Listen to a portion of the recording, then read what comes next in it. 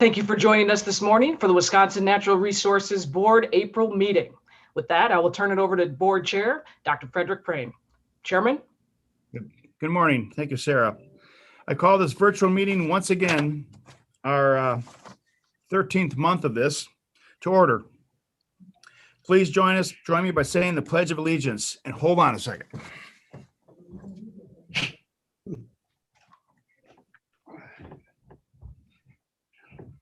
There.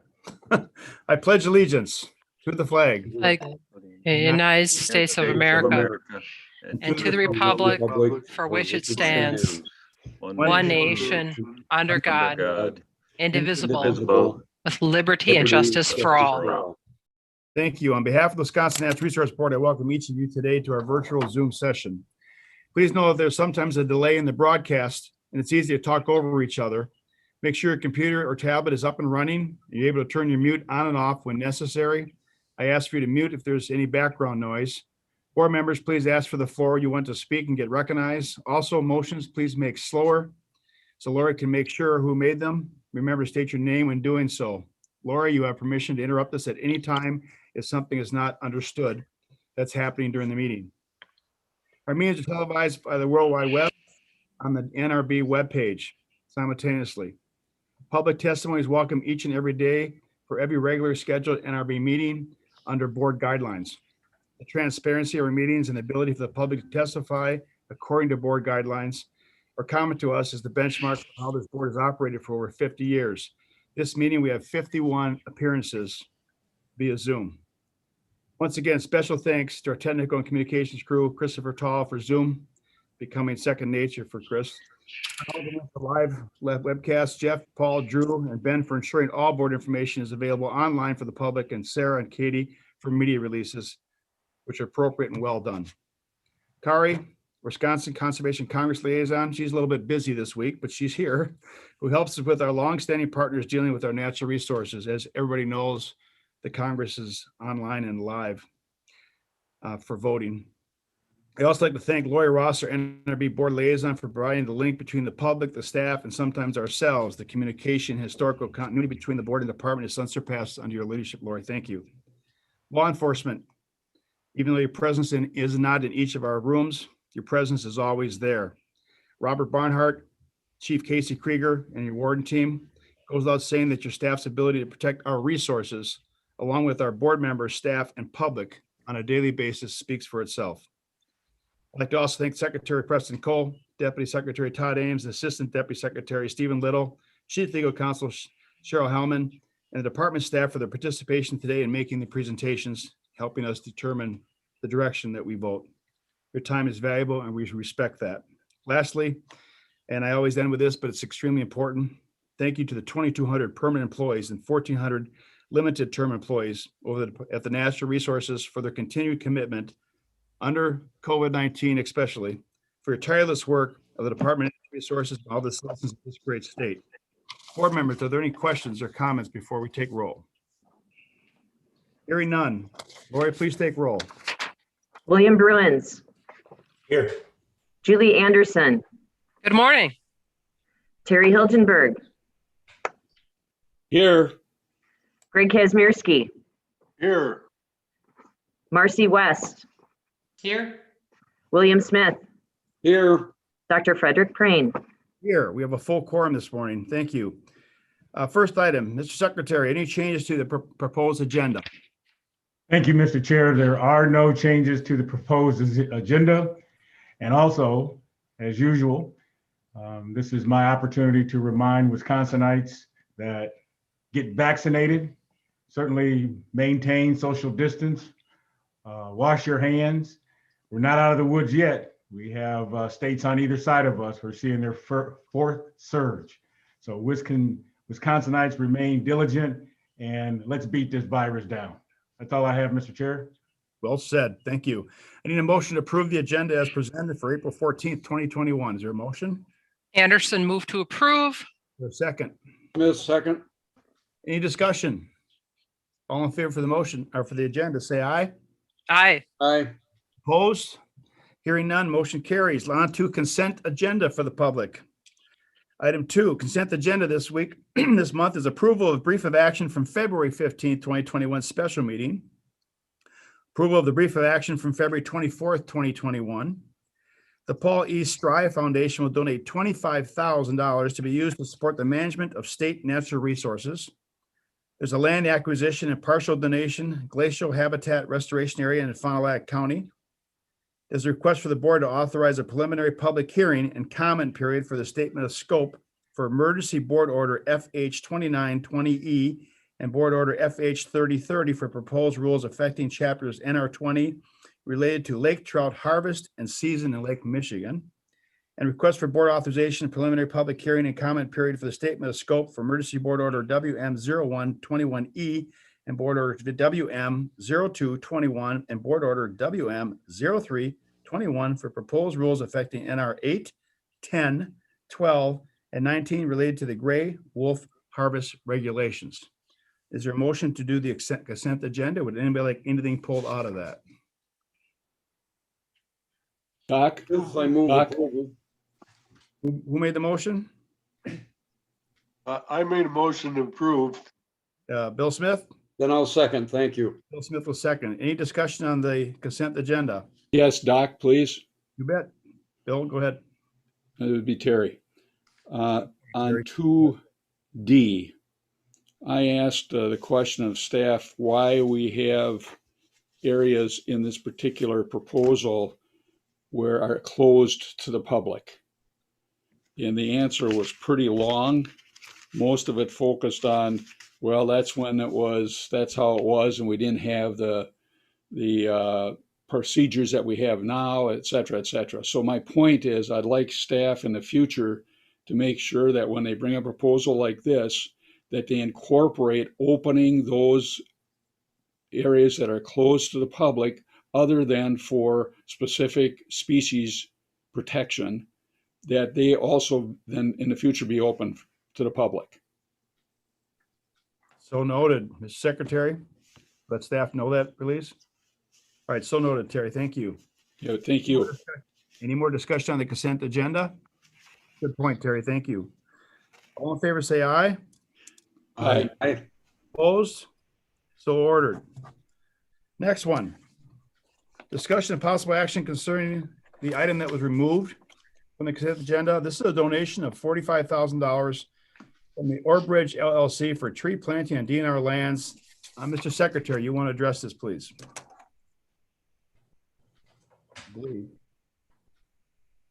you want to say something, Preston? You want to have testimony first? Jim Staples. I'd say let's get testimony. I don't have any talking points on it, so it must be a staff response. Okay, Jim Staples, please. President, and Meg Rice, Senior Director of Marketing, IT, representing Orbridge LLC. Jim, the floor is yours. Thank you for this donation. Yeah, well, thank you, sir. Thanks for having me on this morning and on the call. And on behalf of Megan Rice, who's our Senior Director of Marketing, we appreciate very much this partnership with the Wisconsin DNR. This is our third year, I believe, of planting 100,000 trees on state land, and we're very excited about it. I thought I'd give just real briefly, some of the reasons behind it. And they mostly involved offsetting our carbon footprint. And because of the industry in which we work, we have to print millions of brochures per year. And so because of that, we wanted to give back to the environment. And this we thought was a great way to do it. We picked Wisconsin because on many levels, but on a personal reason, my family vacations up near Boulder Junction every year, and we love it. I'm only about 25 minutes away in Lake Forest, Illinois. I actually go to restaurants more often in Kenosha than anywhere else, in Lake Forest or elsewhere, in the Brat Stop in particular. And but besides those sort of anecdotal reasons, we are, my family and I are big fans of the state of Wisconsin. We work with the University of Wisconsin-Madison. We're one of their largest tour operators. Briefly, what we do is we market to 140 alumni associations across the country, to trips to Alaska, Antarctica, Galapagos, wine and cuisine tours in Italy, so forth. In essence, what we're doing is we use the affinity that the schools have with their alumni, because because of that, we say University of Wisconsin trip to Antarctica. That's why they go, not because of Orbridge LLC, because of us, maybe in time, but it's because of that affinity with their school. And in this niche market, we have to produce brochures. It's not an email only marketing initiative. So because of that, we wanted to give back. And also we use motor coaches. You know, we visit a lot of parks throughout the country. The national parks are a big part of our DNA. Most of our tours, the majority, are natural history focused as opposed to cultural history focused. Another reason why we want to give back. And you know, because we use motor coaches and planes and charter ships around the world, we wanted to do this, and we wanted to do it with the University of Wisconsin.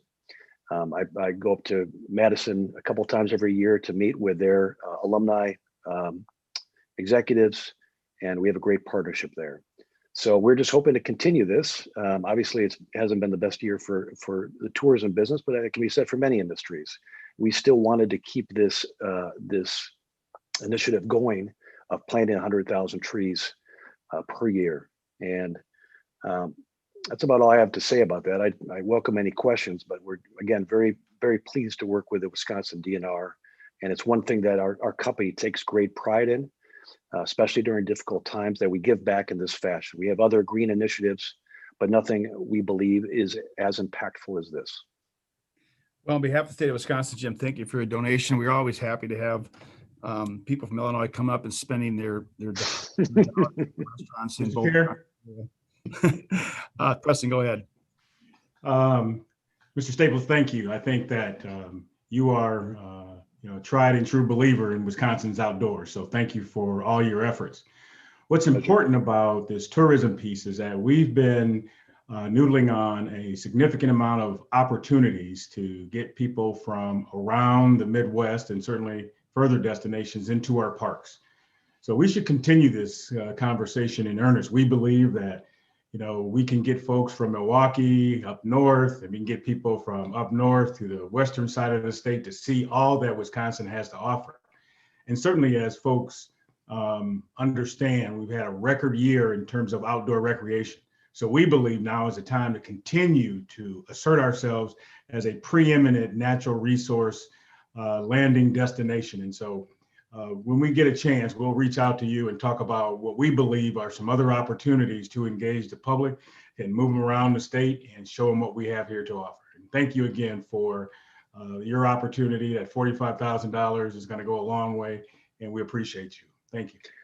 Mr. Cole, thank you very much for those words. And I am drinking the Kool-Aid of the Wisconsin natural resources. My kids' favorite place is up near Boulder Junction in the world. And we go up there, we fish, and we hike around, and we love it. And I welcome continue that conversation as we believe very much. Megan herself, who lives in Florida right now, our senior director, she's from Kenosha and is a good long-term friend. So we have a lot of Wisconsin connections. So be glad to talk to you about that. And thank you for that idea. Thank you, Jim. Thank you, everybody. Thank you. We get donations, Jim, all the time, but I'll tell you what, when it comes to trees, that's something that lasts for generations. The forest does a good job of replenishing itself, but it's always needed to have man's footprint and put a tree back where they took out. So thank you for that donation in the form of trees. It's going to pay off for hundreds of years, hopefully. Yeah, my pleasure. Thank you, sir. Is there a motion to accept the donation of $45,000 for trees? Anderson, move to accept the kind donation of $45,000. Is there a second? Yeah, second. Kaz, second. Any debate? Of course not. All in favor, say aye. Aye. Motion passes. Thank you, Jim. Please pass it on to Megan and the team down there. Will do, sir. Thank you very much. Thank you for all your time. We're on to some action items now. This first one is a presentation of 2021 Laboratory of the Year. Steve Geis. We have this every year. We always look forward to the recipient and the history behind such award. The floor is yours. Good morning, board members, Chair Prane and Secretary Cole. My name is Steve Geis. I am the Section Chief for Certification Services. I'm in the Bureau of Environmental Analysis and Sustainability. We have more than 330 labs in our program that we audit every 3 years, and about 200 of those labs are small registered labs that do compliance testing just for their own facility. Conversely, certified labs will do fee-for-service work for others. Once a year, we recognize one of those small registered labs for the outstanding work they do and to say thank you. So each year I ask each of our 5 auditors to nominate their top choice for Lab of the Year. And if I could have the next slide, please. This year's winner is Plymouth Utilities Wastewater Treatment Plant. This is the lab team. Left to right are Chris Dewey, Eileen McHugh, Superintendent Mike Penkwitz, Mike Hafler, and Tyler Willersheim. And Mike Penkwitz is joining us by Zoom today. In her nomination, our auditor says that the lab does an outstanding job of really understanding their data and knowing what that data mean. And not only are they concerned with their own results, but they want to help other facilities also. For example, this past year, they contacted their lab auditor, Autumn Farrell, to help them set up a class with the local technical college to help other operators understand the complicated phosphorus testing. So Autumn says that Mike and Chris put in a lot of time and effort organizing that class to demonstrate best practices for doing that test. In another comment from her nomination, Autumn says that it is clear that the operators are very well trained and have adopted a strong work ethic and attention to detail. She says that while most facilities use backup analysts that are trained just well enough to perform the lab tasks, the Plymouth backup analysts are all thoroughly trained in all aspects of lab analysis and know the importance of good lab technique and documentation. I've said this before in these presentations that good lab practices lead to higher quality effluent, and Plymouth is certainly a good example of that. They use their lab testing to optimize their chemical addition points to remove phosphorus. They're able to achieve less than 0.075 milligrams per liter phosphorus just with in-house optimization techniques. And they do this even though their permit doesn't require those low levels. They also, on their own, initiated a sampling program of their receiving stream from its origin to beyond their discharge location. They wanted to see if they could identify hotspots in the river that were holding on to phosphorus and ultimately try to identify those sources. It's that kind of partnership that the department strives for, that shared goal of protecting the state's waterways. Mike, we certainly appreciate you and your team's efforts. Your efforts do not go unnoticed. And I don't know if you can see, we have a nice plaque to give you for your laboratory wall, and we'll get this to you one of these days. And with your permission, Mr. Chairman, I think Mike would like to say a few words. You bet, Mike. Welcome. Congratulations, and please address the board, Mike, if you can get your video up. There you are. How are you? Can you hear me? You bet. Coming in great. Well, I'd like to thank the audit chemist, Autumn Farrell, and Steve Geis and his staff for this award. It's an honor, and there are a lot of worthy labs, I am sure. Operating a wastewater treatment plant is a challenge. We are able to dedicate one individual to the lab each day, but small treatment plants can find that the manpower challenging. It is up to management to install a code of ethics in the lab to produce reliable and quality lab data. With audits, online training, and seminars, DNR can assist in providing accurate data. This is especially needed in an era of higher operator turnover. So I just wanted to summarize a few points there. But I'd like to thank Steve for the communication we've had here through this process. Well, Mike, you're one of the soldiers out there. Plymouth is the one that's getting accolades now, but the wastewater treatment facilities around the state are the true soldiers that keep our waters clean. And so today we're shining the light on you, but it's everybody at the 300 lab you talk about, Steve, that really are doing their job. You happen to have some points which brought attention, and hope that some of the things that you brought to the attention of the department as far as why you're getting this award can be shared with other labs throughout the state, and be as meticulous as you are. So on behalf of the board, congratulations. Thank you very much. Mr. Chairman, I'd like to personally congratulate Mike. I know Mike, I've met him before, and congratulate him and his team on a great job. and congratulate to everybody in Plymouth. Thank you. Yeah, thank you, Terry. All right, thank you, Mike. Steve, Okay. for the next item, which is request approval of department recommendations for FY 2021 laboratory certification and registration program fee adjustment. We do this yearly. The board does. So Steve, the floor is yours. Yes, thank you. If I could have the next slide, please. So our code and statute both say that we will adjust fees annually to fund the lab certification program. That budget is reviewed by our Lab Certification Standards Review Council, then approved by this board, and those fees were approved back in January. Next slide, please. A little bit about our council. Our membership is made up of all the various lab sectors, and we meet quarterly to discuss all program issues, not just budget and lab fees. Next slide. 80% of our expenses are in the salary line, and as you can see, that stayed relatively flat this year. But we did add 2 lines to our supplies and services, one for an IT contractor.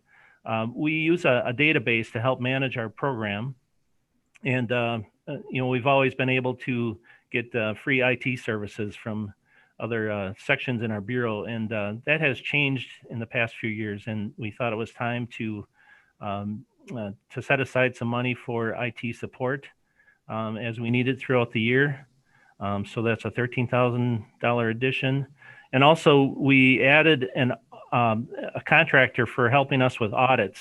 Now we've had a contract auditor for the last 10 years or so, and we were all caught up a year ago, and we felt comfortable enough we could take this out of our budget. But then COVID hit, and we went 6 months with an unfilled vacancy, and also one of our auditors were reassigned to another agency for 4 months. So we felt we needed to put this line item back in so that our contract auditor could help us out, and he's willing to do that. Together overall, those increase our expenses by 4%. However, if I could have the next slide. The actual fee increases are only 2%, and that's due to 7 more labs in our program this year. And those labs are primarily large commercial labs that are interested in having our PFAS certification. So that helps out all the labs in the program. So what a 2% fee increase means is for an average wastewater treatment plant, another $26. For a commercial lab, $113, and for our largest commercial labs, a maximum of $151. Next slide, please.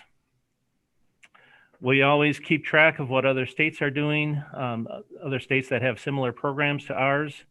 As you can see, we're very competitive compared to some of those states.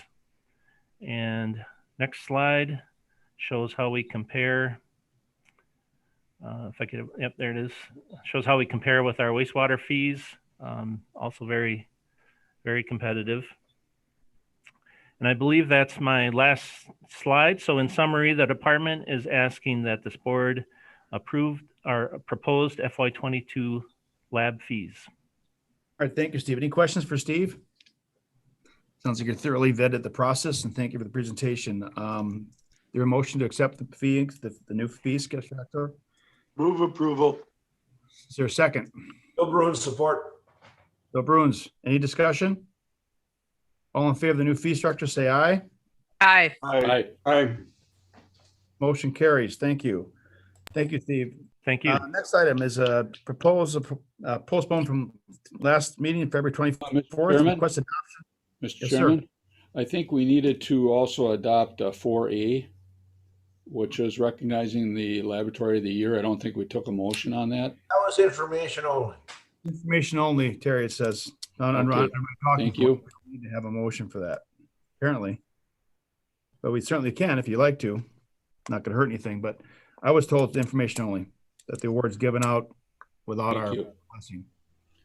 Okay. Request adoption of board order WY 1818, proposed rules affecting chapter NR 113 and 114 related to clarifying and streamlining the certain regulatory requirements for septage servicing. Wade, this board postponed this item for a couple months to see if they could work some details out. It's my understanding that the details have been worked out. In anything that we do, it's a controversial item. Not everybody is going to be happy with the end result, but that usually means he came to a good ending place. So Wade, I'd like you to, you've already presented this as we talked about. I'd like you to take it from where we left off on the 24th of February, recap it. I would ask board members to hold off on any motions until the testimony that we have. We have 9 people testifying, and then we can deliberate and take action if appropriate. Wade, the floor is yours. Wade Strickland, Water Quality Permits Section Chief for the Department of Natural Resources. Wade, go ahead. Thank you. Good morning, Chairman Dr. Prane, members of the board, and Secretary Cole. My name is Wade Strickland, and I'm the Permit Section Chief in the Bureau of Water Quality. I'm here to discuss the updates to Administrative Code Chapters NR 113 and 114. And we are seeking to update a dated rule that hasn't been updated in approximately 20 years in an effort to streamline, modernize, and provide additional flexibilities for servicing businesses. This is just a standard slide to let people know where we are at in the rulemaking process. We're at the adoption phase, which is denoted by the green box on the slide. Next slide, please. Real quickly, just a reminder that the department worked with an advisory group called the Septage Study Group, which was formed in August 2017. We've had 7 meetings with the group, including the last 3 meetings that focused on rule development, including the department sharing the draft rule language. The last 2 meetings occurred in the month of March 2021. Next slide, please. This slide simply outlines the extensive public input we saw during rule development. This content was covered in more detail during the February NRB meeting, so I won't belabor the point. Next slide, please. As previously mentioned, we had 2 additional septage study group meetings since the last NRB meeting. We are pleased that we have several additional revisions in the spirit of further flexibilities proposed that generally have broad support across the industry. Next slide, please. So some of the proposed changes, these are exclusive to those facilities that or businesses that just operate portable or service portable restrooms. We removed the requirement to have a cap if you have 2 valves. We allow for an alternate license sticker display location. We exempted tank gallonage reporting if the tank capacity is less than 1,000 gallons. We exempt the requirement for in-vehicle log or invoice record storage. We changed the logs to allow for gallons collected at each location instead of each unit. Next slide, please. We provided updates and clarifications to spill requirements. We clarified record keeping and reporting of water used for flushing. We allowed for alternative site recording options when an address is not available. We added clarity to the certification statement, including the option for allowing annual sign statements in lieu of daily sign statements for daily logs and loading summaries. Next slide, please. And truck lettering. We talked about this one pretty extensively last time.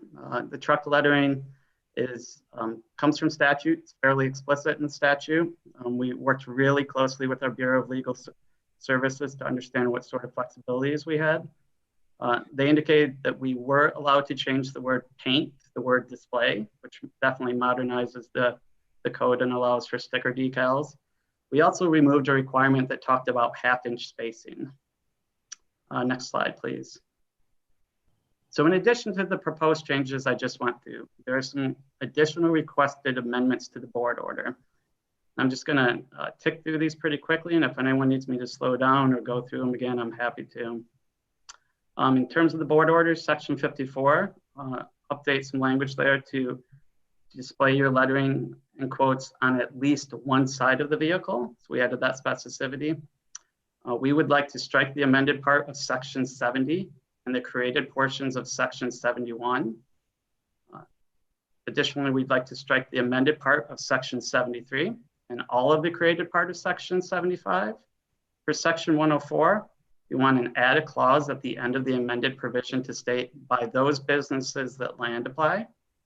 Next slide, please. For section 112, add wording to specify that the date and the time for each service location shall be recorded.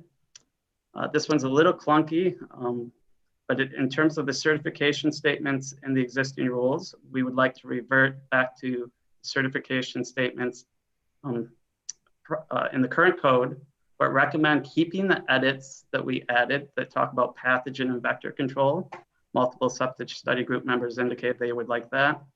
But the main one with this one is we would remove the certification statement in 7B and state that written certification is not required if septage is not land applied.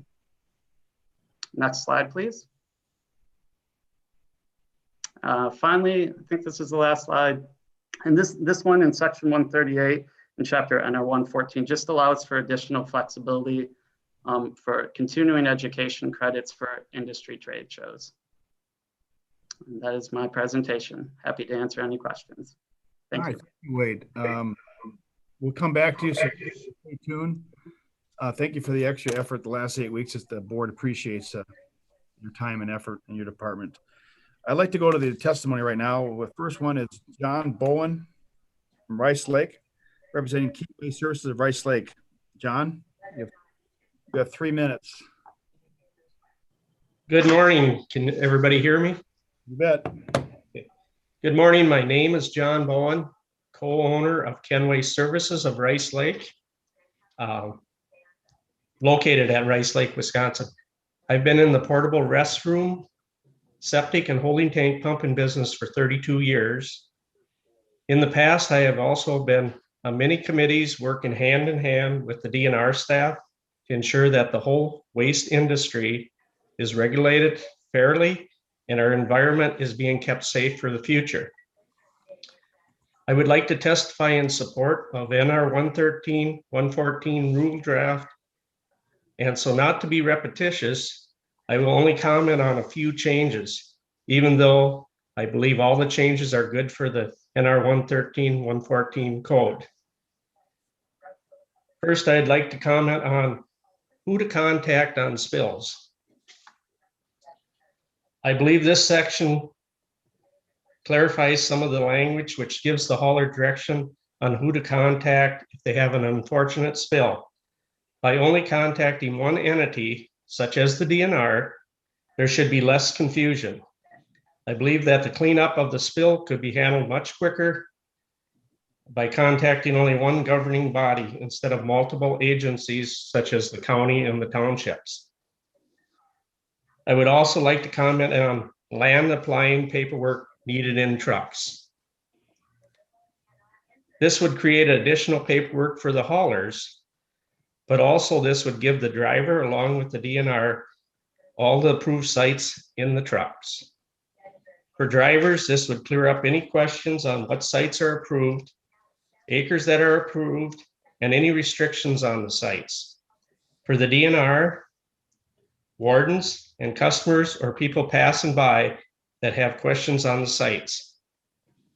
Paperwork would be available to show proof of all the sites that have been licensed for spreading septage and would eliminate questions and concerns by the public. I hope you as the NR board will move forward on this rule draft in whole. I would also like to thank the NR board for allowing me to testify on the NR 113-114 rule draft. If there's any questions, I can answer them now. Thank you. Any questions for John?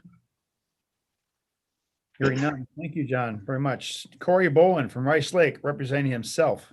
Corey, you have 3 minutes, please. Good morning, NR board. Corey Bowen. I am a member of the Septage study group and also co-owner of Kenway Services of Rice Lake. I've been in this business for 22 years, and I would also like to thank the DNR and the NR board for taking time to review the draft rule of NR 113-114. It's been a long, strenuous process, but I think the new rule draft is updated, streamlined, environmentally friendly, and more business flexible. I'm in support of this draft rule, and I hope that you will too. I will also touch on just a couple of draft rule changes, so not to overlap anybody else, but I believe through the testimony you've heard in support and the testimony you will hear, you will see that these changes benefit everybody. The first change I want to touch on has to do with variances. This new code gives us flexibility in variances throughout the code. It also allows, it also gives us clear instructions on what we need to apply for a variance, what information they're looking for. And lastly, probably the most important thing, it gives us written determination from the DNR of approval or denial, which creates an important paper trail for us in the industry. The second draft rule change I want to touch on, and probably quite frankly, the key in the scope statement of this rule draft, is storage. I won't touch on it a lot because we discussed it last time, but I believe there's three things in this storage that are important. First, it increases the threshold for small storage from 25,000 gallons to 50,000 gallons. It also creates a mid-size storage option from 50,000 gallons to 550,000 gallons, which is managed within your business license. The third category would be the GP permit process that we worked on with the DNR, and that is for anything above 550,000 gallons. And you would not have a WPDES individual permit for that. It would just be a general permit. Now, I know storage is not something that everybody needs. Obviously, it varies by business model, and quite frankly, it varies by the section of the state you're in. In the northern part of the state, where there's less disposal options, storage becomes a bigger concern. I wanted to take 1 second just to touch on something that Board Member Bruins brought up last time as far as cost of storage. I was recently quoted a cost of $230,000 for the storage unit and all the concrete for 1.2 million gallon storage unit. That does not include pumps, dumping stations, stuff like that, but the estimate would be 300,000.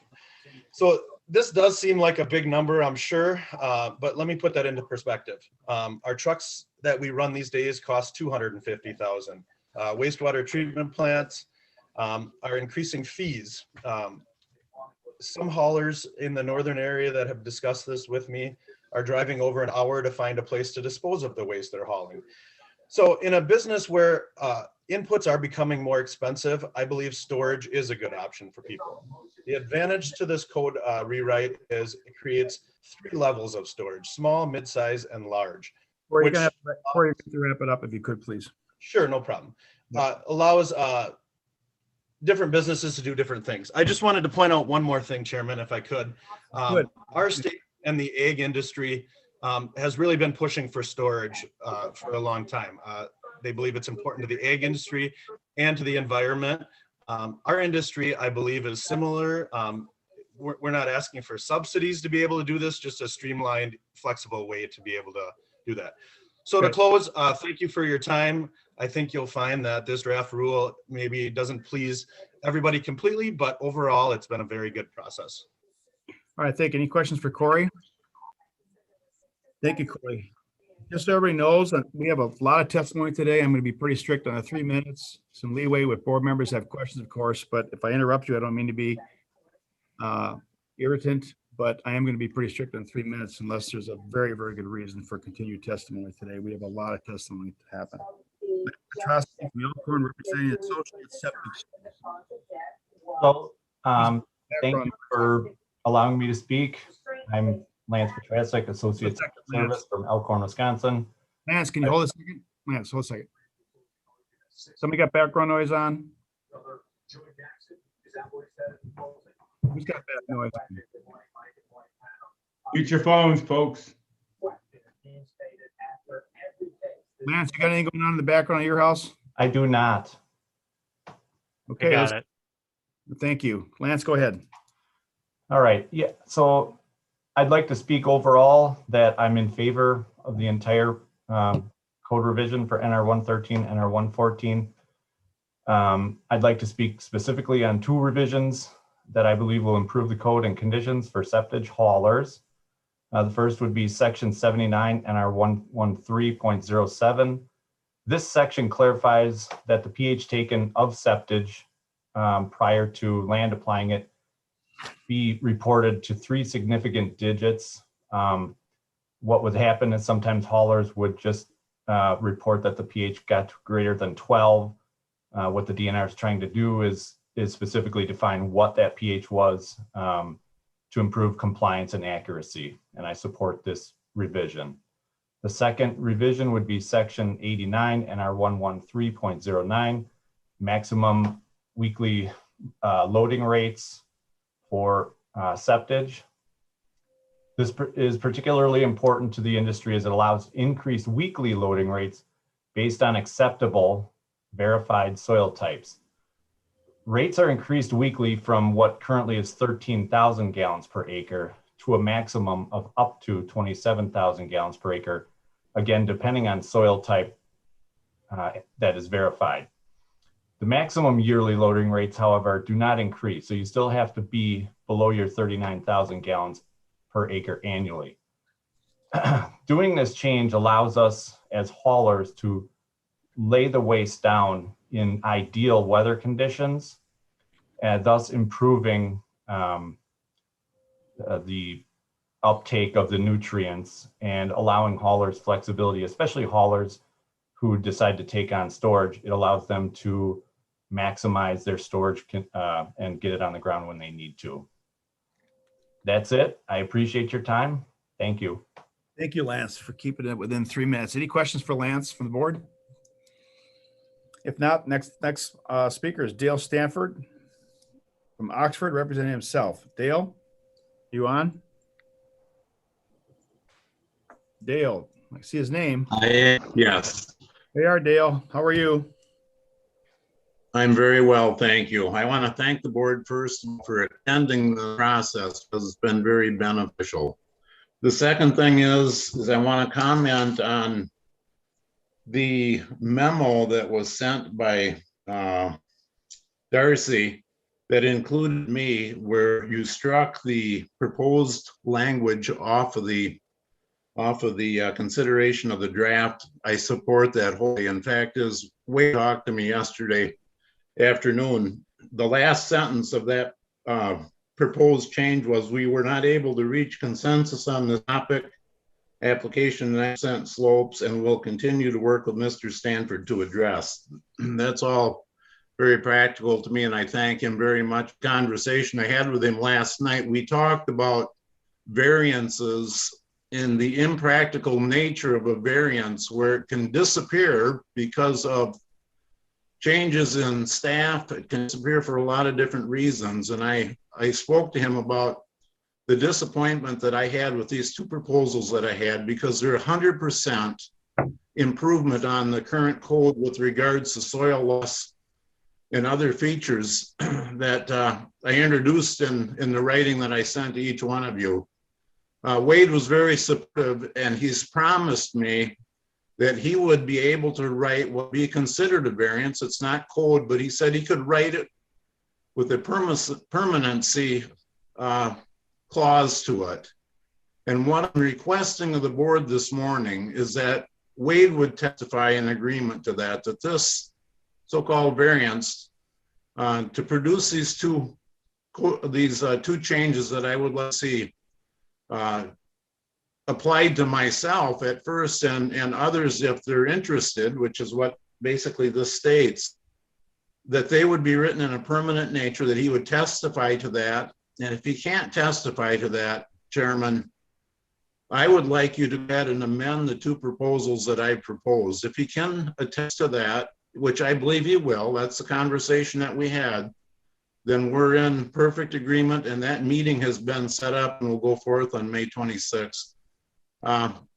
Further, I think it would be a real good idea to request of this board to put an amendment forth that if there's variances that are written in a permanent nature, that there's language in code that they cannot be rescinded. And I don't think that's unfair. That's the end of my testimony. If you have any questions for me, I'd be glad to answer anything that's of concern to this. Any questions for Dale? Thank you, Dale, for your testimony.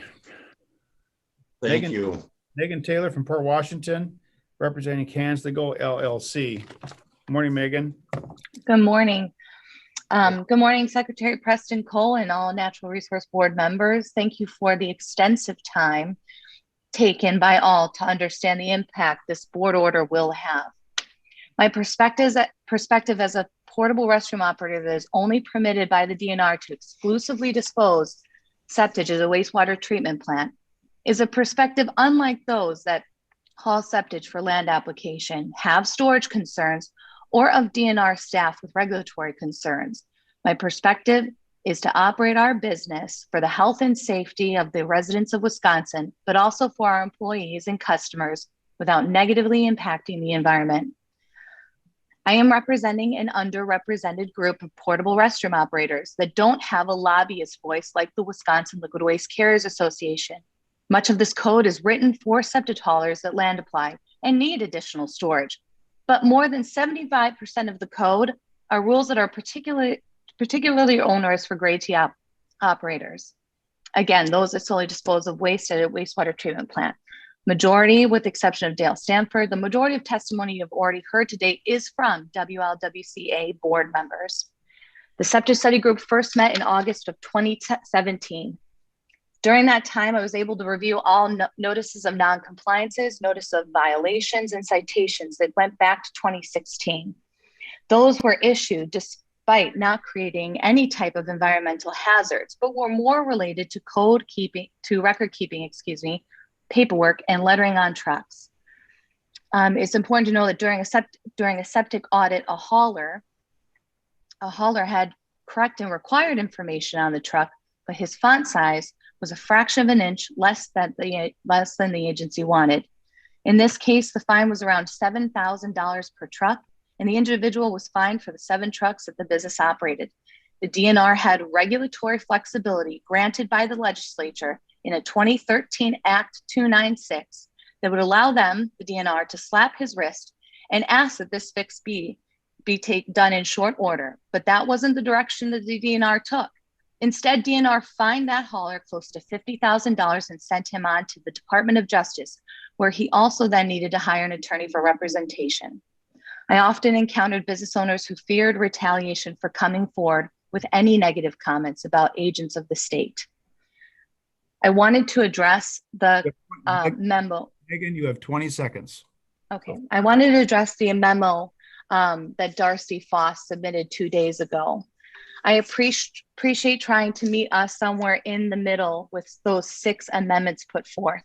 I ask the board today, in my first amendment, please put in the language in that amendment that a vehicle is deemed to be approved and in compliance with the DNR when the DNR issues a vehicle sticker. The DNR shall not request changes to approved vehicle. Please do not allow the DNR to do bait and switch.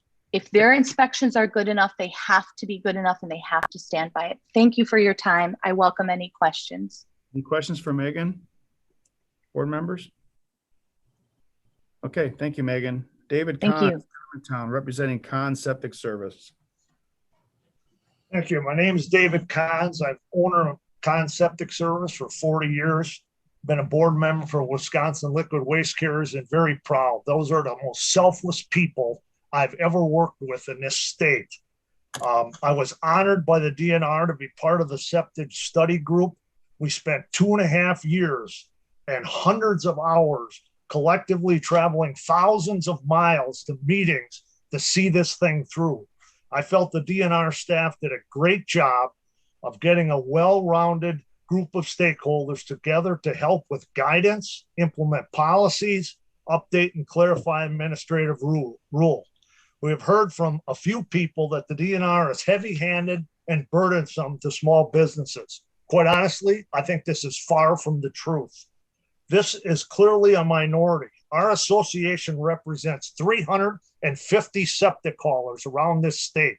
Most of these are 1 and 2 truck haulers. They are clearly small businesses, both grade T and grade L businesses. They service and dispose hundreds of millions of gallons of septage each year, and with overwhelming majority support this rule. Section 69 of this rule, the code revision, provides protection from losing approved land sites that are used for recycling of septage from encroachment and development. This is extremely important when you purchase farmland for your business that depends on land application. I'm not even going to go into the lettering of the trucks. The DNR watered this down so far, bent over backwards to the point you put your license on one end of the truck. I think they did a wonderful job of flexibility. What I really think is important here is the code revision offers balance between the DNR and the haulers in the state of Wisconsin. Balance between environmental concerns, trying to protect our state's greatest asset, clean water, and the ability of the haulers to be able to dispose of and recycle this waste while turning a profit and making a living in this industry. This code balances a level playing field for all businesses, large and small, grade T, grade L, whether you work in the north or you work in the south. So not to give a competitive advantage or disadvantage to any particular business. Lastly, I want to say I employ 9 people at Septic Service. In every sense of the word, I am a small business.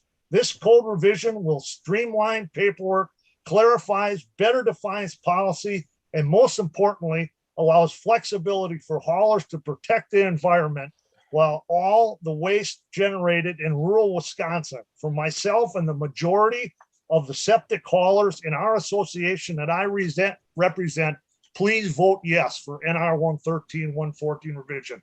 Thank you for your time. Thank you, David, for your passionate testimony. Any questions for David? Hearing none. Thank you once again. Jeffrey Behringer from Menasha, representing Wisconsin Liquid Waste Haulers. Hi, my name is Jeff Behringer. I am the executive director for the Wisconsin Liquid Waste Carriers Association. I think early on in the conversation, there was a statement that when we work on a rule like this, it's unlikely that we're going to get everybody to be happy about every aspect of everything that's in the rule. And I think you're hearing that with great passion. I want to just make sure that it's clear as to what the board's options are today. Respectfully to all of you, there is a third option, and I want to be clear. We support the rule as an association as it's been revised and has been presented to you for today. However, we also recognize that if there's disagreements in certain areas of the rule, that the board has the option to pass the rule and address those other issues separately, but not to surrender the entirety of the rule and the years of hard work that have gone into it that have been reflected in some of the previous testimony. There is a lot good in that rule that we would like to see preserved. So your options are to pass it as it are, and we would be okay with that. Your options are to continue to work on areas where there's disagreement, and I would refer to the memo that I provided as written testimony dated April 1st, specifically speaking to NR 113.11, sections 3A and C, A, B, and C. If those areas need to continue to work, address those separately, but don't fail to pass the balance of the rule, which has been worked on and has agreement from the Septage Study Committee and other people who've testified at these hearings. So your options, as they point out, one, we would be supportive of the rule passing as is. However, if you feel like you need to address those other areas, that's fine, but do it without surrendering the entirety of the rule. We support the rule. We support the continuing to work with everybody to make this rule better, but it can't wait to create a completely separate rule draft. So I hope that clarifies in terms of what we're looking to do with today's draft that's before you. And if there's any questions, I'd be happy to answer them. Any questions for Jeffrey? Thank you for the clarification. I'm not sure we needed it, but I appreciate you putting on testimony. Richard Walter, East Troy, representing Stanley Walter Septic Tank Cleaning LLC. Richard? Good morning. Can everybody hear me? You bet, can. You have 3 minutes, Richard. Thank you. Okay. I live in East Troy, Wisconsin. I'm the owner of Stanley Walter Septic Tank Cleaning LLC of Waukesha. First of all, I would like to thank all the NRB chairman and all the board members, as well as Preston Cole, Mr. Secretary. The business I operate was started by my grandparents in 1953. Southeastern Wisconsin, as you all know, is becoming densely populated. A mixture of sewered areas as well as pouch systems. For that reason, my company hauls all the waste to wastewater treatment plants. We are considered to be a grade T company 100%. Growing up in and now running this business, we have operated under this code very well, but everything changes with the times. That is why I ask you to support and pass this draft rule in its entirety. If I can, I would like to speak about two simple changes, common sense changes that nobody has spoke to in the past. NR 114.22 allows a master operator to rejoin a company and become certified again. As we all know, in this field, it is tough to find qualified employees. Where I operate, unemployment level is extremely low. So if a master operator can come back, recertify more easily, that is a tremendous benefit to all in this industry. Also, NR 114.16 addresses operator in training. In the past, somebody could become an operator in training for up to 12 months, work in this industry, and then pass a certification exam. If that person did not pass a certification exam within 12 months, they were no longer eligible to be an operator in training again. My company has experienced this problem in the past. We were, thanks to Fred Hageman at the DNR, we were allowed a variance, but I think the change will make it more streamlined. Somebody will be allowed to retrain again after a number of years and then take the test. Again, a tremendous benefit in an area of this state as well as other areas of the state where unemployment is very low. I ask you to pass the entire draft rule. I believe this will benefit all grade T as well as grade L companies. And also, I would just like to comment that I also am a member of the WLWCA Board of Directors. My family's been involved since its inception, and we are professionals in this business, and that is why we belong to trade associations, to have an open door policy with the DNR and our regulators. Thank you very much for your time. Thank you, Richard. Any questions for Richard? Hearing none. Alan Kadetz from Burlington, representing Tax Service, etc. handout. Okay, can everybody hear me? You bet. 3 Okay. minutes. Thank you. Thank you, Mr. Chairman, Dr. Prine, and members of the board. My name is Alan Kadetz, president of Tax Services. I've personally been involved in the business of portable restroom rentals and septic servicing for 48 years. We are in the septic servicing and portable restroom business in southeastern Wisconsin. First off, I would like to commend the study group, members from the DNR, among others that have worked on this proposed rule change. Our business operates as a grade T company 90% of the time. The remainder of the time is a grade L. I would like to explain why the updating is important to the portable restroom industry as a whole.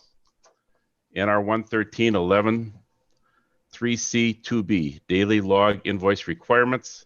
This section creates an exemption for portable restroom servicing vehicles. It will no longer be required that the daily logs and invoice records be kept in the servicing vehicle. These records will only need to be made available to the department upon request. NR 113.11 3C 3D, daily log entries. This section eliminates the daily log requirement to record gallons pumped from each individual portable toilet. It will require a log entry for each service location, meaning if multiple portable toilets were located at a site, only one log is required per location. An example would be a large event such as parades, county fairs, or your local festivities. This would also hold true to large construction sites. NR 113.11 3C 7B, alternative certification statement. This section creates an alternative certification statement for businesses that do not land apply, grade T. It eliminates the verbiage that pertains to pathogen and vector control, as this was not relevant to these businesses. Many of these rules are in place to help to protect the citizens of the state of Wisconsin and also give guidance to us as business owners, which is a two-way street. We all have to work together. In general, these sections greatly reduce the overburdensome paperwork needed by strictly a portable restroom company. The amount of paperwork that remains is good and essential accounting needed to run a business. Thank you for your time and ask you that you support the passage of this draft rule. Any questions for Alan? Thank you, Alan. That ends our public testimony for now. To keep things in order, I'd like to would ask to get a motion on the floor. What I'm asking for is a motion of Board Order WY 1818 as proposed with the changes in the PowerPoint, which would be part of the motion. So we're not going to do an amendment unless there's a further amendment, but I'm asking for somebody to put on the floor WWY 1818 as presented in Wade's PowerPoint today. This is Bill Bruins. I move to do exactly what you just said, to amend, to approve the adopted Board Order WY 1818 with the included changes in the PowerPoints. And Second. I think, Doc, it would be. Hold on a second. Motion on the table, second by who? Hilgenberg. Hildenberg. Okay, go ahead, Bill. Address it. I think it would be good, Doc, if you could have those exact changes in those PowerPoints posted once again, so the entire board knows exactly what we're voting on. Okay, we'll come back for discussion. Wade, can you come back on, please? Yes. Thank you, Wade. I guess two questions for you. There was one question that they asked you to address Dale Stafford. I'd like you to do that. I understand that you're okay with doing that, and I would appreciate if you could tell the board your response to Dale. And the second is bring up the PowerPoints of the changes you made for the concerns of the last eight weeks. Clearly, a lot of work's been done. The board is poised to vote on this. We appreciate the effort and energy of all parties, including the departments, to come to some resolution for some of these concerns. Some of these may seem quite minor, but they're major to certain different people. So let's bring those slides up. But why don't you address Dale Stafford's question if you want to do something on record? Yeah, absolutely. And thank you for the recognition of all the work that's been done. A lot of Septage study group members were incredibly busy and helpful as well. So appreciate their efforts. In terms of Dale's question, yes, we are working towards, for those two items, 10-month cover crop and the 9% slope. We will have discussions on making a permanent fix for those two. Okay. This is put up here for request for Bill Bruins for board members. If you don't need to read it all, but if you can see, the first one is some of the stuff that people testified today. These are some of the changes that were made that they believe are prudent. They have no reason not to. Doesn't affect the outcome, makes things easier, more streamlined, and some common sense things. So any questions from board members on this first page of proposals that will be part of the motion? Hearing none, let's go to the second page, please. These are other changes that are made. Once again, we're not going to reread them all, but are there any questions for these changes that are made, which may seem minor, but are major to certain parties regarding this issue? Is there another page, Wade, or is that it? So these are the, Chairman Dr. Prane, these are the ones that we had proposed in terms of the red line, the board order that you have in front of you. The actual board amendments start on this slide that's up right here. Okay. Any questions for board members on this slide? Hearing none. Is there another slide, Wade? Yes, sir. Any questions on this slide for changes that are made to the board order that was proposed? Yes.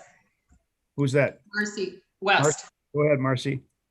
So this, I'm not sure if this is the one or the next slide, but the certification requirements, please, compared to the memo we got from Darcy on Monday, the bottom of page 2 of the memo, operator certification.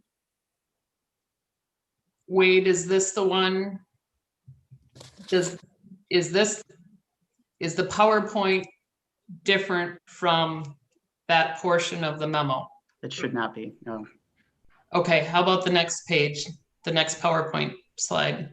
Next slide. This has to do with the master operators. This should have all been captured in the memo as far as I'm aware of it. I don't have the memo right in front of me. I apologize. Okay, I had the impression that the PowerPoint, there was a significant change to certification. Yeah, if you go up to the previous slide. So that second bullet there, Board Member West talks about reverting the certification requirements to the existing rule, with the exception of the changes that we made to track multiple pathogen or vector control issues that or approaches that multiple septic study group members brought up, but it eliminates the alternative certification statement that we had proposed that was for those operators that service portable restrooms and dispose of their waste exclusively at a treatment plant. So they no longer have to certify. Okay, so would that raise a red flag for the example I gave during my briefing that if somebody comes to rural Vernon County and throws a music festival and has a buddy that says they can do portable toilets, they would still be required to be certified? They'd still be able to, yeah, they'd still have to have their license. A certification statement and being licensed to operate are different. Certification statement is simply saying that on your paperwork that you're certifying under penalty of law that the information is factual. You would still have to have a license or be have operator certification to operate that business. That does not go away. We are still maintaining skilled, trained, and certified individuals to perform these duties. Any other questions, Marcy? No, I just echo everybody else that Wade, Darcy, Jim, everybody on the committee has bent over backwards. So really appreciate and hope that they're hearing all the good compliments as well. All right, let's go back to the board. Let's go back to the board on Zoom, please. Bill Bruins. Yep, Doc, thanks. I think we've been busy thanking people, but I think it's important, and I want to include you, Doc, in this, because in the background, behind the scenes, you've done an incredible amount of work to try to get us to the point we are now, and I applaud you for that. I think this has been a great exercise in democracy, and what I wanted to say about this whole septage rule is that I'm way more familiar with animal waste than I am with human waste. But ever since George Washington and Mount Vernon, we have been land applying human waste, and I know the department is very involved in NR 151 rewrite, and some of the changes that are coming there. There's more and more emphasis being put on land application of animal waste during the growing season with a cover crop. And I would just encourage all of you that are involved in septage waste land application that you would give serious effort to do everything you can, even with increased storage, and maybe this is going to make it easier for you to land apply during the growing season with a cover crop. So noted. Any other discussion? Hearing none. In front of us is board order as amended, and not amended, as changed. All in favor of the board order, say aye. Aye. Aye. Opposed? Motion carries. Thank you. Doc? Thank you, stakeholders. Thank you, department, for your extra effort. And thank you, board members, for your patience. In some way, we have the tendency to do our job. And we did our job, as did the department and as did the stakeholders. This is how it's supposed to work. Doc? Question? Yep. Yeah, Terry. Terry. I just wanted to mention that in my discussions with Jim and Darcy, I was concerned about what was presented as being very uneven prosecution, if you will, of a violator of one of the department rules. And there was I requested a briefing on that. And I want the public to know that there was several issues related to that. It was not strictly because of the lettering on trucks, and it was substantial.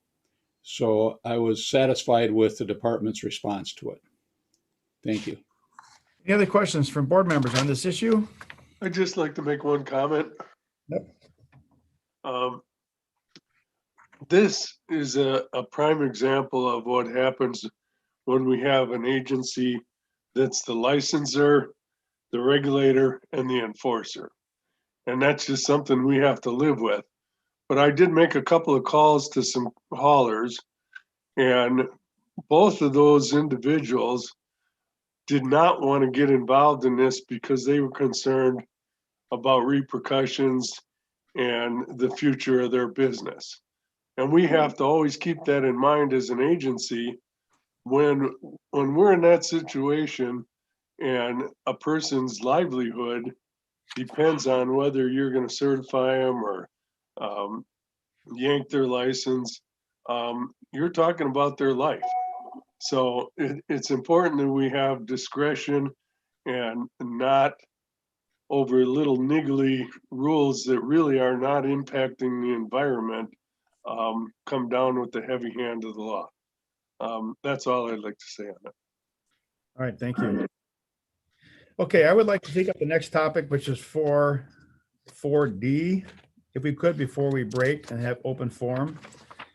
It's my intentions to try to get this done without breaking for lunch. I'm not sure we can, but we'll see how things go, but that's what my intentions are. So let's move on to 4, action item. Request adoption of Board Order RR 1017, proposed rules affecting chapters NR 700 to 799 related to an implementation of 2015 Wisconsin Act 204 and 2017 Wisconsin Act 70, adequate direction for contaminated sediments, and other changes needed to update, clarify, and promote consistency within the chapters NR 700 and 799. This is a complex topic, a lot of input, a lot of testimony. Even we heard from the legislators across the street. Darcy's going to sift it all through and explain it to us and explain how the department would like to proceed with this agenda item. Darcy, floor is yours. Good morning, Chairperson Preen and members of the Natural Resources Board and Secretary Cole. My name is Darcy Foss, and I am the Director of the Environmental Management Division at the Department of Natural Resources. Today, I'm here to ask for approval and final adoption of portions of the NR 700 rule series, which you'll hear about more in a few minutes. The NR 700 rule series is a series of chapters of administrative code similar to a cookbook that really spells out how one goes about notifying the DNR that you have a spill, all the way through investigating, selecting your cleanup standards and how you're going to clean up through a final approval of your cleanup. This series of codes, NR 700 to 799, is based on the Spill Law, Chapter 292, that's been in effect for over 40 years, since 1978. The NR 700 series, I hate to say this, Doc Preen, but I was the first rule coordinator for that series back in 1990. It's a very unique rule nationally because it's really a single cleanup rule that covers air, soil contamination, water contamination, and sediment contamination. And it also covers large federal Superfund sites, to dry cleaners, to gas stations, to small spills of fertilizer, and surface water and vapor. So it is a rule that basically covers a lot of media that needs to be cleaned up, but also covers very huge sites to very small spills. So with that, we need to be specific, but we need to have flexibility. NR 700 is known as a self-implementing rule. Once you notify the Department of Natural Resources, you get a letter that says, please hire a consultant that's certified to do this work in Wisconsin. NR 700, as I mentioned, is like a cookbook. Please go and do this. If you need help from us, come back in, but we'll see you when you're done with your cleanup if not. And so there's enough specificity in this rule to get people through that process without a lot of oversight, but there's enough flexibility in this rule to look at the site-specific conditions that change around the state with the geology and hydrology of the state, and working on solvents versus petroleum versus other kinds of compounds. What have we accomplished with this rule since we developed it? We've approved over 28,000 cleanups in the state. Thousands of acres have been put back into productive use, And it's really, we have a nationally recognized brownfields program in our state, and the backbone of that program, getting sites cleaned up and redeveloped and put back into productive use, has been the NR 700 rule series. So presently today we have an emergency rule that was approved by you folks back at the August meeting. The scope of that emergency rule was limited to the creation of 2 new chapters, NR 756 and 758, associated with contaminated sediments, and something called the Voluntary Party Liability Exemption Program. These emergency rule just simply implemented the changes in that 2015 and 2017 law changes, and these emergency rules are presently in effect. Next slide, please. So today's action, we are just presently asking for adoption of a final rule by the board. Next slide, please. So what has gone on here is back in January 2019, we asked for approval on our scope statement, and you folks approved that scope statement. There were no public comments on our scope statement at that time. Over the next year, February to 2019 to January 2020, we hosted monthly 13 open monthly meetings on rule draftings, and had lots of outstanding comment. As we said in the last rule, a lot of people interested and dedicated to give us great comments. In addition to those 13 meetings, we hosted 9 informational sessions. September of last year, we had a public comment period, and in October, we received 9 sets of public comments, totaling 90 comments. Even after that, when getting the public comments between November and February of this year, we hosted 8 additional meetings just to see if we could resolve some of the issues regarding sediments. And then in March of this year, we also held additional meeting with business groups. Next slide, please. So current status is, next slide, please. Next, there we go. Thank you. So there are 2 options available to the board for proceeding with a permanent rule.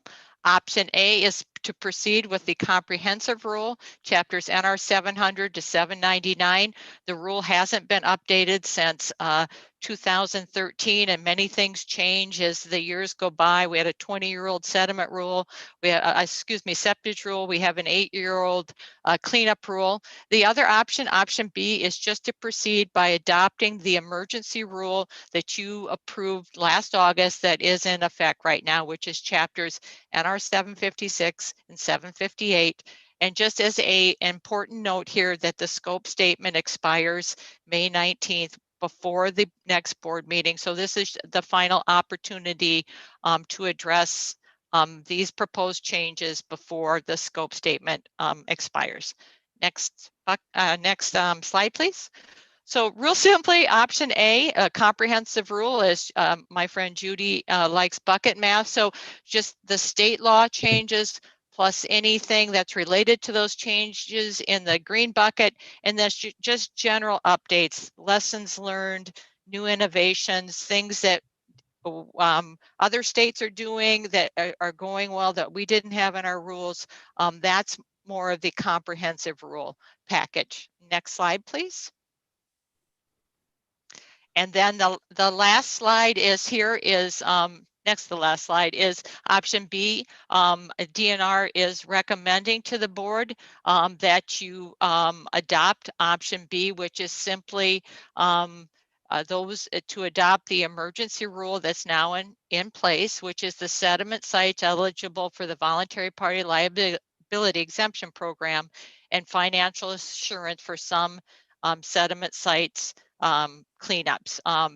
So we understand that while adopting the comprehensive rule is a good thing, option A, as it represents modernizing processes, cost savings, incorporating best practices and efficiencies, at the end of the process, there were more questions that we could answer in the time allowed, and thus the staff is recommending to the board that we adopt option B, the emergency rule. Thank you. Thank you, Darcy. First, we have John Robinson from Wausau, representing Wisconsin's Green Fire. John, are you on? I'm sorry. Hold on a second. Darcy, you'll come back for questions. I didn't mean to not have questions for you, but we're going to go to testimony first and then we'll come back. Bring it back up. Thank you. John? I am, and thank you. My name is John Robinson. I represent Wisconsin Green Fire, and I'd like to thank you for the opportunity to provide comments on the proposal RR 1017 relating to contaminated sediments and various other changes needed to update, clarify, and promote the consistency. My original intent was to support the revisions to the entire 700 series, but the department has narrowed the scope of the proposed changes to focus specifically on chapters NR 756 and 58. The proposal before you today implements rules relating to sites where a responsible party is using engineering controls to address or limit exposure to contaminated sediments. In most cases, these engineering controls are in a place along a river with a down gradient property may be impacted by the failure of an engineering control to work.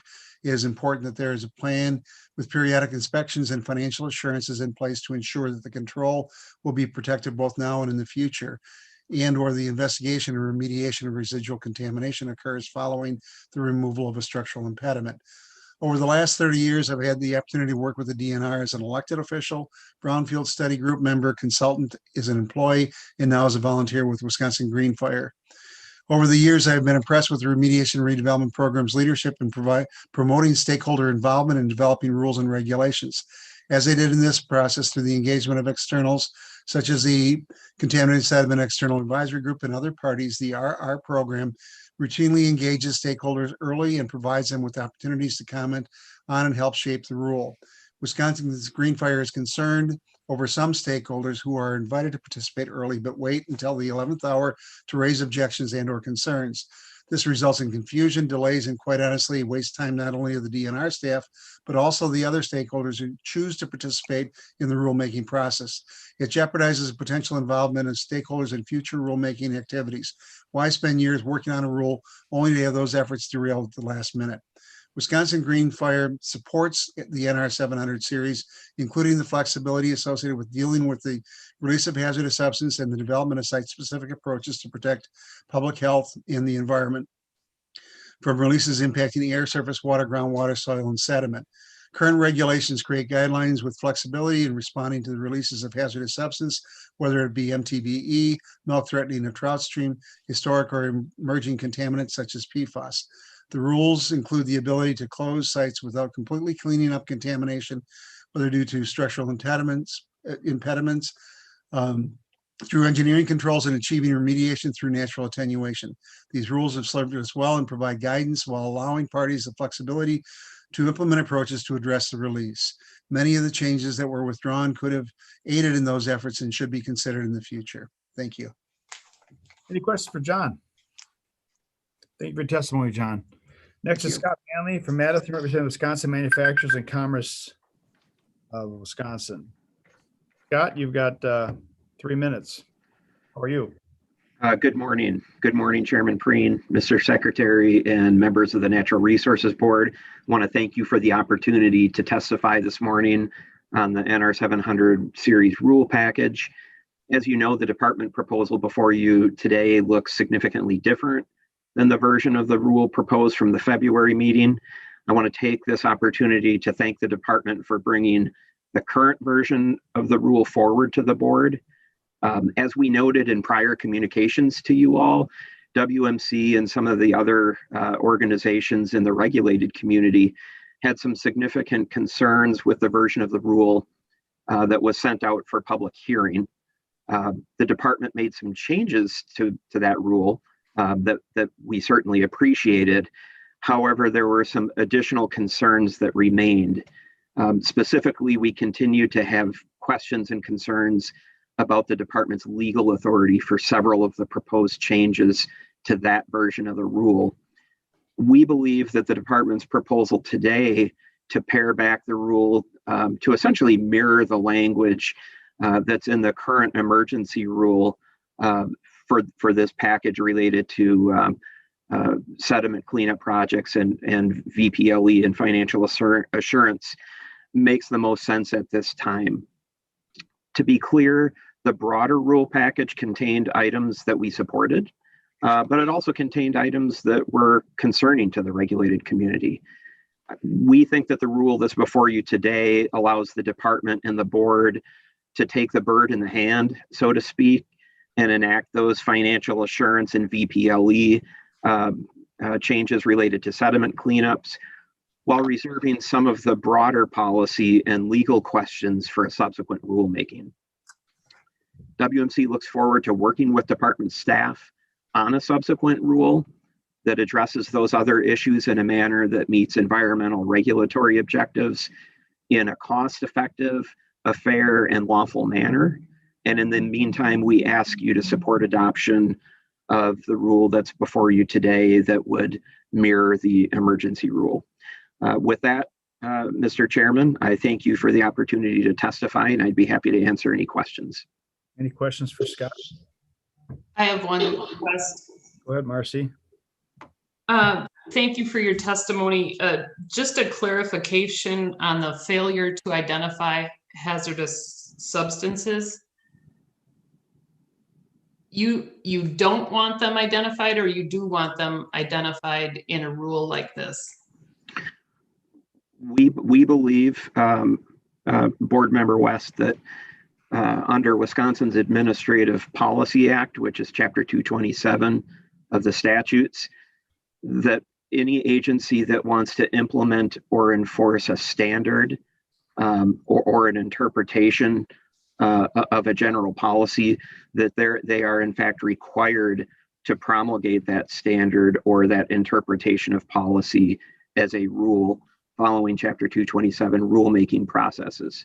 So to the extent that the department would interpret the definition of hazardous substance, which is a very broad definition, to the extent that the department would interpret that definition to include a particular substance, for example, it is our position that the department would need to promulgate that interpretation as a rule so that the regulated community is on notice that if they have a release of that substance, for example, that triggers notification under the spills law.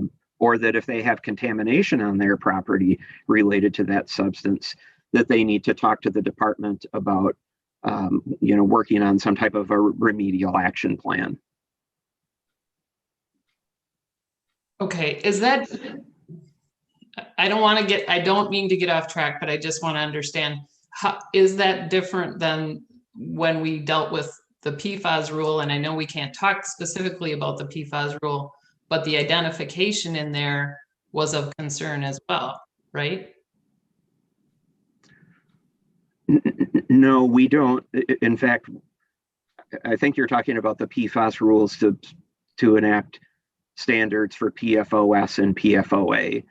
And we believe that we should promulgate standards for those particular compounds. But I think we're maybe conflating a couple of different things. It's one thing to enact a standard, and we encourage the department to do that. And that's important for the regulated community to know, a number above which or below which things are acceptable or unacceptable. But for purposes of Chapter 292, which is the spills law and remedial action, the regulated community needs to be on notice of what substances the department considers to be a hazardous substance. So that's I would argue to you that that's a different policy question than setting a standard itself. One is identifying that a substance is a hazardous substance, and the other is setting a level above and below which the department expects that contamination is either. If we could, you guys can take this offline between the two of you. Your testimony is well noted. Any other questions for Scott regarding the rule in front of us? Hearing none. Rob Lee from Madison, representing Midwest Environmental Advocates. Good morning, Chairman Praying, members of the board, and Secretary Cole. My name is Rob Lee, and I'm a staff attorney at Midwest Environmental Advocates.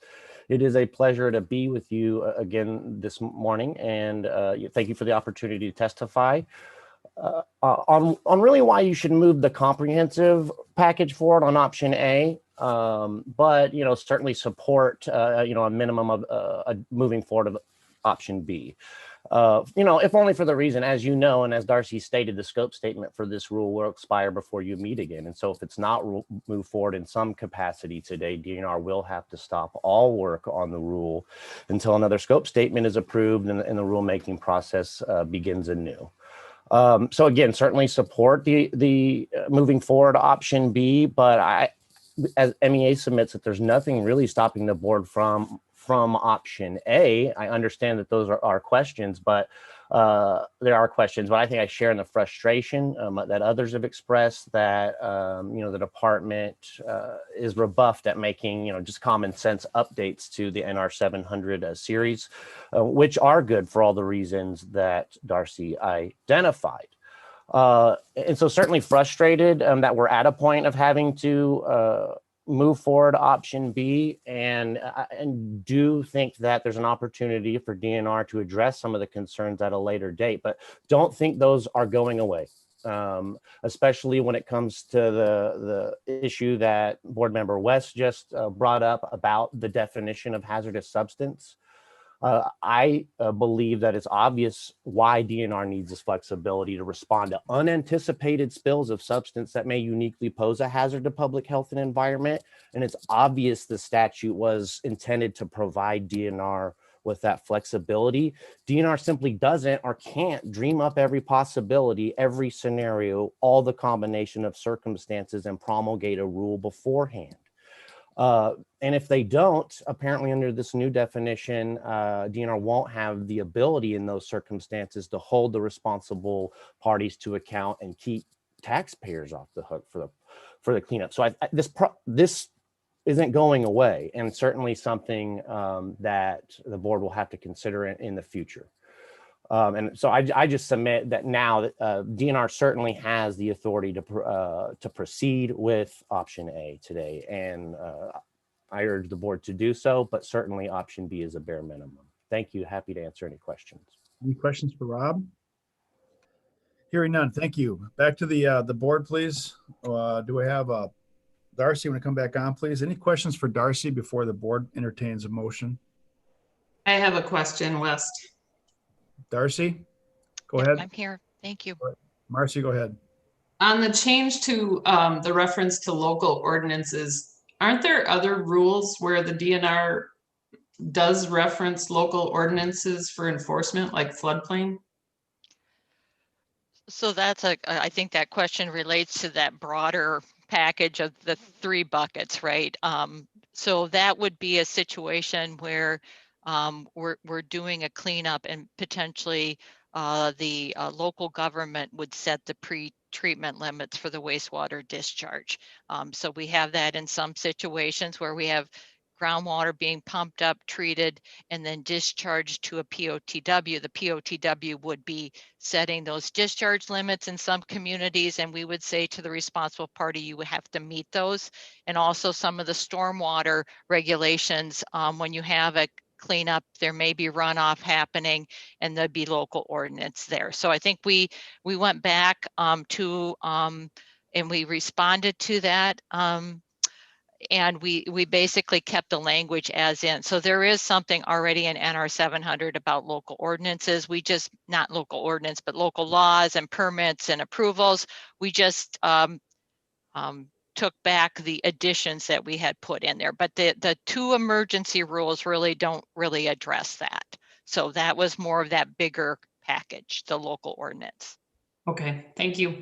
All right, other questions? Bill Smith. Yeah, thank you, Doc. Darcy, in your comments to the board during your presentation, you've just mentioned there were several unanswered questions, unresolved questions that we didn't have time to deal with. Besides the oral testimony, we've gotten some written testimony or written input as well from people concerned about the department's ability to address situations that concern them, that have potential health impacts, and to be able to do that in a timely manner. And I know we're not going to settle that today, but what I would ask you is those unanswered questions that you mentioned, or unresolved questions, and the concerns raised by some of the input given to the board, can you answer in very simple terms, what's the way forward to deal with those unresolved questions and the concerns we've heard from the public? How can we direct their attention toward the future? Yeah, I think this may play out, and as Marcy raised earlier in her questions to Mr. Manley, I think they may be played out in other forums. So that's one of the things going on there. I think it's going to be certainly there's some work to do moving forward, and I think there's just some concern about DNR losing the ability even to use its own funding to respond to some of these cases, right? And so I always like to say that unfortunately the regulated community is a step behind people manufacturing these chemicals, and so I think we're finding ourselves in that situation, and we like to deal with these on a site-specific issue. We have naturally occurring lead in this state. Not all lead is going to be a hazardous substance discharge. So I think we're going to have to work through these things, but it may not be in a rulemaking. It may be in other venues. I'm not sure. Okay, thank you. Any other questions for Darcy? If not, I would like to entertain a motion. Mr. Chairman? Mr. Chairman? Yeah, it's Terry. I would move adoption of board order option that includes only those provisions consistent with the emergency rule. I make it clear. Is there a second on that? Anderson, second. Anderson, second. All right, so the motion is to adopt RR's 1017 emergency rule and make it a permanent rule as recommended by the department. Any further debate? All in favor, say aye. Aye. Opposed? Motion carries. We will take a 10. Go ahead. Yes, Preston. I just wanted to make sure, well done today. I just want to make sure the board knows that in the governor's proposed budget is another $25 million of bonding for efforts to clean up the St. Louis estuary in Superior, the Menominee, the Milwaukee estuary from heavy metals from our past. And we see this as economic development, but not only does that $29 million worth of additional bonding improve our opportunities to clean up near shore areas around the state, but also allows us to get PCBs out of the Menominee and the Fox River. And so, as you folks already know, clean water is a big deal for this administration, and we hope that the legislature agrees. But again, I just wanted to share that with you that these programs are often matched by federal dollars, and so you have that update now. Thank you, Preston. All right, let's take a 12-minute. We'll reconvene at 10:20 for open forum. Any questions? Let me know. Otherwise, meeting will re-adjourn at 10:20.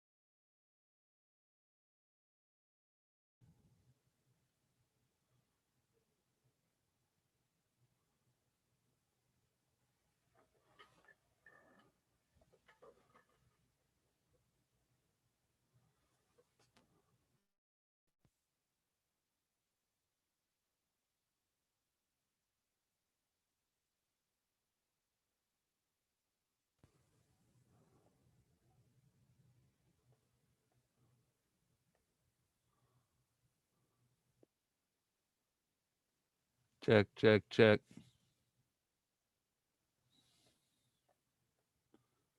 Yep, ready to go when you guys are.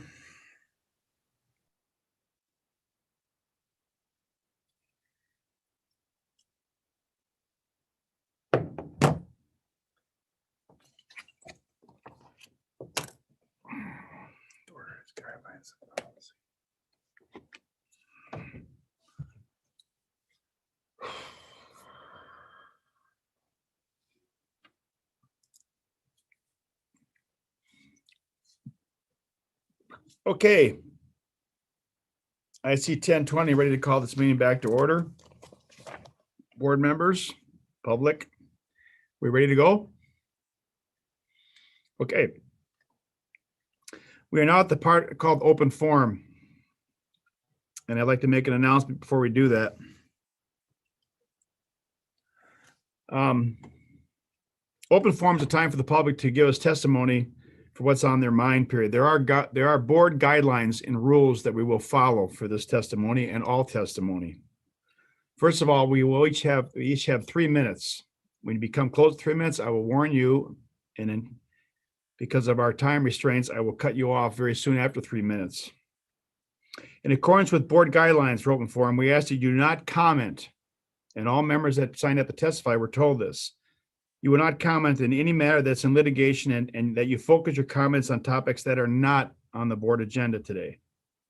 We expect there to be no testimony today on the February 2021 wolf hunt, which is the subject of a litigation, or on the gray wolf harvest regulations or wolf management, which is part of today's consent agenda, will be an information item later.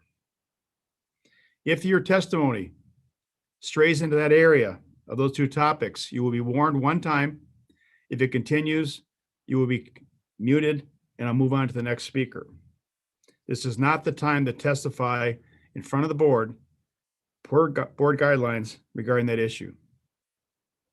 Also, due to pending litigation in the February 2020 wolf hunt, I would ask board members to please advise to refrain from participating within discussions with the public. Our first, is everybody clear on that? Everybody's agreeable to that? All right, thank you. Our first one's Michael Foy from Madison, representing himself. Topic is CWD. Mike, welcome back. Dr. Prane, members of the Natural Resources Board, Secretary Cole. My name is Michael Foy. Thank you for letting me speak to you again. In January, DNR directors presented the board with a summary of the 2020 deer season across the entire state of Wisconsin. Today, I'd like to tell you how the season went on our family's small farm in southeastern Iowa County. On the surface, we had a pretty good season. Between the 5 of us, we harvested a total of 10 deer, equally split between bucks and does, including a dandy 165-incher. But things were not quite as they appeared. Only 3 years after CWD was first discovered on our farm, fully half of the 10 deer we took last fall were sick. 3 of 5, or 60% of the bucks, and 2 of 5, or 40% of the does. The last 3 deer I've killed have been CWD positive. And for the second year in a row, I failed to put any venison in the freezer. Meanwhile, across the road, my neighbors shot 6 deer last fall, and not a single one had CWD. So are we just unlucky on the Foy farm? Does our land attract sick deer for some reason? It may surprise you to know that we're trying to shoot sick deer last fall in hopes of reducing the amount of CWD contamination over time. I asked my hunters to take every safe, humane shot they had a tag for, and they began to prioritize areas where we'd killed sick deer in the past. We ended up getting 4 of the 5 CWD positive deer within only 100 yards of each other. And this is not all that surprising. For a multitude of reasons, CWD is not evenly distributed across the deer herd or across the landscape. If you find one sick deer, odds are you'll find others nearby. This is why the strategy of focusing harvest on areas of high disease prevalence, while carefully maintaining overall herd productivity, and successfully reduced disease burdens over time. Excuse me. I strongly encourage the board to implement a plan to reward hunters, landowners, and small businesses to harvest and sample CWD positive deer to do just that, while we still have time to save our $1 billion Wisconsin deer herd. Thank you for letting me speak to you today. Thank you, Michael. Just a quick question. You don't have to answer if you don't want to, but how many acres was your farm? We have 75 acres. Impressive. Any questions for Michael? Thank you for your testimony. Preston, I so noted that idea to the CWD committee. If you would, please. Michael's idea of rewarding hunters to take sick deer out of their harvest. Thank you. Next one is Melissa Smith. Melissa is representing the Friends of Wisconsin Wolf and Wildlife as founder and executive director.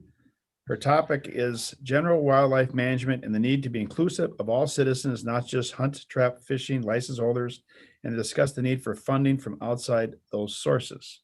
Melissa? Had a long enough title for you there, Dr. Pren. Sorry about that. Good morning, Chairman Pren, members of the board, Secretary Cole. In Wisconsin, management of wildlife under the public trust is clearly broken. I represent a growing movement of over 8,000 wildlife conservationists, including hunters and farmers, most who live in rural Wisconsin. We would like to see a shift in wildlife management from this board. We have and will continue to facilitate conversations around state wildlife management, like you will hear from our amazing citizens talking today. We truly hope we will be able to advocate for better state management in Wisconsin that will benefit wildlife, outdoor recreation, and ethical hunters and fishermen. Because of what transpired in February, a new and reinvigorated base of citizens, and actually a crazy amount of hunters, I've never heard from more hunters in my life, who feel the need that the board nor the DNR are transparent or as democratic as they should be, and have made a dedication to show up at Wildlife Commission meetings and the NRB. We'll advocate for non-consumptive users and ethical hunters to be appointed to wildlife committees and this board for better state management plans for wildlife and for the adoption of coexistent measures. We'll hopefully be able to work with you, the DNR coalition of groups, to diversify funding revenue for the state wildlife agencies, not just in licensings, but as supporting wildlands.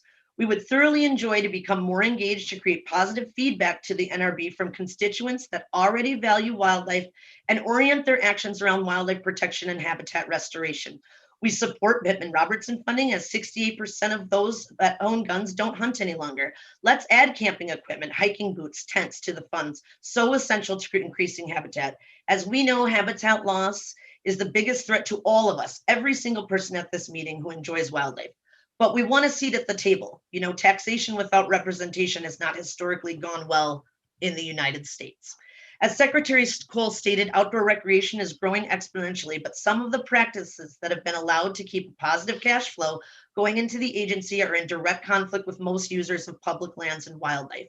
Please consider this as a legitimate concern, as the culture around wildlife has shifted and we are behind the curve. Not only will wildlife suffer, but the agency too. Your largest stakeholder, 89% of the public who do not hunt, aren't at the table and don't feel welcome at it. And I think it's time that changed. I can only see positive benefits from being more inclusive and diverse of all wildlife values. I hope you will listen to those who testify today, many for the first time, as this is long overdue. Thank you very much. Any questions for Melissa? Kaz? Kaz, you're muted. Want to unmute yourself? Although some would probably just have you leave it on. Yeah. Melissa, would you entertain the idea of a wildlife supporters license? Yes, we absolutely would. As a matter of fact, we did try to pass legislation on a wildlife conservation stamp, but it was dead in committee. And that was in 2017. But yeah, we would love that. Okay. Yeah, I think we could absolutely work together on something like that. Believe it or not, Kaz. Thank you. All right, thank you. Thank you.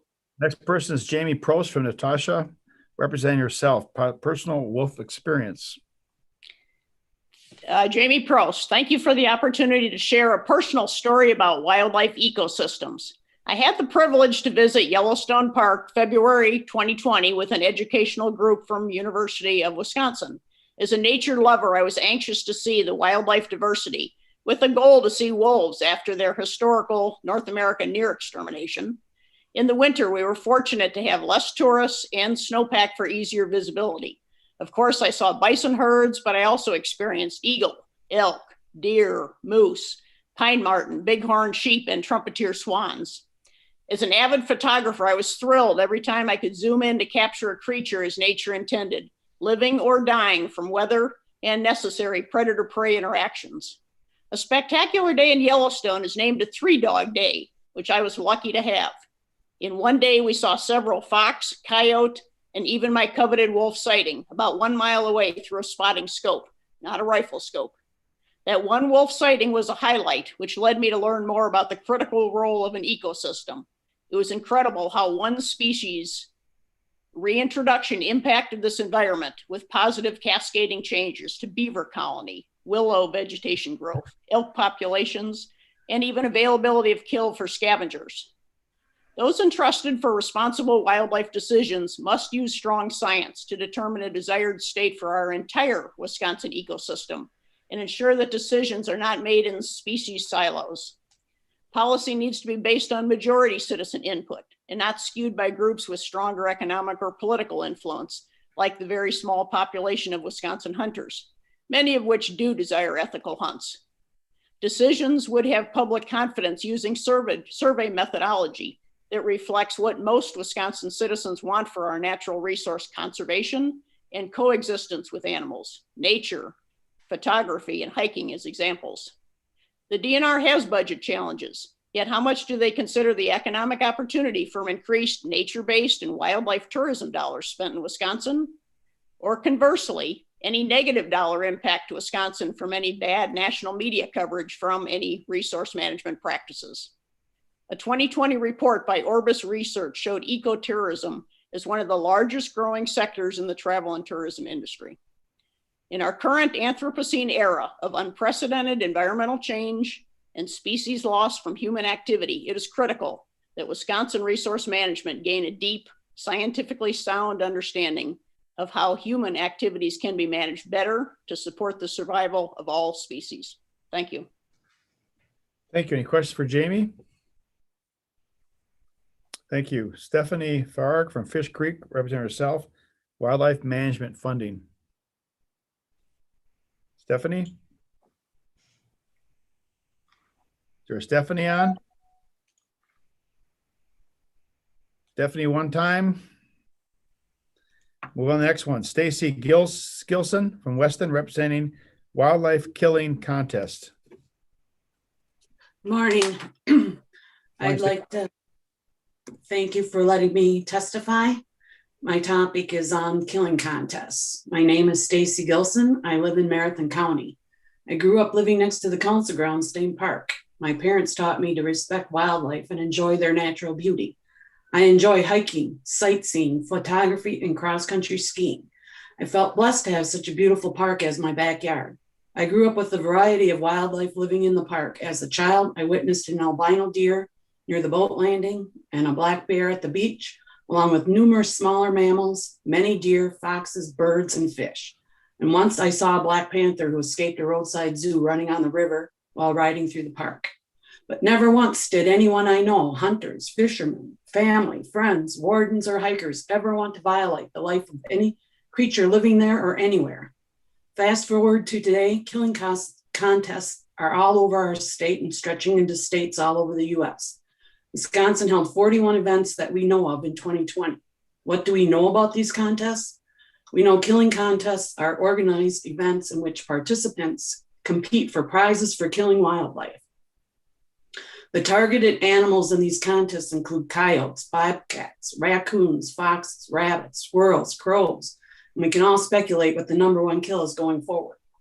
In the coyote events, the use of satellite tracked hounds, thermal imaging, and electronic calling devices to attract coyotes into rifle range with sounds that imitate the cry of a coyote in distress are some of the most disgusting practices condemned by most hunters and non-hunters alike.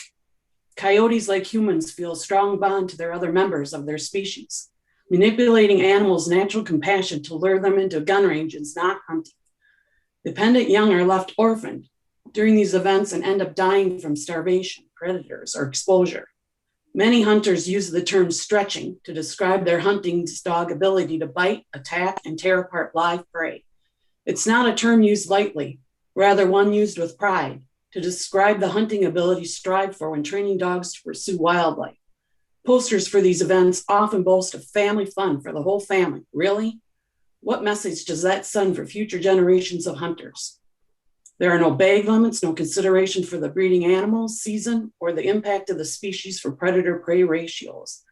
It is impossible to know how many animals are injured or die in these contests. Organizers generally do not need to obtain a permit from the state wildlife agency, and participants generally aren't required to report their kills.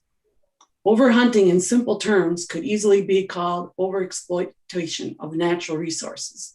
It is a crime that ought to be stopped without any further delay. It is not just a threat to the survival of wildlife, but it is also a threat to the survival of life of this planet. One contest alone can have upwards of 100 to 200 coyotes killed and dumped like garbage.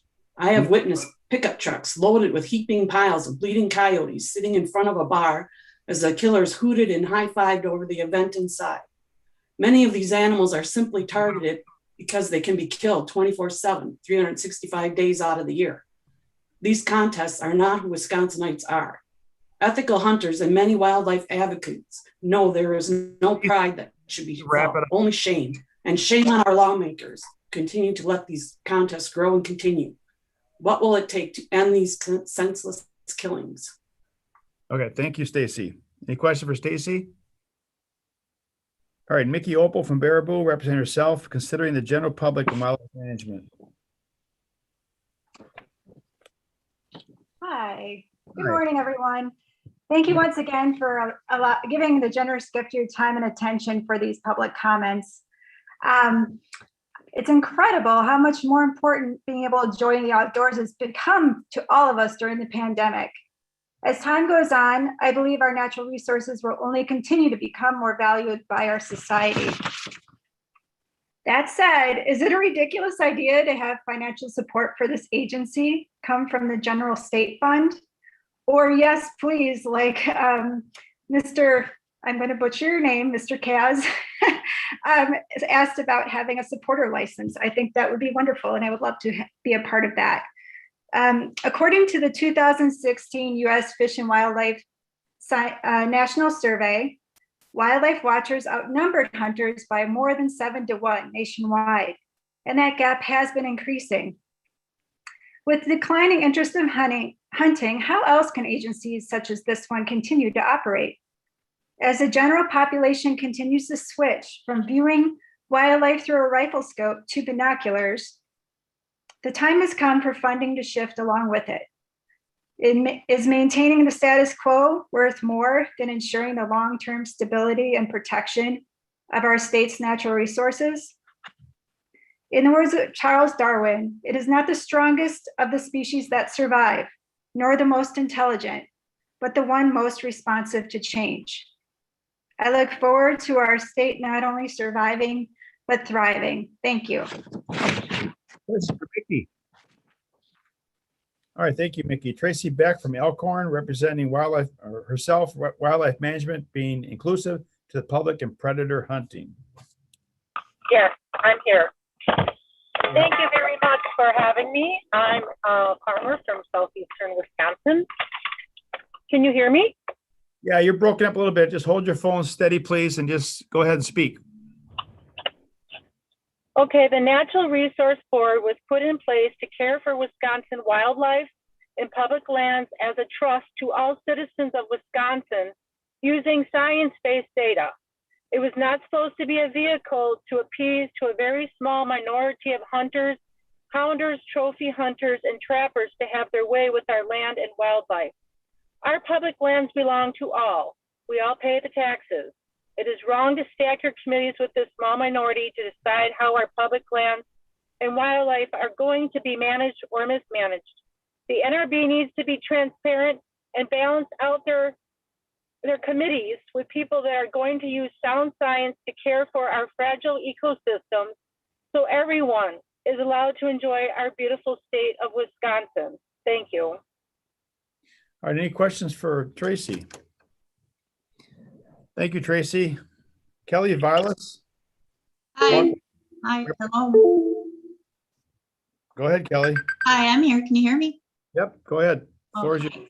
Thank you. I'm Kelly Villas. I'm a lifelong resident of Wisconsin. I live in Waukesha County and I represent myself. Wildlife management is not being inclusive of the public interest, and that does need to change. As you've heard said, most of Wisconsinites are not hunters. I'm not a hunter. I, as well as many of them, oppose the killing of pregnant mammals, the killing of lactating mammals, the killing of pups and babies, the use of traps, snares, poison, night hunting, use of hounds, killing contests, and the use of calls. Specifically with the use of traps, snares, and poison, it is a horrible, horrible way to die. There is much suffering and stress and long and painful deaths. Often these animals will chew off their limb to escape, or they're consumed by another predator because they cannot run away. They're stuck in the trap. I would like to see that change. There are also unintended consequences of using these types of devices. Other animals that were not intended to be trapped, dogs, even children could wander into something like that. As far as using hounds, I don't believe anyone should be reimbursed for an injured or a killed dog. I love dogs. I love all animals. But if a owner chooses to put that animal in harm's way, that is their responsibility.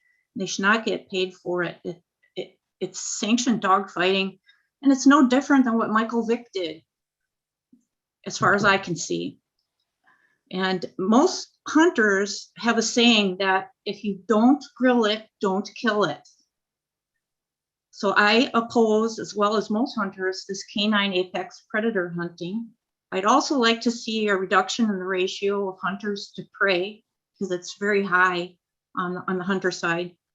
And as far as tags for hunting, if you buy a tag, it should be for one zone only. And when that zone closes, you're done.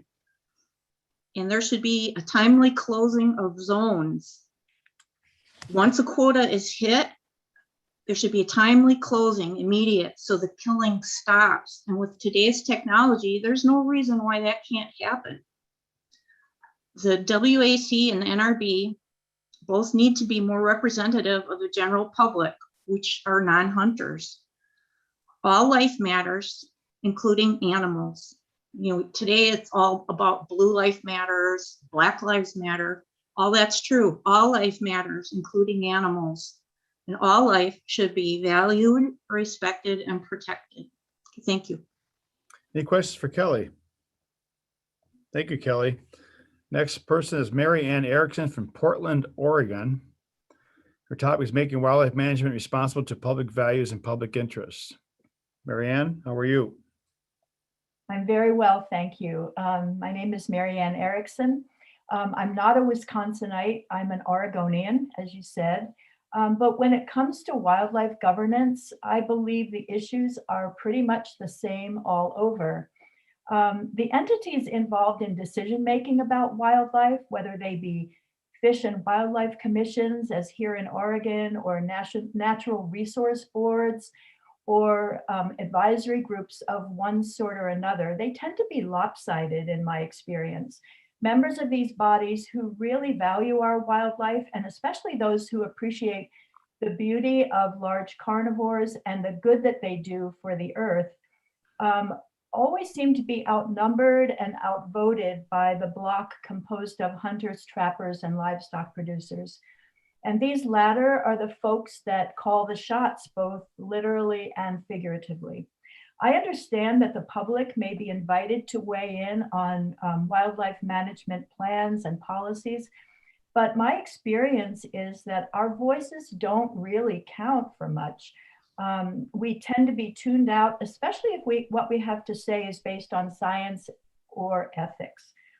As an aside, I recently attended a virtual conference on the ethics of predator photography. And the people who simply take pictures of wildlife seem to be way ahead of those tasked with managing wildlife when it comes to a willingness to do any ethical reflection on their actions and decisions. In any case, I've personally testified at hearings where public comments were allowed only at the very end of a long day or sometimes days of testimony. And the very people I was trying to reach were either dozing or doodling or otherwise checked out. And I don't know what it takes to be truly heard in Wisconsin, but out west, it really helps to be male and wearing a cowboy hat. Anyway, one of the most rewarding things I personally do, besides hiking in wild places, is to help monitor trail cameras in Mount Hood National Forest.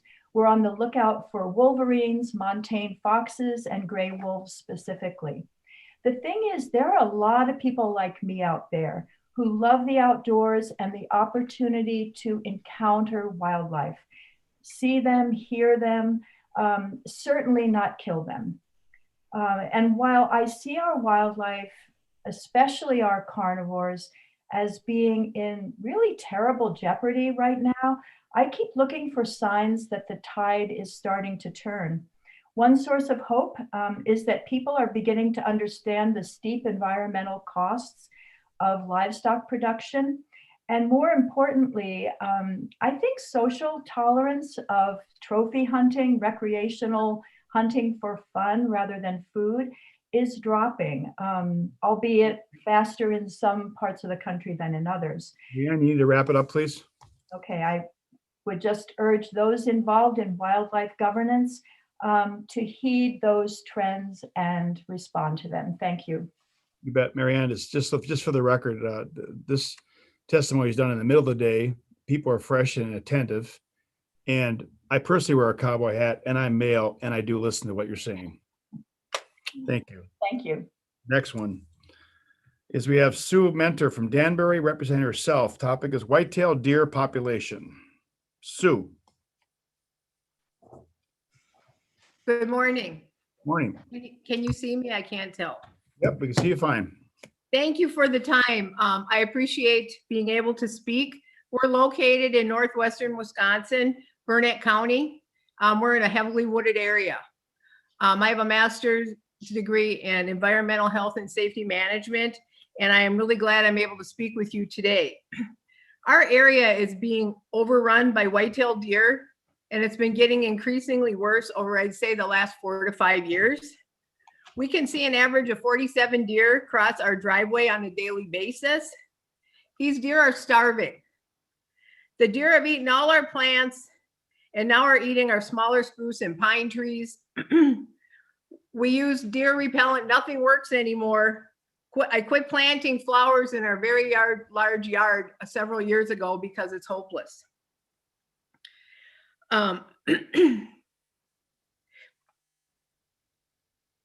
We typically see 8 to 10 deer jump in the roadways in our 3-mile drive to town. It's very dangerous on the roads. In addition, CWD was discovered in our county, in Burnett County, in 2020 in a deer farm. I understand that in 2021 in March, those deer had to be destroyed. We both have been bitten by deer ticks in the last 3 years in our yard. Last year, I contracted Lyme's disease. Fortunately, I was treated almost immediately, so had been resolved. However, excuse me, we know a lot of people in our area that have contracted Lyme's disease as well. We know one man younger than us, excuse me, who was disabled and had to retire early because of Lyme's disease.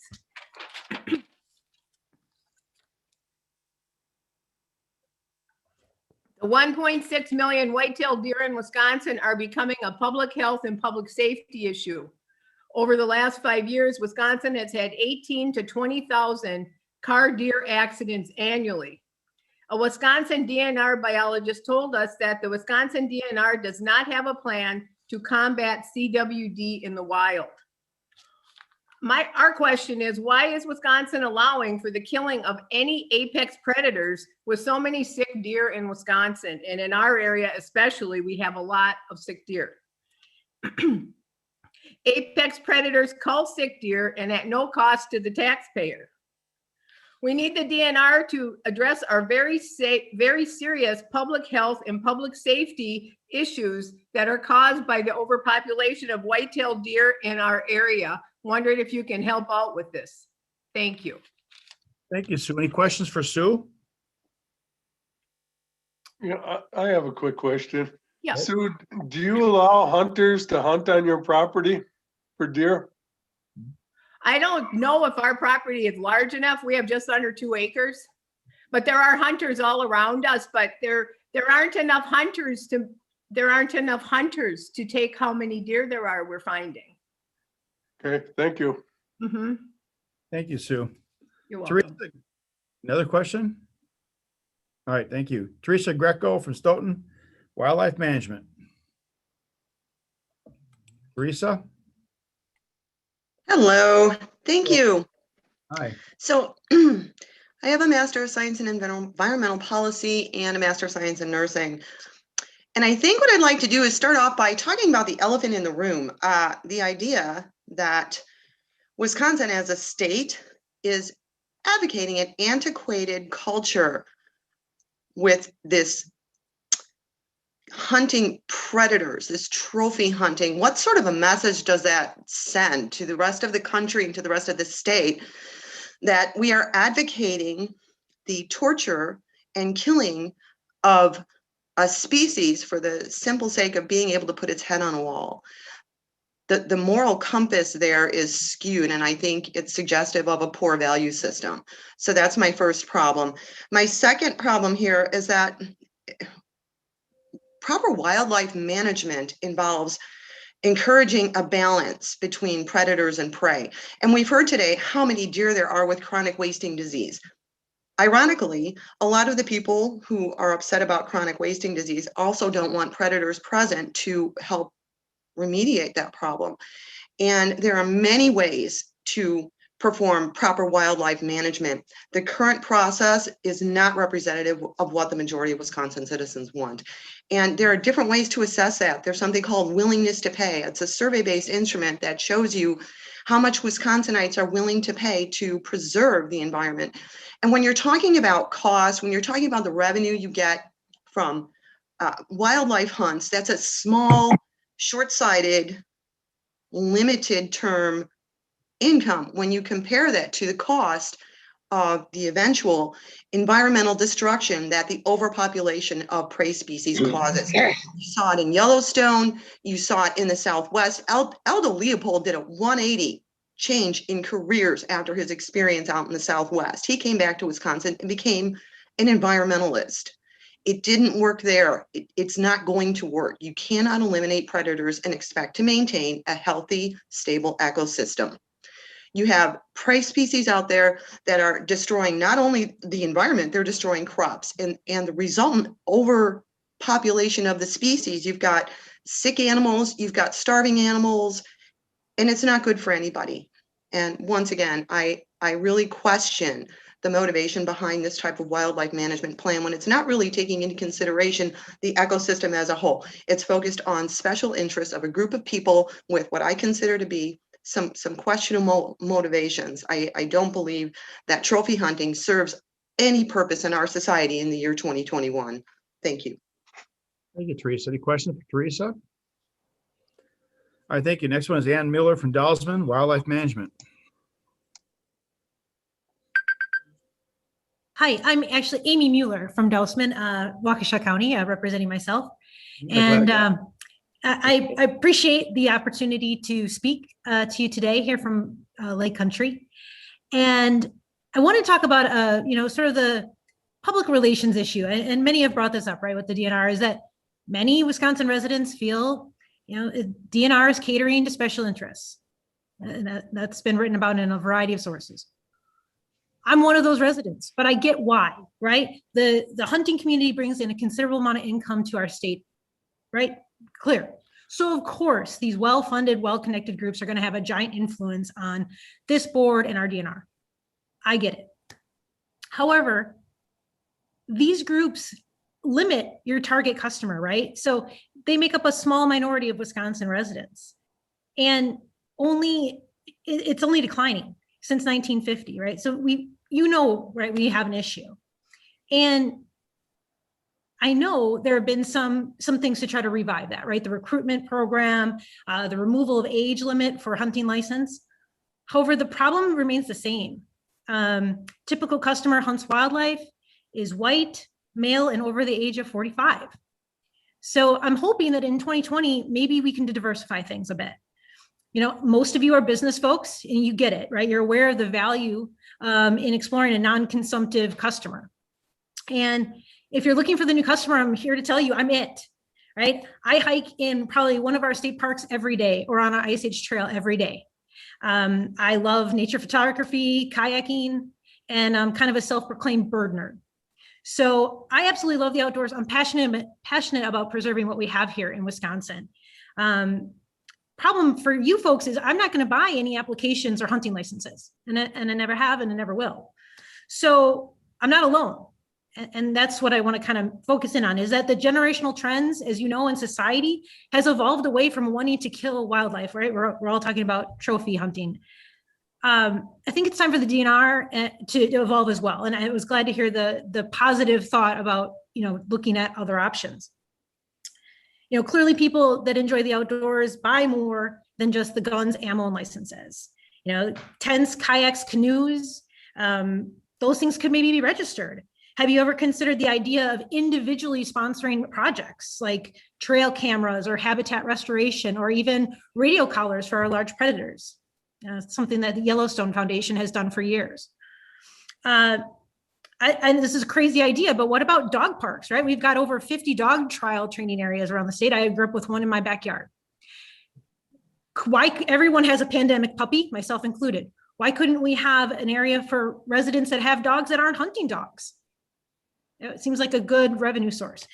Anyway, I love the idea of a wildlife stamp. I think that's something that we should look at. Now, I know the DNR has tried to raise funds through other areas of the outside of the hunting community. But for me as a citizen, I got to tell you, I don't have a lot of confidence that that money is going to go to protect the things that I really enjoy. Matter of fact, I worry that it's just advancing the agenda of the most extreme, aggressive hunters, the houndsmen and the trophy hunters. All right, thank you, Amy. Can you wrap it up, please? Yes, absolutely. So my call to action is to hopefully broaden the diversity of boards and committees like this, so there's representation, and look at broadening the customer base for the DNR so we can save what we have here in Wisconsin. Thank you very much. Any questions for Amy? Yes, Doc, I would have a question. Sure, Terry, go ahead. Please. Ma'am, are you aware of the fact that we do have boat registrations and fees, that we have fishing licenses and fees, that we have state park permits and fees, that we have overnight camping permits and fees? All of these are non-hunting activities that the department currently does and designates those fees, which are substantial, to maintaining all those properties for everyone's use. Certainly. Including state forests. Absolutely. I'm saying, I'm kind of arguing for additional ways to show my support for the things that I enjoy, such as wildlife. Thank you. Thank you, Amy. Any other questions? Thank you. Dawn Sabine from Madison. Public input is to NRB. Dawn, you have 3 minutes. How are you? Hi, I'm fine, thank you. Public input has been historically key to the NRB, so thank you for honoring this important tradition. My name is Dawn Sabin and I'm from Madison. Sorry, my phone's going off. My family's had a cottage in Oneida County for 3 generations. Last summer, the silver lining of the pandemic was working remote from what my grandpa called God's country. After 50 years in my extended stay in the woods, I was thrilled to finally catch my first glimpse of a wolf. It was definitely a highlight of my summer. When my husband and I got married in 2009, we spent part of our honeymoon canoe camping on the Nemacolin. As we put in on the river, a pair of eagles sat on the tree above us, and shortly thereafter, we spotted an enormous sturgeon floating below us. But the highlight of our 3-day trip was encountering a group of inquisitive, playful otters. To date, we have not had the experience of seeing otters again. These experiences should not be unique, especially given the amount of time I have spent outdoors. Wildlife viewing is a tourist opportunity that we should be nurturing. The mission of the NRB and DNR is preserving and enhancing natural resources, and yet our DNR is primarily focused on wild management funded by killing licenses. Why is it okay for a hunter or trapper to steal the opportunity from a wildlife viewer to see or hear that animal in the wild? Why are the minority of hunters and trappers able to gain monetarily at the cost of wildlife and the majority of citizens opposed to killing our public trust assets? In a healthy ecosystem, wildlife manages itself, and as is your mission, the NRB and DNR should only be intervening when needed to preserve or enhance our natural resources. Baiting, hounding, night hunting, and the use of snowmobiles all need to be banned. These type of hunting practices clearly violate fair chase ethics by taking advantage of the unnatural conditions created by the hunter and allowing hunters to unleash packs of dogs on wildlife. And allowing hunters to unleash packs of dogs on wildlife is not only inhumane, but essentially dogfighting, which is illegal in all 50 states. The current wildlife management system that is based on killing, or as you like to say, harvesting opportunities, is not embraced by the public. Reformation is needed, and I urge you to embrace the historical importance of public input in your policies. Thank you again for your time. Any questions for Dawn? Thank you, Dawn. Next one is Pam Senier. Hope it's right. From Vanderbilt. Sonia, can you hear me? You bet. From Vanderbilt. Her topic is Yeah. suggestion of increasing the representation and a broader range of Wisconsin citizens in resource management. Go ahead. Floor is yours. Hi, thank you. Hi. Good morning, everyone. And thank you for the opportunity to speak and for your time and consideration today. My name's Pam Saunier, and I live in the town of Vandenbroek in Outagamie County. My husband and I have about 1.5 acres just outside of Appleton. In the more than 20 years we've lived here, we've taken what used to be a farm field and we've reintroduced native prairie, planted trees and berry bushes, and put in a pond, which was really tough. We feed the birds and we offer plenty of bird boxes, and we've created a place that provides safety and sustenance for wildlife. And since we have the added bonus of living near a wooded area, we are rewarded with a front row seat at the most wonderful show that there is. We're wildlife watchers, and there are a lot of people like us. The U.S. Fish and Wildlife Service National Survey of Fishing, Hunting, and Wildlife Associated Recreation has already been mentioned in comments here. Over 103 million people responded to that survey, and of that, 86 million people identified in a specifically defined category of wildlife watchers. In contrast, only about 36 million identified as anglers and about 11.5 million identified as hunters. Wildlife watchers spend a lot of money too. According to that same survey, about $76 billion were spent by the self-described wildlife watchers in pursuit of their activities. Fishing expenditures were about 46 billion, and hunting expenditures were about 26 billion in that same survey. So wildlife watchers are mostly an untapped resource, both financially and in terms of advising and input in Wisconsin natural resources, in my opinion. Of the 25 or so advisory committees that are listed on the DNR website, I would argue that almost half focus on the harvesting of birds and animals. But that can easily be changed. Committees can be expanded to include such activities as hiking and biking, photography, dog agility trials, and non-game bird and songbird conservancy. The Outdoor Heritage and Education Advisory Committee might be a great starting place for increasing membership of those who identify simply as wildlife watchers.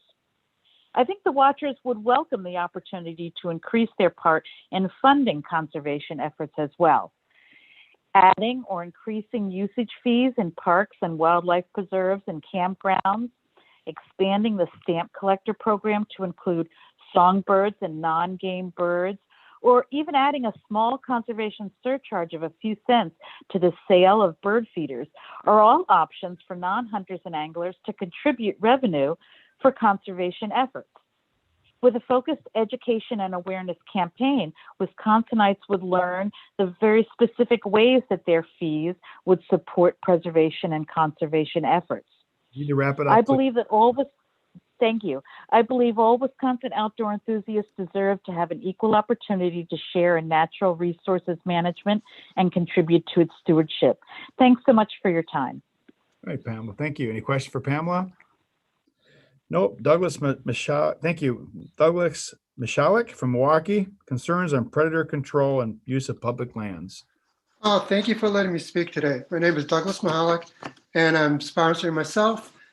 I would like to talk today about Bill 30 that was introduced back in 2019.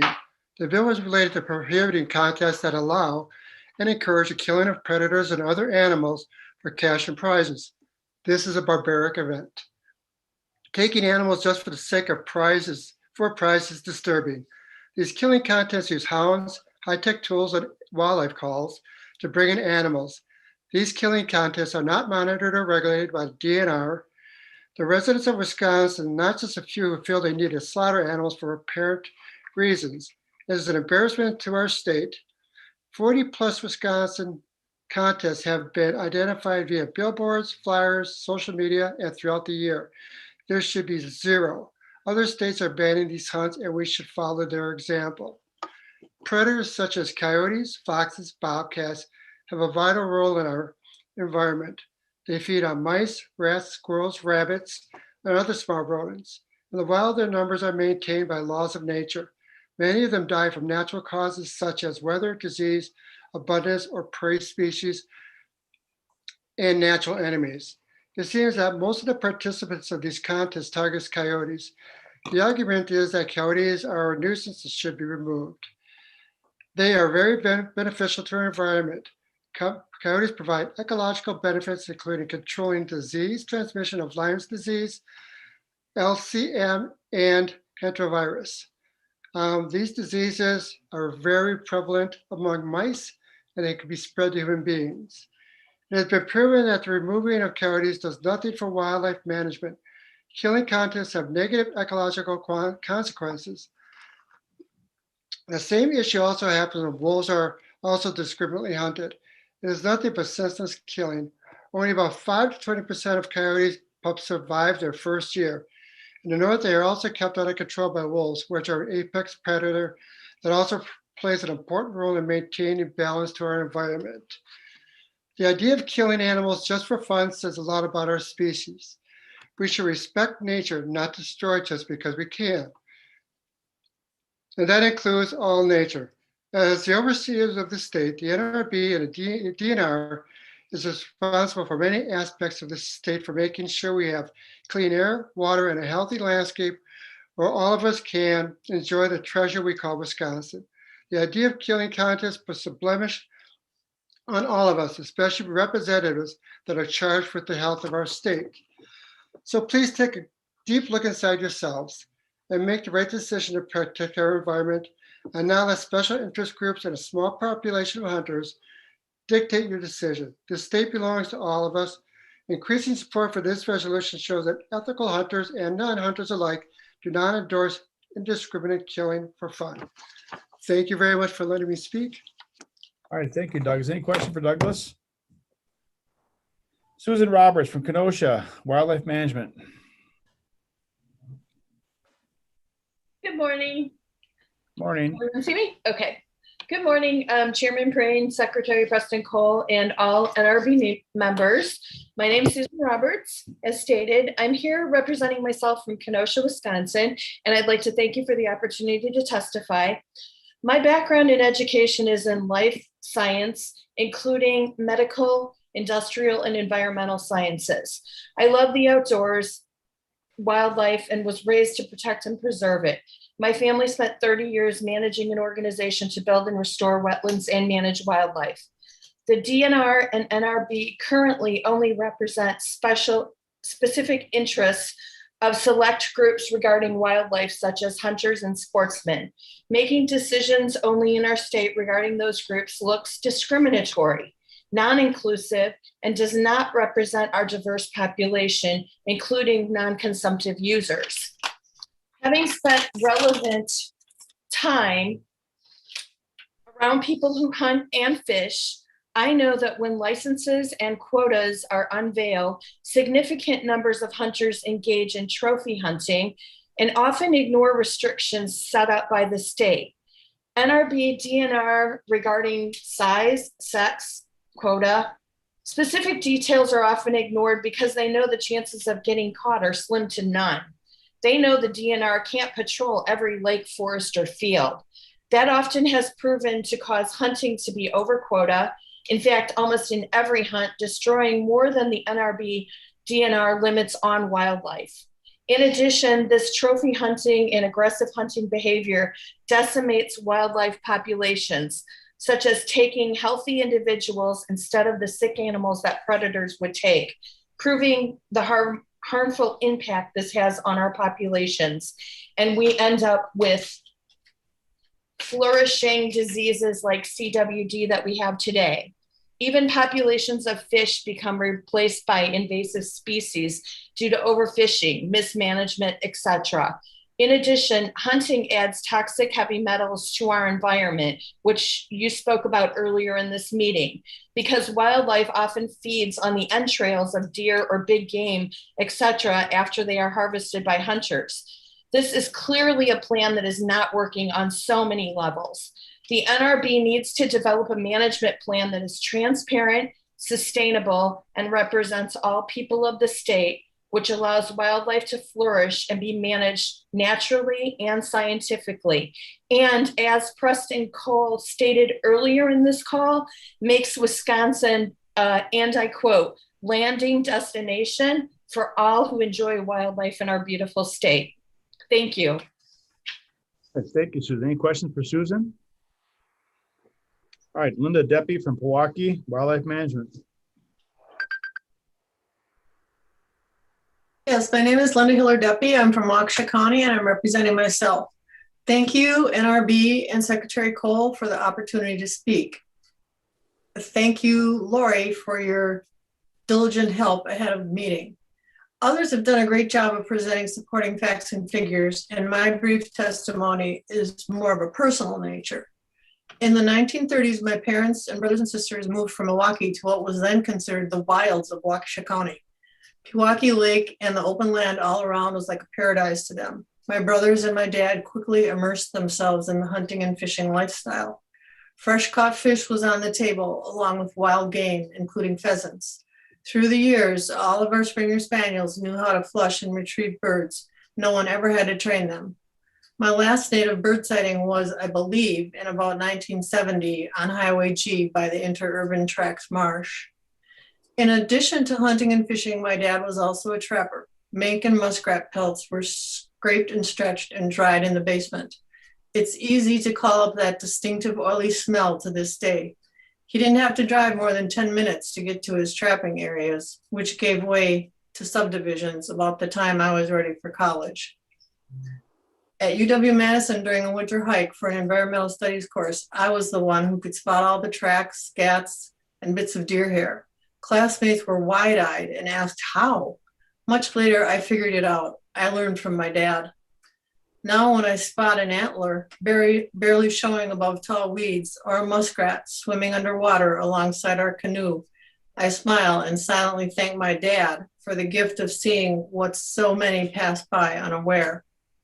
That said, unlike my dad, my path has always been to enjoy living wildlife. There's nothing tangible to show for an encounter or sighting, just the deep lasting impression on the heart and mind. Does this make my experience count for less? Is my way of appreciating the outdoors not valid or worthy, but somehow silly and sentimental? Does it mean my opinions and input should be tossed out for not showing proper use of natural resources? If someone wants to make that argument, I challenge them to back it up, because I and so many others like me can't all be wrong, and our numbers are growing. To not hear or understand us is to miss the opportunity of finding common ground and working together to save what remains of our natural spaces and the amazing animals that, like us, simply want to live their lives. Thank you. Thank you. Any questions for Linda? All right, move on. Next one, Mara Bradley from Milwaukee Wildlife Conservation. Morning, Mara. Hi, good morning.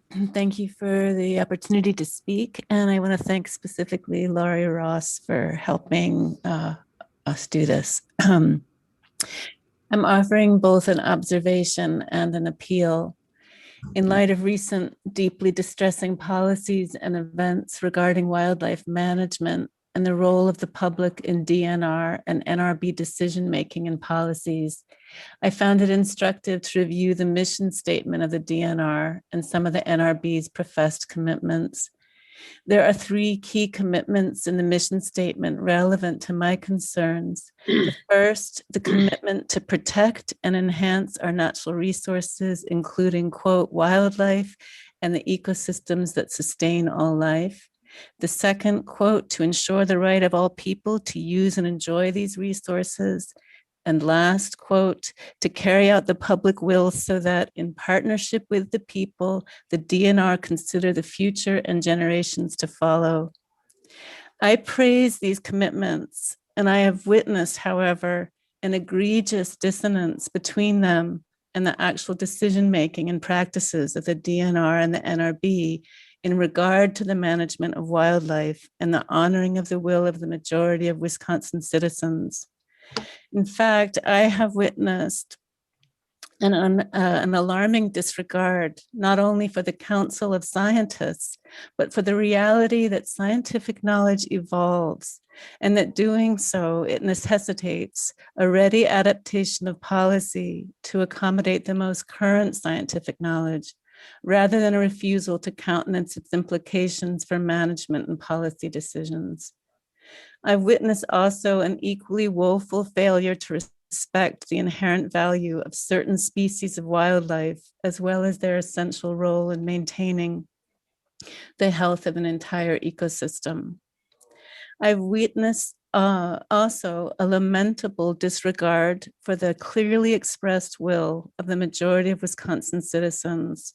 For it's been abundantly evident to me that it is the will of a very small but well-funded and politically connected minority of citizens that is honored in decisions enshrined in the policy forwarded and enacted by the NRB and the DNR, rather than and to the exclusion of the will of the majority. Indeed, the voice of those who know and keenly feel that we now face the collapse in biodiversity, mass extinction of species, and loss of ecosystems. The voice of those who seek out communion with the presence of other creatures and experience our own part in the mystery of nature, of those, in short, whose primary interest in Wisconsin's wildlife and nature is not killing for sport, but living encounter. Our voice is not granted anything approaching equal consideration by the NRB and the DNR. This lack of respect for the actual science of species and ecosystems conservation, as well as the undemocratic disregard of the will of the majority of citizens, are not in alignment with your mission or professed commitments. Neither are they just, and nor do they bode well for wildlife, nature, and our future. I urge you to recognize that the time has come for a change, one whereby your practices and policies truly and transparently embody your stated mission and self-professed commitments. Thank you. Thank you. Any questions for Mara? Okay, Megan Nicholson, Madison, trapping on public land. Megan? Hi, good morning. I'm Megan Nicholson, as you just mentioned.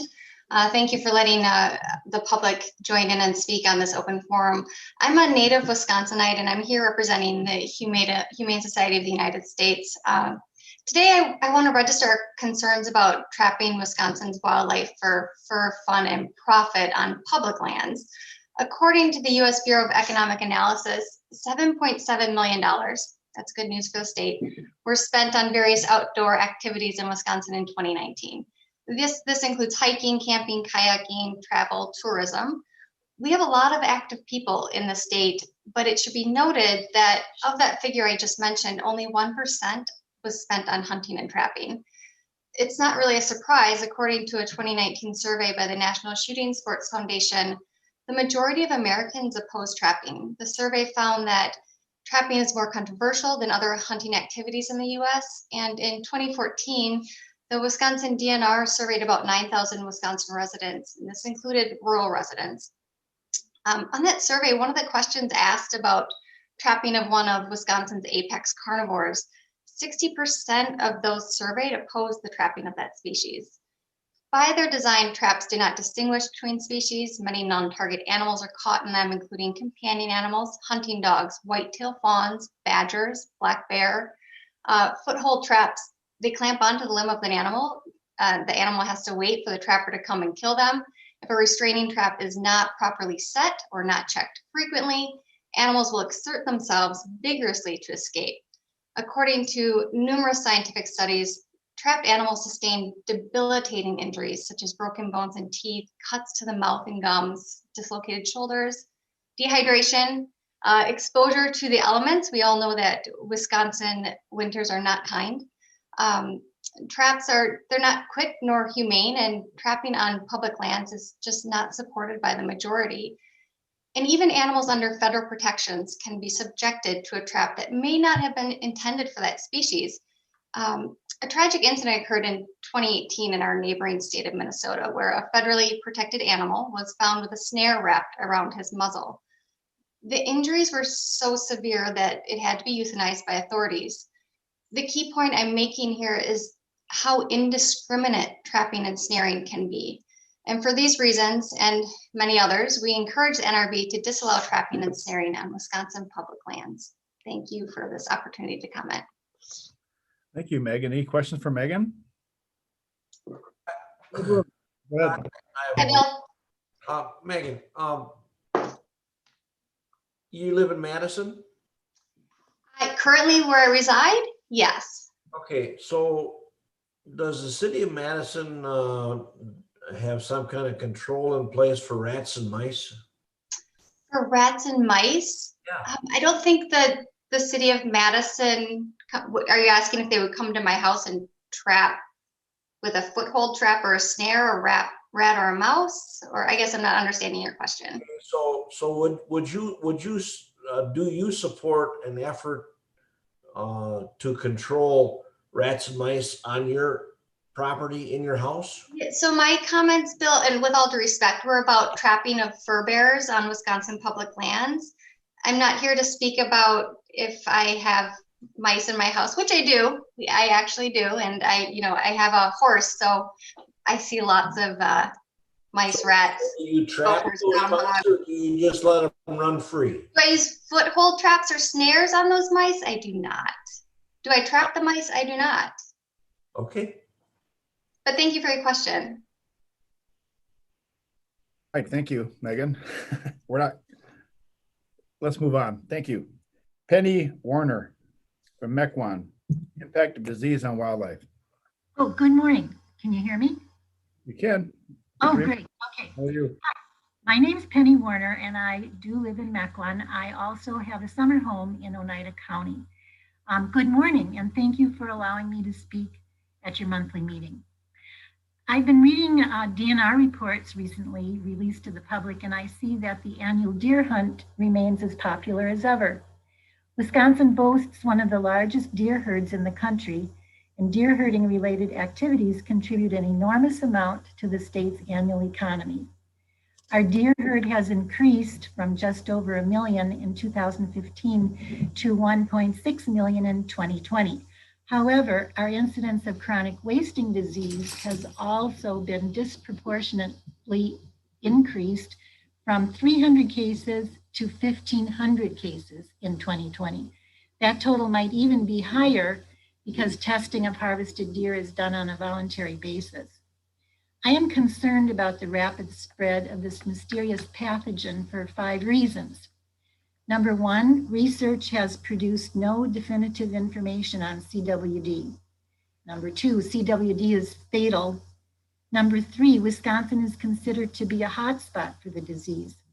Number four, CWD might be affecting our burgeoning elk herd. Number five, DNR has not been able to contain the spread of the disease. My concerns don't stop there. We have all just lived through one of the worst years our country has ever experienced, COVID-19. We have learned how quickly the virus mutated, and we know how it was spread. What we don't know is where it came from. Theories are that it jumped species from an animal to humans. COVID-19 is caused by a virus, and we understand how viruses work. We also know how to manage them, thus the production of vaccines to prevent the illness. CWD is caused by a prion. I'm not sure if I pronounced that right. Not a virus and not a bacterium. We don't know much about prions. We do know how they spread in CWD, but we don't know how to manage them and prevent infected animals from dying. There have been other prion diseases in the past that have had disastrous results. Scrapie kills sheep. Mad cow disease caused the beef industry to collapse in Great Britain as entire herds had to be slaughtered. Even more alarming, mad cow disease jumped species to humans and many people died. These outbreaks of brain-wasting diseases were contained because they occurred in livestock and were able to be managed. CWD occurs in wild animals in Wisconsin and has not been managed or contained and is in fact spreading at an alarming rate. Even more alarming, there has been speculation that CWD is linked to another prion-caused disease in humans, CJD. As with COVID, CJD already has a variant, VCJD. Both of them are fatal. Penny, you want to wrap it up, please? Oh, DNR needs to consider any and all forms of containment. We need predators in the woods to kill the sick deer that have the CWD. I'm getting all my initials mixed up. Thank you for listening. Thank you much, Penny. Any questions for Penny? Okay, Cynthia Samuels from Iron River Predator Killing Contest. Cynthia, are you on? Cynthia? Going once. Sorry. I am here. Hi, sorry. Yep. I was going to address killing contests, and I still am very briefly because they have been covered extensively already this morning. Let me state outright, there is no credible scientific evidence that indiscriminate killing of predators or other species serve any legitimate wildlife management purpose based on science. Scientific studies have been revealed that show that this type of behavior, if anything, might increase problems and fragment packs and juveniles left to fend for themselves who do not understand how to go about their daily lives without their family, behave in irrational, or not irrational, but in ways that we cannot predict and often end up in the line of fire. Killing contests ignore the valuable role that wild animals play in our environment. Killing contest participants often perpetuate 3 myths to justify these events. Firstly, that killing contests will permanently reduce coyote populations, and we've already addressed that with the science. Second, wildlife killing contests prevent killing conflicts with humans, pets, and livestock. And I'm sorry, killing contests do not target specific problem-causing predators who have become habituated by human-provided attractants. Sorry, I'm off topic. So I'm just going to skip all that. I've been living here for 10 years. I moved here from Minnesota. When I would come up here on the weekends, I would be so excited to go out in the woods with my dog. dogs, plural. I have, over the last decade, come to see Wisconsin as, sadly, a place that I am no longer comfortable exploring. When I hear hounds, I'm expecting, a pack of unruly hounds running toward me and my dog. When I hear gunshots, I'm worried that I'm in the line of fire if I'm not dressed in bright orange. When I'm on a trail with my dog, I'm worried that he might step in a trap. I'm not afraid of what's in the woods. I'm afraid of the behavior of the people that seem to be very comfortable in our woods. I spend a lot of time online. I have folders and folders I can share with anyone of the most despicable behavior, especially by houndsmen who are allowing their dogs to rip apart animals, bear, coyote in particular, raccoon.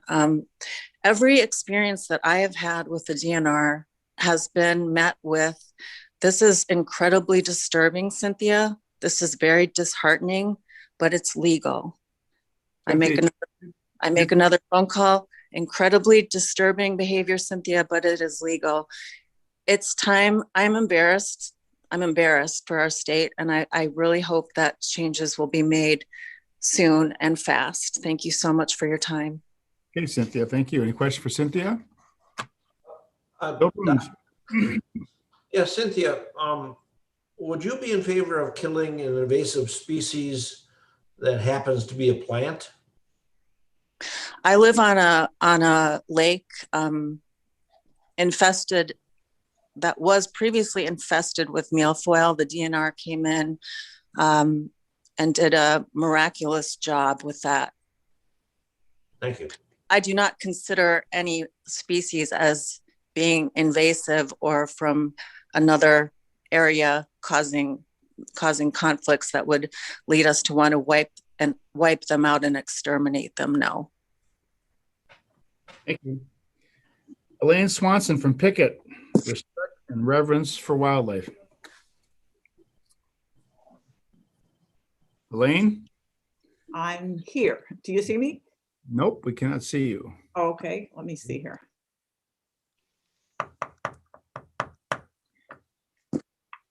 You got to unmute yourself, Elaine, if you could. Unmute your computer, Elaine, if you could. There you go. There we go. Okay, thank you. You have 3 minutes. Go ahead, Elaine. I'm speaking to you from East Central Wisconsin, as you said, rural Pickett. We moved here with our family over 30 years ago, not to farm these 50 acres, but to replace row crops with trees, to establish prairie, and build ponds. At the core of our efforts lies the belief that this land and our precious wildlife deserve our reverence and respect. Perhaps it should be mandatory that everyone who attends a public hearing on natural resources must bring a child. This might remind us of our responsibilities to the future. The future is a responsibility we all share. Thank you for listening today to the voices of people who are well-informed and passionate about the natural world. To those who take the time to observe, nature is humbling. In September of 2019, there was an epic migration of monarch butterflies. They came by the hundreds. They found nectar in our prairie, roosted in the trees at night. It was unforgettable. One monarch we tagged on September 20 was recaptured on March 3 in El Rosario, Mexico. That winged creature survived wind, storms, predators, and accomplished what I could never do. Who would not agree that humility as a virtue is losing ground? I'm deeply concerned about permits issued by the state which allow for abuse and slaughter of animals under the pretense of sanctioning outdoor sporting adventures. In truth, this is simply vile amusement. Wisconsin wildlife is held in the public trust. Wisconsin belongs to the people. Wildlife, pardon me, belongs to the people. Yet the scales are tipped in favor of hunters and trappers. The agency charged with protecting our natural resources should be a reflection of the larger body of citizens. The wildlife photographers, artists, poets, and teachers, and everyone who understands that inspiration and healing are discovered in wild, quiet places. The month of April brings us the return of spring ephemerals to the landscape. The tiny flowers disappear quickly as the canopy unfolds. I'm reminded how quickly the moral and ethical code of conduct that infused Gaylord Nelson's Earth Day can disappear. Our natural resources are finite. Please exercise your authority and your influence with great care and great humility. Thank you. Thank you, Elaine, for your passionate testimony. Any questions for Elaine? Our last one is an open forum is Corinne Mahuna from Colorado Springs. What is the role of ethics in wildlife? Hi, my name is Corinne Mahuna, and I thank you for the opportunity to speak. I am here today because I have come to a realization and I have a debt to pay. I grew up in Minnesota and worked for many years as a camp counselor. My last summer working at camp, I was able to spend all summer leading canoe and backpacking trips in the Boundary Waters. One morning, on waking up, I heard a movement by our canoes. I unzipped my tent flap and cautiously peeked out to the right where the canoes lay. No sooner had I stuck my head out than I realized there was a black bear within arm's reach on my left side. I quickly pulled my head back into the tent, and the bear went about its business. We had 4 such close encounters with bears that summer, and never once did any bear show any aggression towards us. I think of the hundreds of nights I have slept outside in tents, never having to worry about being harmed by bears, wolves, coyotes, or other wildlife while I am a visitor in their home territory. I think of the hundreds of millions of people who have likewise never been harmed. Here we are sleeping, totally defenseless, while our native carnivores are roaming about and they choose to let us sleep in peace. I've come to the realization that wildlife has a much higher code of ethics than we humans do. How did that come to be? You know, there have always been 2 types of hunting in America, that of ethical hunters who respect wildlife and hunt to provide food for their families, and those who hunt for the pure pleasure of killing. Sadly, too many European colonists, with their feelings of superiority over Native Americans and wildlife, equated the mass killing of wildlife with manhood. Over 300 years have passed, and there continues to be an extremist fringe who feels that it is their God-given right to be able to terrorize wildlife. Why do we continue to allow this unethical behavior? Wildlife killing contests, baiting of bears with greased donuts and all kinds of other crap that now here in Wisconsin comprises a large percentage of their diet, chasing bears down with hounds all summer long, causing dehydration, heat exhaustion, and separating mothers and cubs, hounding bears in the fall when they should be fattening up for their winter hibernation. How many cubs are orphaned and left to die? Chasing down and killing coyotes and foxes and many other animals with hounds, penning, setting hounds loose on raccoons, foxes, coyotes, and enclosures. What kind of person gets enjoyment out of watching animals getting torn to shreds? And let's not forget trapping and snaring. While always cruel, there may have been a limited role for trapping in past centuries. It is perpetuated today as a form of recreation. How can we justify causing pain and terror and ultimately death to a fellow creature for recreation? Where is our morality, our ethics? This is not a heritage to be proud of, to pass down to future generations. There are so many ways that we can peacefully connect with nature and wildlife. I said I owe a debt, and I will continue to pay off that debt by using my voice for wildlife until we humans can show the same ethics and morality towards wildlife that they show towards us. I am requesting that you put an end to these cruel and barbaric practices and treat wildlife with the respect that they deserve. Thank you. All right, thank you. Any questions? It's not at the end of public testimony. Thank you very much. All right, let's take the next item. We can talk about whether you guys want to grind through lunch or not. But for now, let's go through number E, Board members, request adoption of Board Order FH 1020, proposed rules affecting chapters NR 20 and 25 related to the fish harvest in Lake Superior. Brad Ray. How are you, Brad? Good, thank you. Chair Praying, Secretary Cole, members of the Natural Resource Board. My name is Brad Ray. I'm the Lake Superior Fisheries Team Supervisor out of Bayfield. Next slide, please. Today, I'm requesting approval for permanent rules to establish quotas to appropriately manage the multi-use fishery that are currently in place in emergency rules. Next slide, please. This just shows the entire rulemaking process, and to let you know that we're on step 27 of step 35 to make this a permanent rule. So it is a long process, and you've heard about these rules over the last several months. Next slide, please. So Lake Superior has two species that are under quotas, Cisco that was originally established in 2016, and lake trout that was originally established in 1986. And we try to use the most up-to-date data available to set quotas, and we evaluate those every 3 years. Next slide, please. The Cisco quota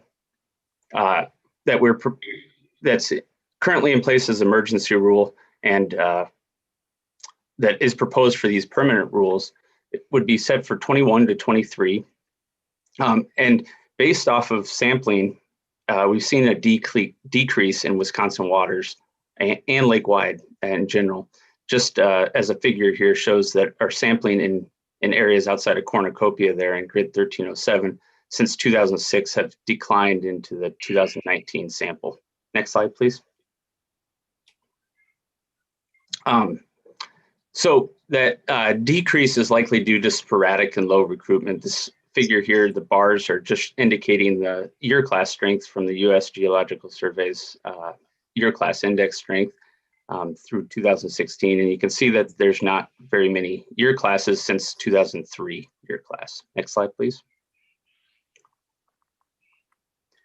So the proposed is to have a joint quota between our tribal partners at just under 1.8 million pounds. The state allocation would be 50% of that, which is 897,000 pounds. We would allocate 850,000 of those pounds to the targeted herring season between October 1st and December 31st, which represents 85,000 pounds per commercial license holder. That is a 35.5% reduction from our existing or previous quota. And then we would reserve 47,000 pounds for sport and incidental catch. And this figure on the right there just shows the current or the previous quota, the blue line, and the current emergency rule quota, the red line, and shows that we have not, the last 7 years, we haven't reached the new quota in the emergency rule. Next slide, please. Switching to lake trout population declined considerably since 2000. We were able to reduce that decline and eliminate or minimize that decline with reduced quotas in the mid-2010s. That red arrow indicates in 2017 our hope that the population would continue to increase. Instead, you can see the black line there had stayed relatively flat. And so, next slide, please. That with the population not growing as much as our aggressive target had been, and mortality indicated by the bars here, and our target mortality indicated by the dashed line across the figure, shows that we're just slightly above mortality. And that's a pretty aggressive mortality or target. So we're reducing the quota. Next slide, please. To 31,000 for state total, which is about a 17% reduction. The WI1 allotment will remain unchanged at 12,000, and WI2 allocation will be 19,000. From that, we put 2/3 towards the sport fishery, which would 12,670, one-third to the commercial fishery, it would be 6,330 or 633 tags per license. I do want to highlight that this lower sport quota does potentially lead to an early season closure. The figure here shows the last 4 years as well as this year's current harvest with the yellow line that just goes through February, showing that currently in February, we're higher in 2021 than we have been the last 4 years. And there is the potential of us meeting that quota by September if we have similar harvests to what we've had the last few years. Next slide, please. And I think that's it. So I'll be happy to answer any questions. Any questions for Brad? If not, we'll come back. Brad, I need to bring up Tony Blatter, Executive Director of the Wisconsin Conservation Congress. Tony's obviously have a busy week this week. Tony, thanks for making time for us. You want to chime in on that suggested permanent? Certainly do. Chair Prain, Secretary Cole, members of the board. I am Tony Blattler, Chairman of the Wisconsin Conservation Congress. The Wisconsin Conservation Congress supports the proposed changes to the lake trout quota and the Cisco quota on Lake Superior. We understand that the reductions are necessary to maintain a sustainable harvest level for the Lake Superior fishery. We appreciate that the decrease in quota is being equally borne by all parties through a reduction in the allotment for commercial, recreational anglers, and tribal harvest. The Wisconsin Congress would like to thank the DNR for their continuous monitoring of the Lake Superior fishery and taking action to adjust the harvest quotas when necessary to promote a healthy ecosystem for Wisconsin's anglers. All right, thank you, Tony. Any questions for Tony? Okay, is there a motion to put on the floor for FH 10-20? Smith, I move approval. There's a second. Second. Any discussion? All in favor, say aye. Aye. Aye. Motion carries. What is the will of the board? We have, we can take a lunch for half an hour. We can take a small lunch break. Let's keep going. Okay, let's try keep going. Next item, request adoption. Does anybody need, if somebody needs it after this next one, maybe take a 5-minute. Request adoption emergency order FH 28-20E. Proposed rules affecting chapters 10 or 20 and 25 related to Lake Michigan whitefish management. Once again, Bradley Eggo, please come up. We have 4 people to testify. This has been a big one, you guys. There's been a lot of work behind the scenes done, a lot of communication with the fishermen, a lot of correspondence with board members. Want the public to understand. We had a lot of written comments. A lot of people made phone calls to the board members. This is a topic that warrants our keen interest because the decisions will be around for a while. So go ahead, Bradley. Give us your input and suggestions. Sure, thank you, Chairman Preen, Natural Resources Board members, Secretary Cole, for the opportunity to talk about our Lake Whitefish Emergency Rule. The genesis for this emergency rule was basically a request by the Lake Michigan Commercial Fishing Board to put additional quota in Zone 1 or part of Green Bay, where our survey and modeling work suggests there's just quite a viable population of whitefish in the bay, which is compare and contrast into the lower numbers that we see now in the lake. It'd be a great way to collect additional information on harvest and bycatch in the bay. It also helped guide us for our permanent rule, which will be coming before the board later this year, and also some relief from the current COVID-19 situation. Next slide, please. We are currently there in step 18, hopefully through adoption by the Natural Resources Board on this rule. And then we hope to get through the other phases by mid-May to maybe the first part of June, if it gets that far for full adoption. Next slide. We've held a lot of meetings to date. You can see the list of public meetings as well as Lake Michigan Commercial Fishing Board meetings. We've met with the public. In addition to these meetings, we've heard a lot from sport groups, commercial fishers, and regular anglers. We've also convened regular monthly check-ins with the chairman from the Lake Michigan Commercial Fishing Board meeting and conducted preliminary hearings. So we've really gone all out to engage as many members of the public as we can on this important topic. Next slide, please. During those meetings, we've outlined of a lot of information. We have this all captured on our website through video recordings of our meetings. We've looked at DNR surveys, modeling efforts. We've also brought in other scientists that have conducted research from UW Stevens Point in Green Bay to talk about their research. We've also heard from the commercial fishery and the catch composition information that's been collected over the last several years. It's really been a collaborative effort to get to this point and working with them on this important whitefish initiative. In addition to these presentations, we've listened to and took notes from stakeholders' comments and concerns related to the whitefish fishery, both for this emergency rule as well as the permanent rule that will be coming later this year. Next slide. So basically, these three rules that we're putting forward, you can see there, are to increase the quota in Zone 1, require the use of our electronic fish harvest reporting system in Green Bay, and then safeguards on large mesh gillnet effort in Green Bay. And these three proposals really were developed by listening to all stakeholders, commercial, sport, business owners, guides, NRB members, and more, and balancing those requests with protecting the resource and ensuring that this valuable Wisconsin fishery is around for years to come. It will provide more quota in Zone 1, but at the same time will ensure that we are properly managing and protecting the resource as well. Next slide, please. So dig a little deeper on exactly the three components of this rule. We propose to increase this quota in Zone 1 of the fish in Green Bay. And to start off, we have a proposed Green Bay quota in the bay of 2.35 million pounds of whitefish. We're going to reserve 2,000 of those pounds for assessment work. The next slide. And then we're going to split the remainder 50-50 between the sport and commercial fisheries, each allocating about 1.176 million for each.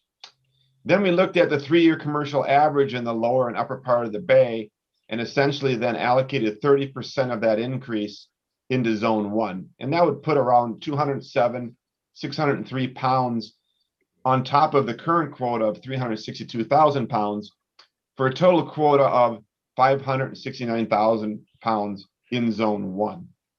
I will note that this increase in Zone 1 quota, if you take that increase plus a 3-year average in the upper part of the bay, we are still well below the proposed Green Bay quota of 1.176 million, or about 68%. So this does represent a very conservative approach during this emergency rule season of 2021. This does meet the Lake Michigan Commercial Fishing Board motion to provide at least 200,000 pounds of additional quota in Zone 1. Next slide, please. We will be requiring the use of our electronic fish harvest reporting system for Green Bay commercial fishers that are fishing for whitefish in the bay. This will allow us to track harvest and bycatch information in real time, potentially address any bycatch issues, get accurate information, less prone to errors, and allow our staff to work on more higher priority items than just entering fish data off paper copies. Next slide. How are we going to do this? We've essentially gone to a 5-pronged approach. The first approach is to create and provide a really detailed instruction manual that's located on our website. That is done. Number 2, if requested and people learn differently through training videos, we certainly can post those if we're requested to do so. Item number 3 is that we've set up office hours for Al Blizzle, our commercial fishing expert, and set aside times each Tuesday and Thursday between 1 and 3. In addition, if fishers cannot make that time, certainly we can make appointments outside of that to get up and running on our eFirst system. Number 4, we have been proactively calling Green Bay fishers that are not currently on the system to determine their interest and get them signed up prior to hopefully this rule being adopted. And lastly, as they enter the data, we're going to allow several options for utilizing eFirst. Number 1 would be, as they're doing now, most of the fishers on Green Bay, after the last net is lifted, will directly input information from their smartphone right into eFirst. Option number 2 would allow them to record their information on paper copy, and then when they get back to the dock, then either via smartphone or computer by 11:59 of this day of the trip, then enter that information that way. Next slide, please. Lastly, on the safeguards on largemouth gillnet effort, due to our lack of information in that fishery, our initial proposal that we went before the public as well as the Commercial Fishing Board was to allow 30% over the 3-year average for a total of 2.5 million feet in 2021. And this was going to be enacted right now. And once that footage was reached, then no more largemouth gillnet effort would be allowed in Green Bay. However, after talking with the public and fishers and talking with staff, we modified that original proposal, and it's based on, like I said, discussions with stakeholders. We also modeled this new rule based on our current 10% bycatch rule that's already in code. It also does follow past studies and is currently in code for our trawling for whitefish in Lake Michigan. So what is the proposal before you today? It's essentially that we're going to use our onboard monitoring data from April 1st to June 30th. And if that information shows a chronic bycatch issue where we average more than 10% by numbers on those onboard monitoring, then we'll institute a cap on largemouth gillnet effort. So if there's no bycatch issue, there's no chronic bycatch issue of more than 10%, this cap will never be enacted. But if we do hit that, we are going to use the cap. And the cap is based on not a 3-year average at this point, but a 5-year average. We also are going to calculate day sets differently than overnight sets. And we've allowed for a 50% more gillnet over the average than the previous, which was 30%. So that would increase the cap to 2.8 million feet. Next slide, please. Our current catch composition update. This work is being done by UW Green Bay in concert with Taylor, who's a graduate student working on a master's thesis on this topic. Not only herself, but as well as an LTE has been hired, Luke Perry, to monitor the fishery. They've got a lot of days available right now and have conducted some monitors to date. And we have quite a good number of fishers that are currently willing to work with them and allow for catch composition on the boat. Some hot off the information that I just received this morning, they do have 3 trap net monitors have been conducted so far this year and looked at 17 different nets, as well as 3 gill net efforts for a total of 76,000 feet of monitored gill net. Right now, they're seeing most of the bycatch is in sublegal fish, both in the trap net as well as a small amount in the gill net fishery. And for other fish monitored, I'm showing that for most of the trap net monitors, they're seeing about 1 walleye per trap net and maybe 2 freshwater drum in their catch. And the gill nets are seeing some suckers as well as some burbot that they're able to harvest under a rough fish contract. So the efforts are underway.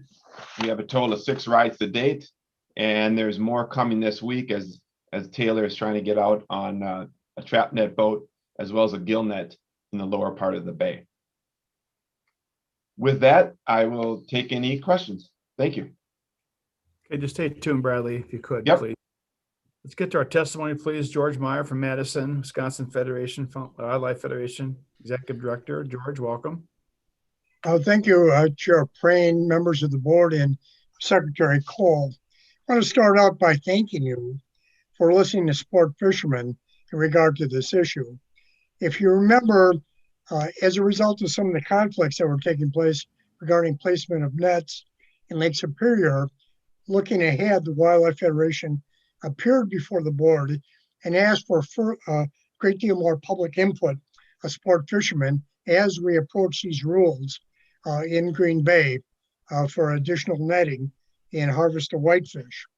And in fact, the Natural Resources Board and the Secretary listened, and an excellent process was put together. And there's been 5 hearings or meetings put together, which involve both sport fishermen and commercial fishermen and DNR. It was used as presenting biological information and results from prior netting, and really it was very informational. And I think it was a very positive effort to try to avoid the problems that had taken place in Lake Superior. As we look at this rule, we really view this season this year as an experimental season. It's in fact to learn much more what the implications are of an expansion of commercial fishing for whitefish in the lower bay. We strongly believe, and Brad referred to it, there needs to be completion of this monitored bycatch studies about having Taylor and his assistant on the boats actually coming up with hard numbers. So we have credible numbers for sport fishermen to understand before this goes forward in a permanent season. And we applaud that. The other key thing is how much gill nets need to be out there, what's the bycatch going to be. And a key part of that, well, is having this electronic monitoring and reporting system put in place, which will allow much more real-time implications of where nets are placed and how much net is being placed. Brad identified that, but the electronic system is key to make that work.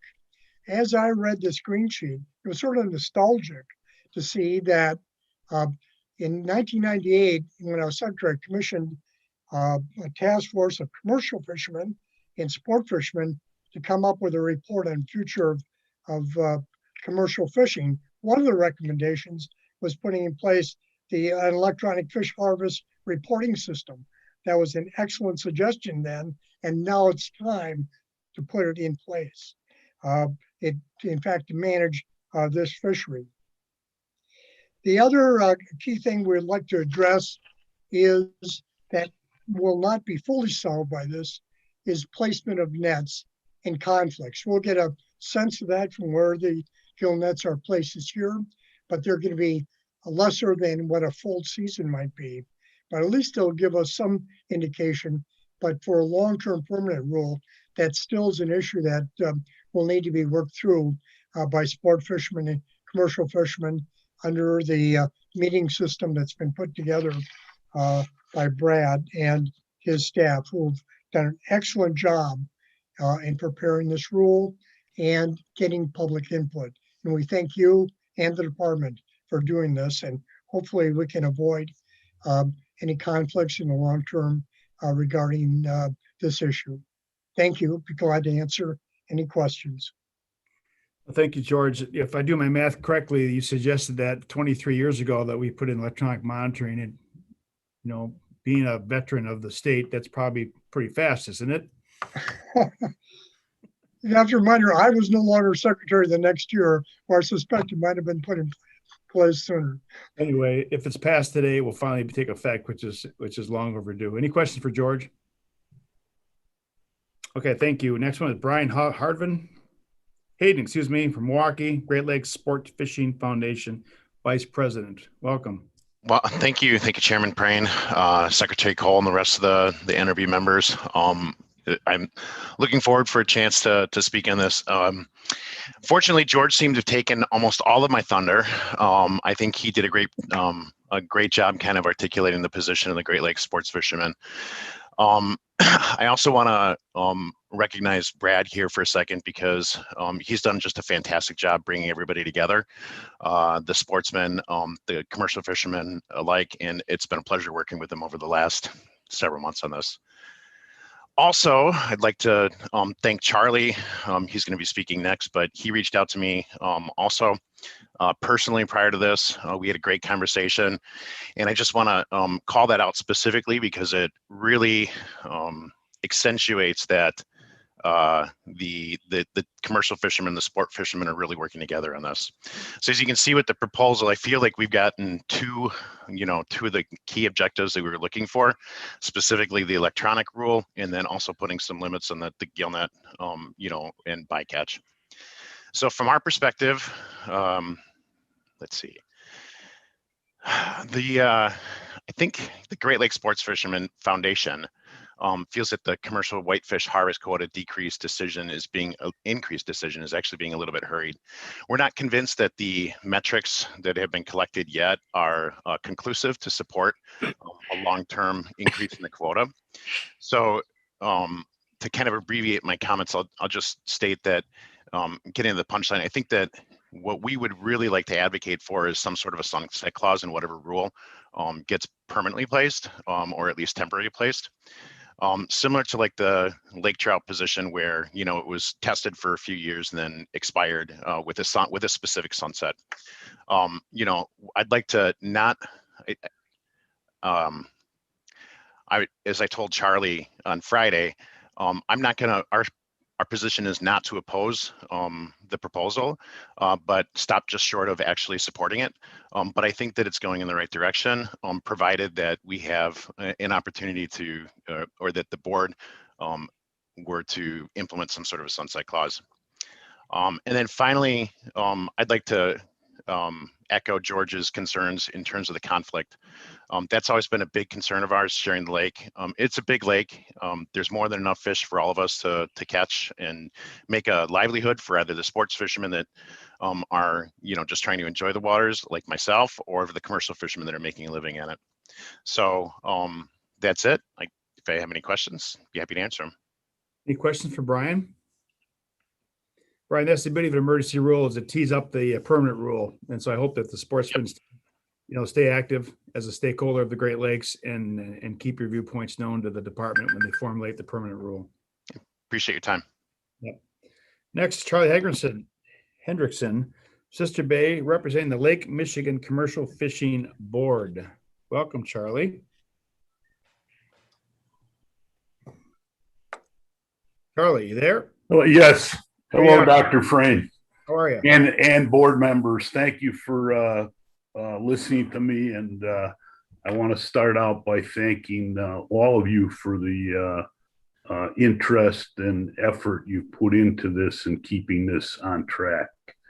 I also got to thank Lori Ross and Christopher Tall for the work they do to keep me informed and in contact with you people.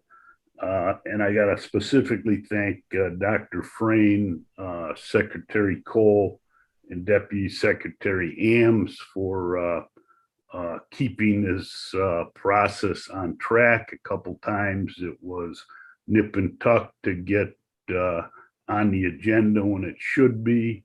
And they all stepped up and helped us with that. We're on a timeline here where if we're going to be effective in doing this study, we need to know today that we have this additional fish to fish. So in regards to it not being a rush, 7 years ago, we started inquiring about how do we do this. And we talked about moving quota. We talked all different things. And then we had some meetings and we decided that there were questions. So we implemented a tagging study that we did, and we paid for the tags. There was DNR cooperation in that, and now the tag returns go to both UW Stevens Point and the DNR. So we stepped up on that. And then we said there's questions about what's going to happen and about bycatch. So we proposed our catch composition study. And in 2018 and 2019, we had some participation. We had the largest producers in Green Bay all reported electronically, and for the most part, reported every single fish that came into their boat. For 2 years in our business, we reported every piece of bycatch. And then Sea Grant managed to get us a monitor a little bit in August and September of each of those years.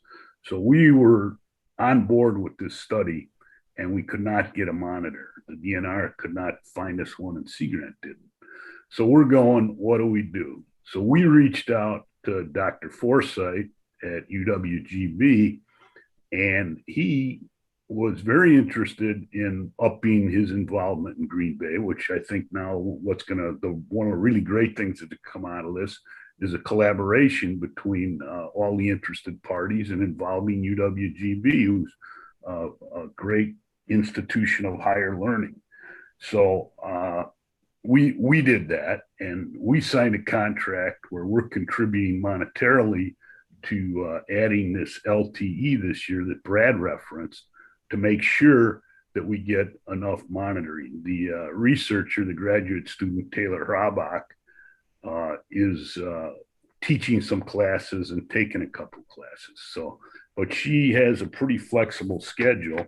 And to add to what Brad said, both of those monitors were on boats this morning in Zone 1, and both of them were able to monitor fishing today, one on a trap net boat and one on a gill net boat. I believe it was the first monitored gill net lift in Zone 1. So the proposal that there was a footage limit that we, a footage suggestion that we need to have monitored. We've already surpassed that for April in both Zone 1 and Zone 2, and there will be continuing monitoring. So the data and the science that everyone keeps saying they want to see is going to be produced.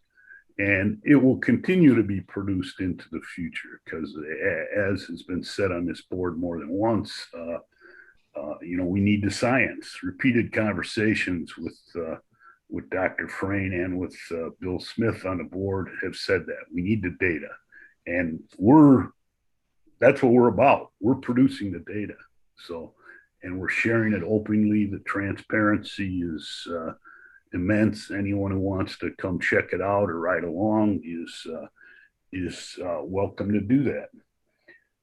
Interesting that we're reviving the Commercial Fisheries Task Force from 21 years ago. June of 2020 is when they made their recommendations. So I think over a 2-year period, I gave a month of my life to that task force. We met monthly in Stevens Point, and we not only had the people Brad mentioned, we had 2 legislators involved. It kept falling by the wayside what we were doing with those recommendations. The chief warden changed, something else changed. There was a funding problem. There was software problems where the DNR attempted internally to develop the software to make this work. They rehired a retired warden at one point, and now they're expanding this to everything from campground registrations to guide reporting. So as difficult as a trek as this has been, it's definitely overdue, is my personal opinion. We've had some fishers express concern about being able to adapt to that type of thing, but I think we're going to overcome it, and we're very heartened by the DNR's willingness to help train these guys. And we also have a lot of fishers who have been using it for a few years who have been completely open that anyone who is struggling with it, they will help them, because it's important we move in that direction. And while I'm sympathetic to their concerns, even an old dog like me can get through it. So we're convinced it's going to work. The other parts of this, the quota increase, is long overdue. I mean, we've known how much fish there is in that bay for several years. As I said, 7 years ago, we started asking about what can be done. And now this statistical catch at age model that finally ran a model that separated the bay from the lake, so we have accurate numbers for the bay, and primarily Zone 1 in the bay, because Zone 2 is more of a mixing pot, and there's going to be some issues there about our permanently allocated quotas and zone boundaries and how we deal with that. But Zone 1 is it's kind of a closed system, and this increase is long overdue. And what we're going to get is a snapshot of how much increased effort there is. And it's not as good as fishing is down there. It's not going to take a lot of increased effort in order to to harvest this extra fish. But it'll give you a real good idea that when we move on to the next step, and it's, if that next quota number for next year in zone 1 is 700 or 800,000 pounds, we hope we're going to alleviate some concerns that we're not going to be in the way of the sport fishery. So I understand their concerns, but we have no interaction with the sport fishery. There is times where we throw a few walleyes overboard. Those lifts this morning, they threw a couple perch over in the lower bay on gill nets because it was close season for perch. But we're just not going to have an interaction. I leave from the quarry at George Penny Park in Sturgeon Bay, and the parking lot has our truck and our trailer that we bring our skiff down with, and it's full of guys going sport fishing for walleyes and for bass and for perch, and we talk to them all the time. You don't see these people, then we come in and we unload our boat and they see what we're doing. These people haven't jumped up and down and claimed that we're ruining sport fishing or that we're taking too many whitefish. The people who are on the ground right there, intermixed with us at the dock, are separated from us on the lake. We seldom see a boat near us when we're fishing in that area. And none of those people are here claiming that there's an issue. And none of the guides, you don't have the guides here complaining that there's an issue. There's plenty of fish for everybody, and the lake is big enough for everybody. So that kind of segues into my next thing. And, you heard something similar here in your public informational part of this meeting. But, we supply everyone in Wisconsin with this renewable resource. We're food producers. We're not competing with the sport fishery. We're feeding people with these fish. There's a purpose to what we're doing. And yes, we're operating sustainable businesses. And yes, the state statute calls for a viable commercial fishery. And that's what we're trying to be here.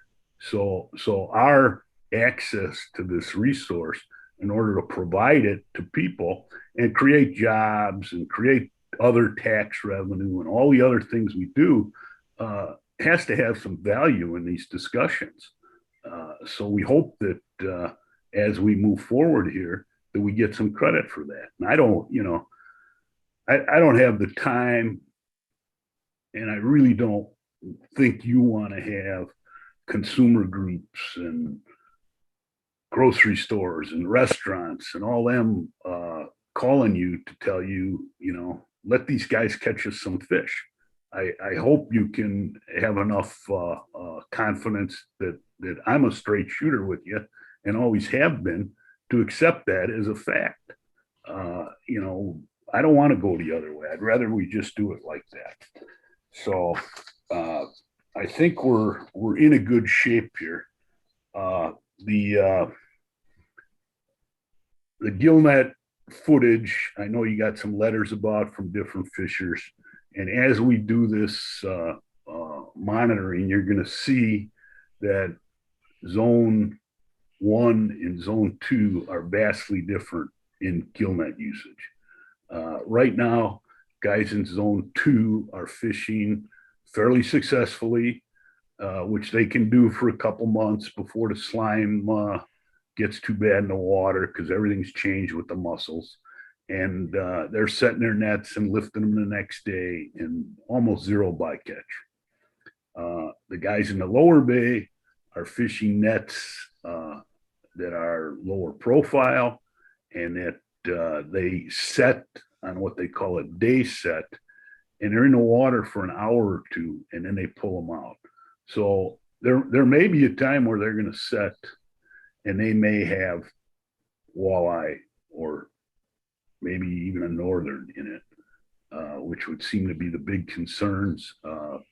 But they're not going to they're not going to kill those fish. I mean, they're not sitting in that gill net overnight. So the whole bycatch thing needs a lot more exploration.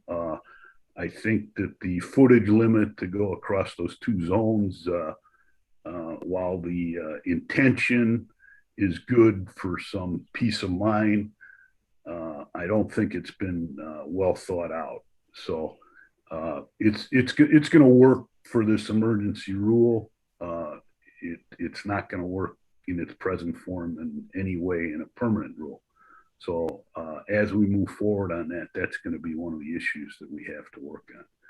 We're scheduled to have a fishing board meeting next Monday. We're moving on. We're doing exactly what we said we'd do in this process, and we appreciate it, and we look forward to you passing this emergency rule, and we look forward to staying in touch with you as we develop the permanent rule. So again, thanks for your time and your interest. We appreciate it. All right, thank you, Charlie. I do have one question. I had a couple phone calls from commercial fishermen on this issue, Charlie, and there was a lot of angst over the zone 1, zone 2 boundary being uneven, and the fact that it's tough to enforce down there. Can you shed some light on that? I was puzzled by what their complaints were. They say that there's a lot of, quotas going back and forth in that zone 1, zone 2 boundary, but it's not being enforced because they don't really know where they are. Do you know what they're talking about with that? No, not exactly. Okay. Which puzzles me, but the whole idea here now that we run the model for the Bay, we used to run one model for the whole state, right, and we get a quota and it had a division. So now we're trying to refine that because the fish have changed where they are. So the one thing that the DNR has, absolute authority to do is to set the quota. So we're, encouraging them to set a quota for each zone. We're going to need some leeway in zone 2 because we have many inactive fishers. We have no way of accounting for their unused fish, and that's going to be a thorny issue that I could talk to you about for an hour right now, and you certainly don't want to hear that. But I don't believe there's much else except what I said about the gill net fishing being so different. Okay, thank you. Any questions for Charlie? Okay, go ahead, Charlie. I'm fully supportive of what's in front of us here, but I do have a concern if the information that you're going to be gathering is going to have any value in the rest of the lake, in restoring populations or changing populations of fish. As you're fishing and gathering information in zone 1, are you going to be gathering information that could be helpful in the rest of the state? Well, we're doing the exact reporting in the Bay portion of zone 2. There's only 2 fishermen fishing in zone 3. The one operation has been fairly non-cooperative with us on a bunch of these issues, from the tagging study where they didn't return tags to opposing EFers. So that's going to be an issue that we hope you guys can help with.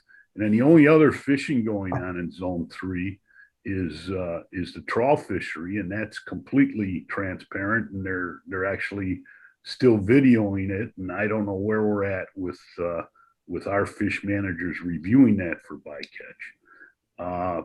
One of the things that's happened with increased fishing in zone 1 is we're seeing less fishing in the lakeside on zone 2 right now. We actually fish a little bit there in the spring. We didn't last year because of the pandemic, but more just to see what's going on. We set a couple nets over there, and we have all last fall, all winter, whenever we fish, we completely report bycatch in the lake. So yes, we're doing that. And our tagging study, most of those fish were tagged in the lake. And now Stevens and a lot of the DNR tagging was done in the rivers in the lower bay.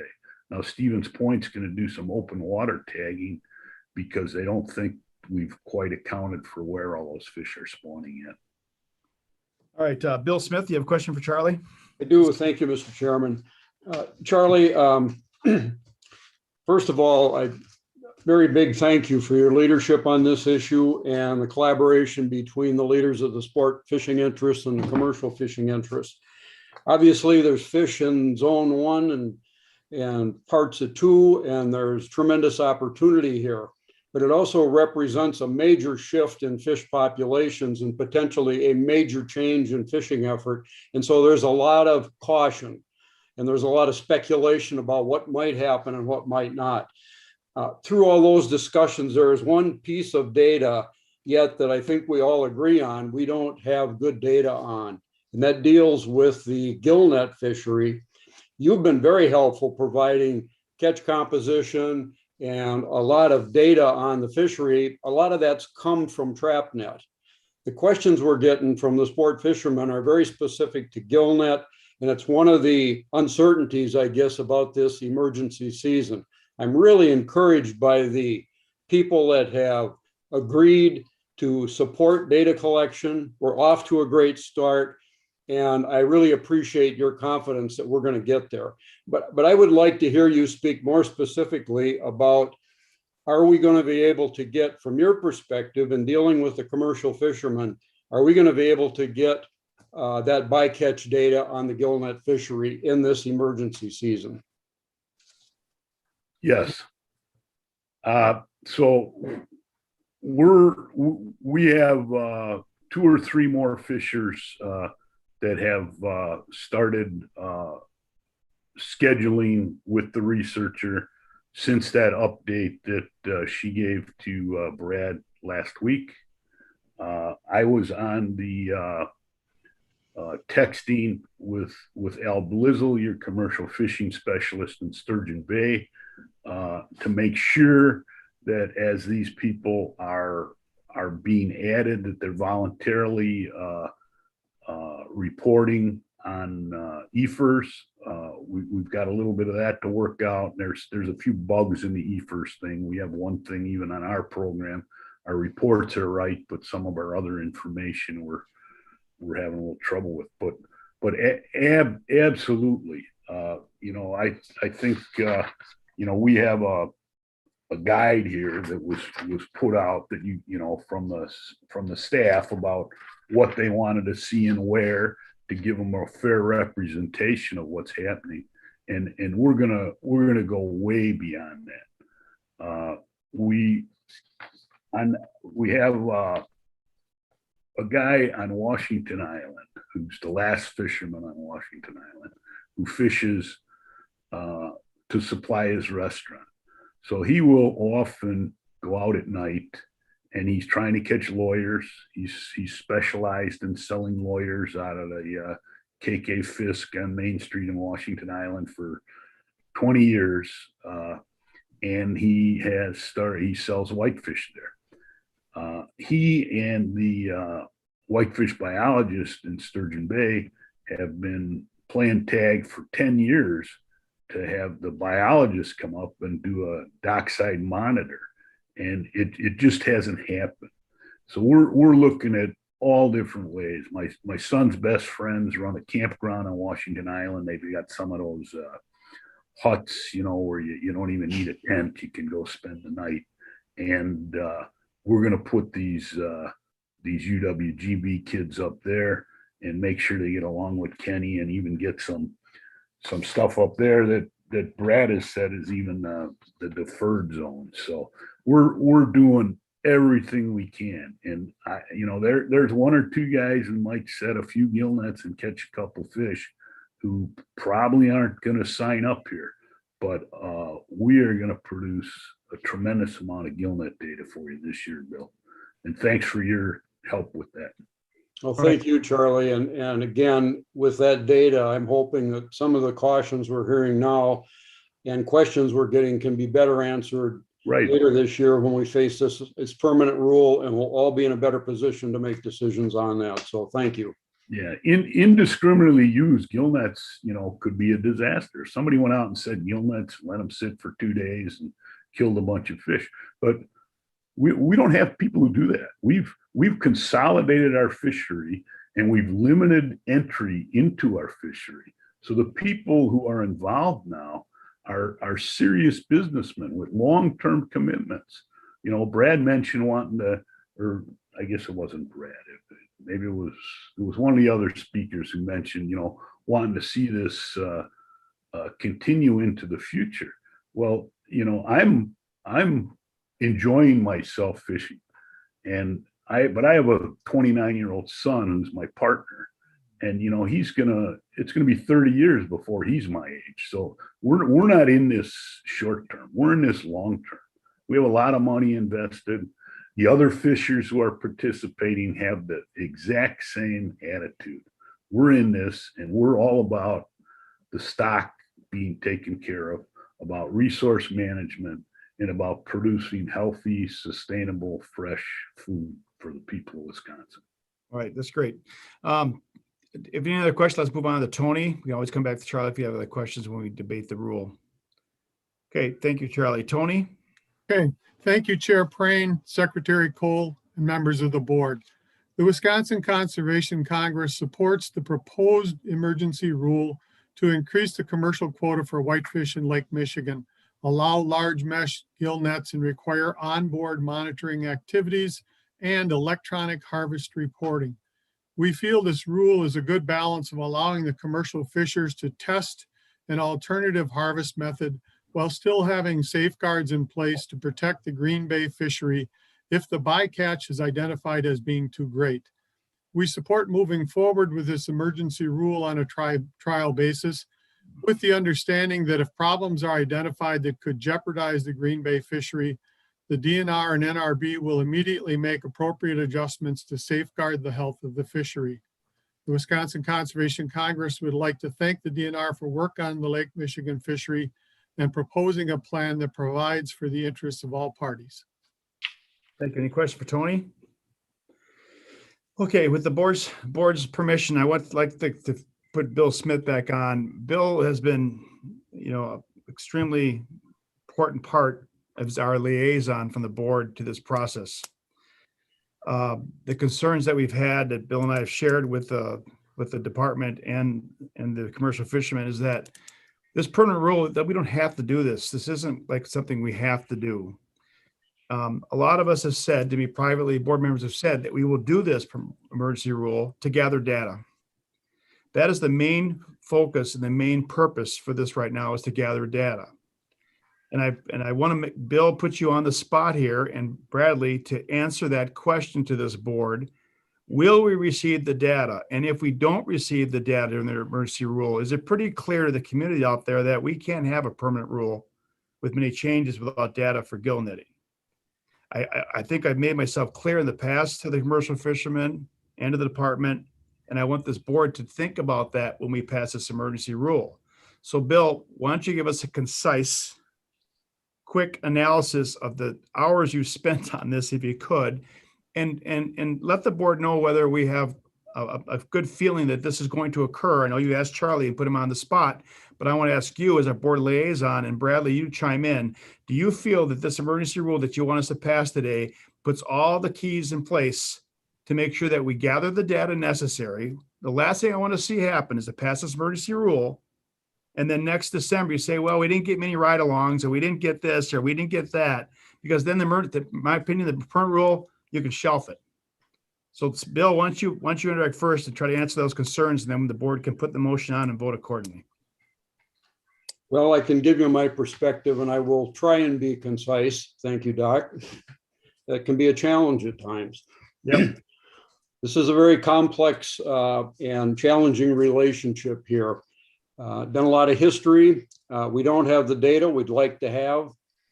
I'm not in any position to point fingers or try and be accusing anybody, but there's a number of reasons, pandemic one of them, lots of other difficulties. But We're at a point now where we have an opportunity to get that data, and it's going to require a level of trust and cooperation on everybody's part. I think you heard those messages from the sport fishery representatives. You heard it from Charlie, and I'm encouraged by what I've heard here this morning. There's one more key input that I've been working with very closely, and that's Brad Eggold and the professionals in our fisheries program. And when push comes to shove, they're going to have to evaluate the quality of the data and base their recommendations to the board on that. So I'm very interested in getting Brad's reaction on this. Some of this has come together very recently and very quickly. So Brad, if you would comment on your involvement in this. Brad, this puts you on the spot, but we are testifying here in public. The board needs to know, to the best of your ability as a department head, do you feel that this emergency rule will give you the tools in place to make a good evaluation where this rule should go forward in a permanent rule, or where we at as of today, the day we're voting on this?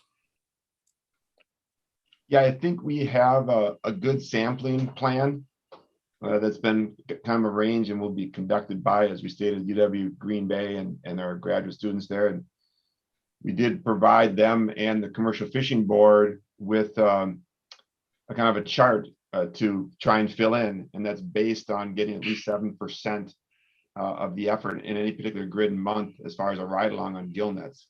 So that's where we are there, and I'm cautiously optimistic that we will finally crack this nut and get a lot of onboard sampling conducted and collected this year. A large chunk, though, will probably 75% or more will fall on the commercial fishery and UWGB to communicate with them and get as many ride-alongs as possible. And as Bill said, to get the data necessary to make good, sound judgments and future rules for the permanent rule. And I think we're going to get there. And like I said, I'm cautiously optimistic that we will. Good. Do you think that the commercial fishermen, I guess I should ask this of Charlie, and it's a concise answer, Charlie. Do you feel the commercial fishermen have a clear understanding of what the department is going to require to move forward with a permanent rule in this issue? I don't want us sitting here next year, Charlie, and talking about the fact that we didn't meet the bogey and we're working hard at it. I want to know whether we're going to meet this bogey, and does the commercial fishermen fully understand that that bogey needs to be met in order to move this rule forward? Well, I believe that our last two interactions with you, counting today as the second one, make that extremely clear. And anyone in the fishery who had any doubt about that only has to listen to this discussion here to understand that the onus is on us. Now, some of us have bought into this for a number of years, but I think we're getting there. Some of the thorny issues in zone 2 and zone 3 are going to require an additional level of trust. We've talked with Chandra Harvey, who's our lawyer. We've also had preliminary discussions with Cheryl Heileman about some of the intricacies of what can and can't be done with those zones. But for zone 1, we're doing this, and for zone 2 in the Bay, we're doing this. You're going to have all the information you can possibly need.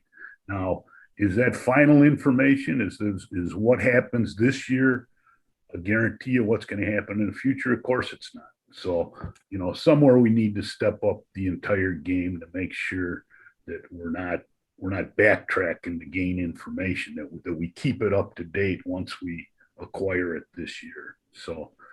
But we're committed. We appreciate Brad's confidence that we're doing the right thing. And I hate to say it again, but I don't BS you guys. I'm a straight shooter. So that makes two of us, Charlie. Thank you. Doc, before we put a motion on the floor. Yeah, Doc. You bet. Terry, I would move approval, but then I'd like a discussion, please. So moved. There's a motion to approve FH 2820E. Is there a second? Second, Kaz. Second, Kaz. Terry, go ahead. Ask your question. Yeah, for Brad. Brad, how many commercial fishers are there going to be out in the bay from your perspective? And do they Is that the same as the number of boats that'll be out there? You're talking like total number of fishers in Green Bay proper? Commercial. Yeah, I think we have to, maybe Charlie can add on, but I think there's between 5 and 10, like from Okay. Washington Island through the bottom. And we've got about 5 or 6, if it's particularly the larger commercial entities are going to be working with Charlie and the Green Bay on getting onboard monitors and on those boats.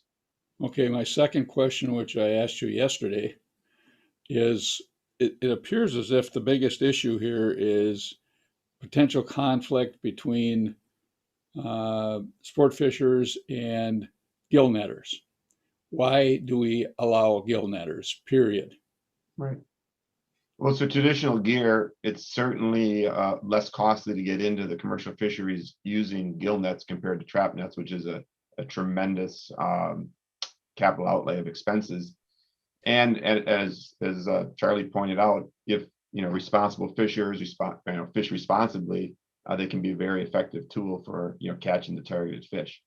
Right now, as I said to you yesterday, I don't think if I've gotten a call on actual conflict with gear, there's too much gear, I can't fish, it's been few and far between. I think, as I understand the sport fishing, we just don't know where the effort's going to go with trap net or gill net under this increased quota. And so, the current amount that's set, again, from getting calls or not getting calls doesn't seem to be an issue. How will that go in the future if there's a lot more gear out there? That's where we're going to find out during the season. Where did gill net effort go? How many more trap nets were put in, if any? That kind of thing will inform us for the permanent rule. Thank you. Thank you. As the gill netting issue has been an angst at this board for quite a few years, and I'm so encouraged, Charlie, that we're going to get, hopefully get some solid data on it, because the myth is sometimes not the reality. If properly fished, it can be a very effective way for commercial fishermen, but it also is a perception to sports fishermen and other people alike that gill netting is indiscriminatory and it just goes after everything and anything. So I'm encouraged that this emergency rule, if passed, will give us authority to gather data, which is important, that you guys have to help provide to make a decision moving forward. Bill Smith, one last thing. Sir, I still owe you that concise answer you asked for. You do. As far as the data goes in the study and the emergency season, I can't guarantee to the board that we're going to have perfect information in the fall for our decision. But I do think there's risk involved here, and I think it's well worth our risk. I will speak my mind as an individual, and you can form your opinions as a board member from that. In my mind, it's worth our risk. We're missing data right now. Whatever information we get through this emergency season, and I'm very encouraged by the attitudes of cooperation and by the message of the importance of this and how it's going to inform the board and assist with the decision later this year. And I believe it's worth whatever risk it might involve in having this emergency season and learning from it as a try one. This is an emergency rule for 1 year, but it's going to inform us for a decision on a new quota and a rule that will affect us for many years. And to me, it's worth the risk to get that additional data, even if it's partial, even if it's not perfect, it's much better than what we have now. I'm going to vote for this. Okay, before we vote, Charlie, you got your hand up. One last comment, please. Well, that thing about numbers of fishers, in the entire bay, there's less than 10 fishing operations. 2 or 3 of them are part-time. A couple of them fish a little whitefish here in the spring. In the 20th of May, they're going to fish perch. You may see reporting on multiple licenses, but we have fishing operations that typically have 2 to 5 licenses in their operation. So the total number of fishers, there just aren't a lot of us left. We've done exactly what limited entry was supposed to do, is consolidate the fishery to a manageable group of serious business people. Thank you. Okay, board ready to vote? So permanent, this is emergency rule for 1 season only, some stopgaps in place for data gathering, and it's about time that we put on the requirement for electronic monitoring in the 21st century. Obvious. All right. All in favor of the motion, say aye. Aye. Opposed? Motion carries. Thank you. Let's do migratory birds, then we'll take a 10-minute or longer if the board so desires. Let's do migratory first. Adoption emergency order WM 1920E, proposed rules affecting chapter 9 NR 10 relating to establishing the 2021 migratory bird season framework and regulations. Taylor Finger. Good afternoon, Taylor. How are you? Doing well. Yourself? Tell you what, there's a lot of male ducks heading back into Wisconsin. They sure are pretty this time of year. Yes, they are. Well, good morning, Chair Preen, Secretary Cole, members of the Natural Resources Board. My name is Taylor Finger. I'm the migratory game bird ecologist. Charlie, you want to mute yourself, Charlie, please? Oh. Thanks. Go ahead, Taylor. Yeah, with the DNR here, and today I'll be asking for approval for the 2021 migratory bird hunting season frameworks. If you want to go ahead to the next slide. The vast majority of the season frameworks that we are proposing this year have full support from our conservation partners, as well as from the input and feedback that we've collected over the past winter and spring, with just a few exceptions that I'll touch base a little bit later on in the presentation. But first, I just wanted to highlight some of the changes that we're proposing for 2021. As you guys recall, in last year, we approved the new zone structure with the open water zone. However, due to the federal timelines, that open water zone could not be utilized until 2021. So these first three bullets are just referencing that new open water zone that will be enacted for the first time this year. So we're defining it as 500 feet or greater from the mainland shore on Green Bay, Lake Michigan. The season structure, which is again based on the feedback that we collected from our conservation partners, as well as from our public input. We're proposing a October 16th opener with a straight 60-day season through December 14th. And due to the federal restrictions on our SCOP bag limit, this zone structure will have one SCOP for the first 15 days and two SCOP for the final 45 is what we're proposing. The last bullet here is just a significant change related to proposing an increase in the Canada goose bag limit for the South Zone during the holiday hunt period. So we're allowed at least 5 Canada geese throughout the entire season. However, we're still proposing a 3 Canada goose bag limit from the last 2 weeks of September, the month of October, and the month of November, because we do know that the Canada geese that we harvest during that time period, based on banding analysis and studies, show that 60% of the geese we shoot during that time period are those ones that are migrating from Ontario, and that population has shown a steady decline over the past 20 to 30 years. However, that banding study that we looked at showed that in December and January, 80% of the Canada geese that we're harvesting in the state of Wisconsin are our own local birds, which are often the population that we know is still going up and the one that typically we get the most calls for nuisance or damage complaints. So based from our science and biology, we feel like we can increase the Canada goose bag limit and provide an extra opportunity during this holiday period without having any real negative impact on that population that's not doing so well, while providing opportunity on a population of Canada geese that we want to see additional harvest on. Next slide. So per the request of the board in the past, they've asked for some of our population information. The two graphs on the left here are our mallards and wood ducks over the past 50 years. And you can see that we've been pretty stable with both mallards and wood ducks since the early 2000s. So again, things are looking pretty good. We're either right at or just above our long-term average for both of those populations. At a statewide level, you can see that we saw our highest peak happening in the early to mid, so that's the top right graph. The early to mid 2000s is when we had our most CRP on the landscape. So inherently there was a lot more nesting habitat, and that was when we saw our highest numbers. But again, we're still right at our long-term average for our breeding waterfowl numbers in the state of Wisconsin. That bottom right graph is showing the continental waterfowl populations, and you can see that we are doing extremely well. Things seem to be drying out a little bit on the US and Canadian prairies, but still our duck numbers are doing quite well. Next slide, please. Here's our population numbers for Canada geese. The top left graph there is our local giant Canada goose population, and you can see over the past 30 years, we saw a pretty significant increase in their numbers. We're starting to stabilize out, but still seeing an increase, a slight increase in their numbers. The bottom right graph shows the two separate populations that I was referencing before, and that orange line is that what we formerly called the MVP geese, or what used to make up the majority of our Canada geese here in the state of Wisconsin. And you can see we've had a downward trajectory in that population over the last 20 to 30 years. Whereas the blue number is our giant Canada goose population within the Mississippi flyway, and that number just continues to keep going up. Next slide, please. Here's just a slide outlining the public involvement process that we go through annually to help decide on these migratory bird season frameworks. We use a series of scientific hunter surveys designed by our social scientists.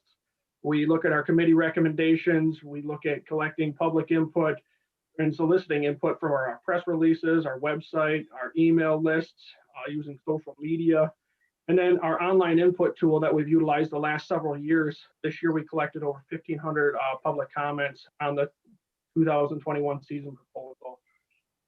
We also work with our conservation partners. I've had meetings with the Wisconsin Wildlife Federation, Wisconsin Waterfowl Association, the Conservation Congress, La Crosse County Conservation Alliance, the Green Bay Duck Hunters, and several others to try to gather as much public input on these season structures and try to put together a framework that it may not make everyone happy, but it's something that has as much feedback on it as possible. We also held a series of 3 virtual public hearings throughout the month of March, and they were pretty well attended. So all in all, like I said, over 1,500 comments, individual comments, and then feedback from at least 5 conservation groups. Next slide. So I just wanted to point out, like I said, most of these frameworks had nearly unanimous support across the board. However, there were a couple that we did have either some differing input from the Conservation Congress or differing input from what the public said based on what our conservation partners said. The first one, and again, I think I provided some of this information to the board members, but just to bring it up again, the South Duck Zone, the department is proposing a 5-day split, whereas the Conservation Congress is proposing a 9-day split. We've had a 5-day split in the South Zone for over 20 years with strong public support for doing that each year. Our social science surveys all indicate strong support for a 5-day split, whether you're a South Zone hunter or a Mississippi River hunter. Both subsections of hunters, we could split out, looking at it, we could split out and see that 5 days was the most preferred option, as well as all of our other conservation organizations, Wildlife Federation, Wisconsin Waterfowl Association, La Crosse County, Green Bay Duck Hunters, all indicated strong support for a 5-day split. And then when we took this out for public input, the vast majority of our public input supported a 5-day split. So again, that's why we're going to continue to propose that 5-day split. One of the ones where our data from our hunting public differed from our conservation partners was an open water duck zone split. So this is, again, recognizing this is our first year utilizing this zone. So we really leaned on our conservation partners to tell us, what have you guys been hearing from your groups? And we had unanimous support across the board from our partners saying that we don't want to see a split in the duck season on this open water zone. However, when we took it out for public input, we saw a slight support for a split. And again, I'm not necessarily surprised because this is our first time trying this. So we're not sure that we're going to get it right. But like I said, we're relying heavily on our partners with the idea that this upcoming fall, we're going to be going to boat launches. We're going to be collecting input from those hunters that are specifically utilizing that zone, as well as we have a scientific hunter survey coming up in the next in this next iteration of this fall. So we're going to be incorporating several questions on that on the open water zone, so we can collect as much information to help us make this decision moving forward. Next slide. And these last couple ones, so the Mississippi River Canada Goose subzone. So if you guys recall, last year we changed the duck zones. However, we still have a Mississippi River Canada Goose subzone. This is a zone that predates the Mississippi River Duck Zone by 20 or 30 years. This is, in the same era of having the Horicon Zone or the Burnett Zone or the Collins Zone. And this zone has received strong support for having it over the last 20 or 30 years, especially from individuals that hunt the Mississippi River. Based on the way we collected the public input this year, we got rid of the option for people to select the Mississippi River because we didn't want to cause confusion when asking what zone do you primarily hunt in. We said the north, the south, and the open water zone. But again, we know based on the input that we've had in the past, based on our scientific surveys, based on the feedback from all our conservation partners, that this zone would like to start with the duck season. However, just the way the data was collected this year, it showed a little bit a different support saying that they want to start with the rest of the state. So again, we're going to rely on the data that we know represents this, and recognizing that we're going to work better to collect the input next year so we can show how that data is represented. And then this last one, like I already referenced here, the Canada goose bag limit, the Conservation Congress indicated that they would support a 3 Canada goose bag limit throughout the entire season as a way to simplify regulations, because our South Zone and our Mississippi River Zone will be running at the same exact time. And there's a potentially the chance that one zone has a 5 Canada goose bag limit, the other one has a 3. However, based on our mandatory Canada goose harvest registration that we had prior to 2017, the average number of Canada geese registered for the last 2 weeks of December and the first week of January in the Mississippi River Zone never really broke more than 20. So we know there's very few people actually hunting Canada geese on the Mississippi River at this point in time. So again, the idea that simplifying regulations, there's likely not going to be a whole lot of concern from hunters in terms of regulatory complexity, because they're just not utilizing the Canada goose hunting in that Mississippi River subzone. And again, biologically, we looked at this. We know that we can add additional harvest on a population that can sustain additional harvest, that we'd like to see additional harvest on, while protecting that Canada goose population that's migrating into the state throughout the fall and providing fresh birds to hunters. So with that, if there are any questions at this point in time, I take them. Okay, back to board. Taylor, stay tuned. There are 2 testifies. Mark, either Mark or George Meyer. Who's going to testify from that? From the Mr. Chairman, it'll be George Meyer. Okay. Mr. Cackage has had a work situation come up, and he could not be here, but I will fill in for Mark. Okay. I just want to indicate that the Wisconsin Wildlife Federation has a really robust migratory waterfowl committee. We have a diverse set of geographically members with different interests, and that's important. And when you're dealing with migratory waterfowl, we have the Wisconsin, obviously our own members, Wisconsin Waterfowl Association, La Crosse County Alliance giving us the Mississippi perspective, Green Bay Duck Hunters giving us the Lake Michigan and Green Bay, Black Slough Conservation Club, the Fox Wolf Basin, which has a lot of efforts, and then members in both North and the South. Attending those meetings, it's a joy to go there. Taylor is always there, and Jeff Williams, Professor Ben Settinger from the UW Stevens Point migratory chair there, and Dr. Drew Fowler from our migratory research in DNR. You go there, in 2 hours, you really get a 3-credit course, semester course in waterfowl management. A lot of research, data presented, and survey data management, social management. And this group is really, our people are really focused on that. 2 of our committee members are predecessors to Taylor and migratory specialist for the DNR. So it is really an excellent committee. We would like to recognize the excellent effort that Taylor and his staff bring to this, the science and the surveys. I'm going to keep things short. We support the green sheet as written. Moving the season earlier in the north is very good to go back to that. Replacing the Mississippi River Zone with the Great Lakes open water. The Mississippi River Zone in the south have been the same makeup for the last several years by opening opening up the Great Lakes, we're going to be able to tailor the season for that situation without adversely affecting Mississippi River Zone. We support the holiday season in the south for 5 geese. The science that's been gathered to support that, to make sure we're taking the Wisconsin cohort of Canadian geese rather migratory is very valuable. So we think this has been an excellent job done by the Bureau of Wildlife Management and great public input. And we hope the board recognizes that and gives credit to the staff that are working on this. Thank you. Thank you, George. Any questions for George? All right, Tony Blatter from the Conservation Congress. Thank you, Chair Prane, Secretary Cole, members of the board. As chairman of the Wisconsin Conservation Congress, I thank you for the opportunity to speak today on behalf of the WCC. The Conservation Congress supports the adoption of emergency order presented here today.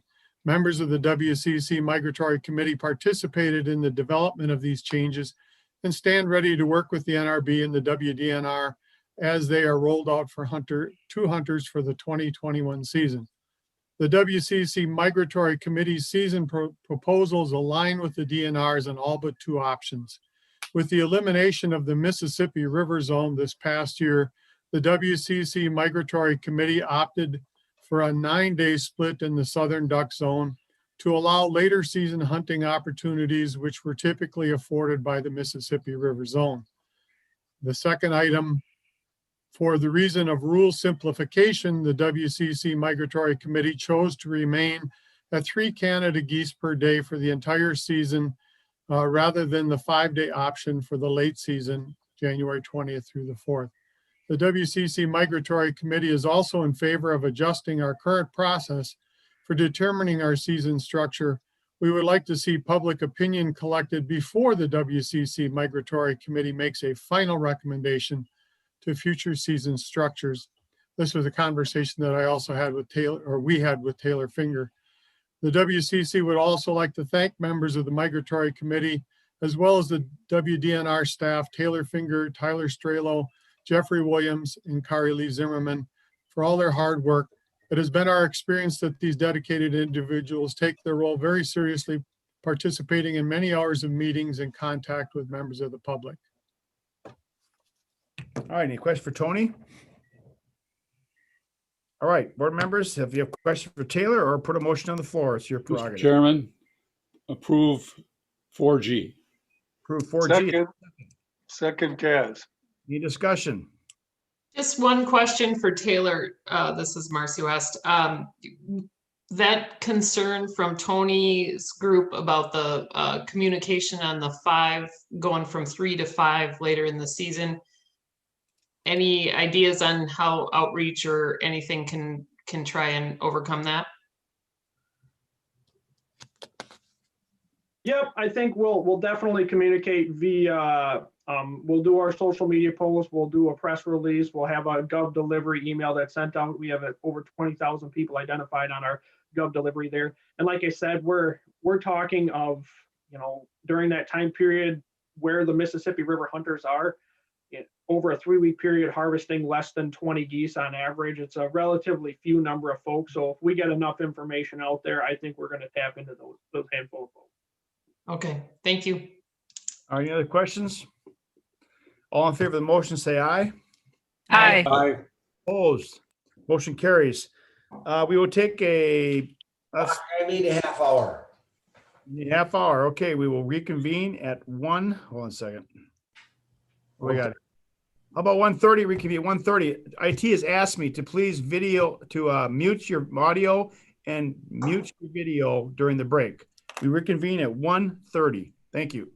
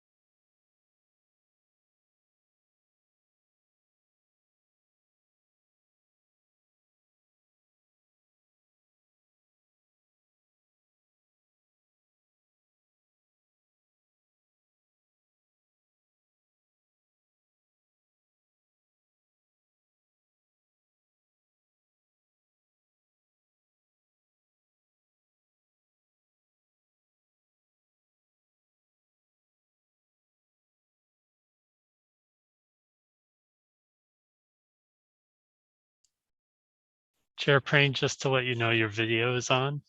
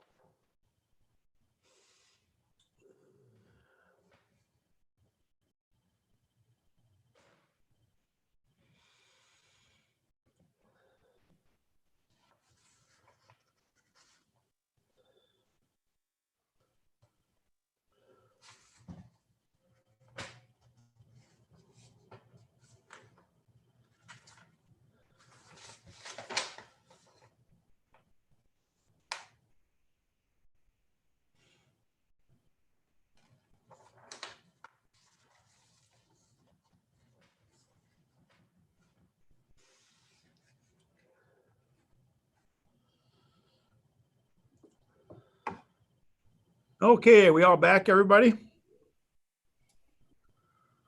What we got here? Here. Everybody's here. Gaz is there. All right. Welcome back. Nice healthy lunch I had.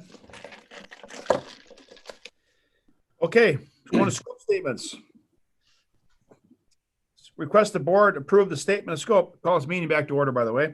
Request this board approve the statement of scope of Board Order WM 1820 and conditionally approve the public hearing notice and notice of submittal of proposed rules to Legislative Council Rules Clearinghouse for proposed rules affecting NR 10 and 45 to the 2021 wildlife management spring hearing rules related to hunting, trapping, and target shooting. Scott. Good afternoon, Chair Prane, members of the board, Secretary Cole. I'm Scott Carroll, I'm the Wildlife Policy Specialist. And before you today is our biannual spring hearing related scope statement. So if you remember last month, the board approved our spring hearing questions it's a rules question, or it's a rules spring hearing this year. So it's coming out of the public input from the spring hearings. We potentially will be bringing forward a rule package with those questions. The public comment or the spring hearings is actually ongoing right now. We, after approval of the scope statement, we will still be holding a public hearing because it's still a statutory requirement for any rule, which, obviously hasn't been approved yet now that even though the spring hearings are ongoing. So, but we will be incorporating the comments from the spring hearings into that presentation we bring to the board when we do bring a rule package in the next several months. So with that, I'd be happy to answer any questions about this scope statement. Is there a motion? Is there a motion for somebody? Marcy moved. Bill Smith, second. Second. Any discussion? Yeah, Doc. You bet. On point number 2 on the green sheet, probably want to change that from regulated tapping seasons to regulated trapping seasons. Makes sense. Trapping season. All right, so ordered. All in favor of the motion, say aye. Aye. Aye. Motion carries. Thank you.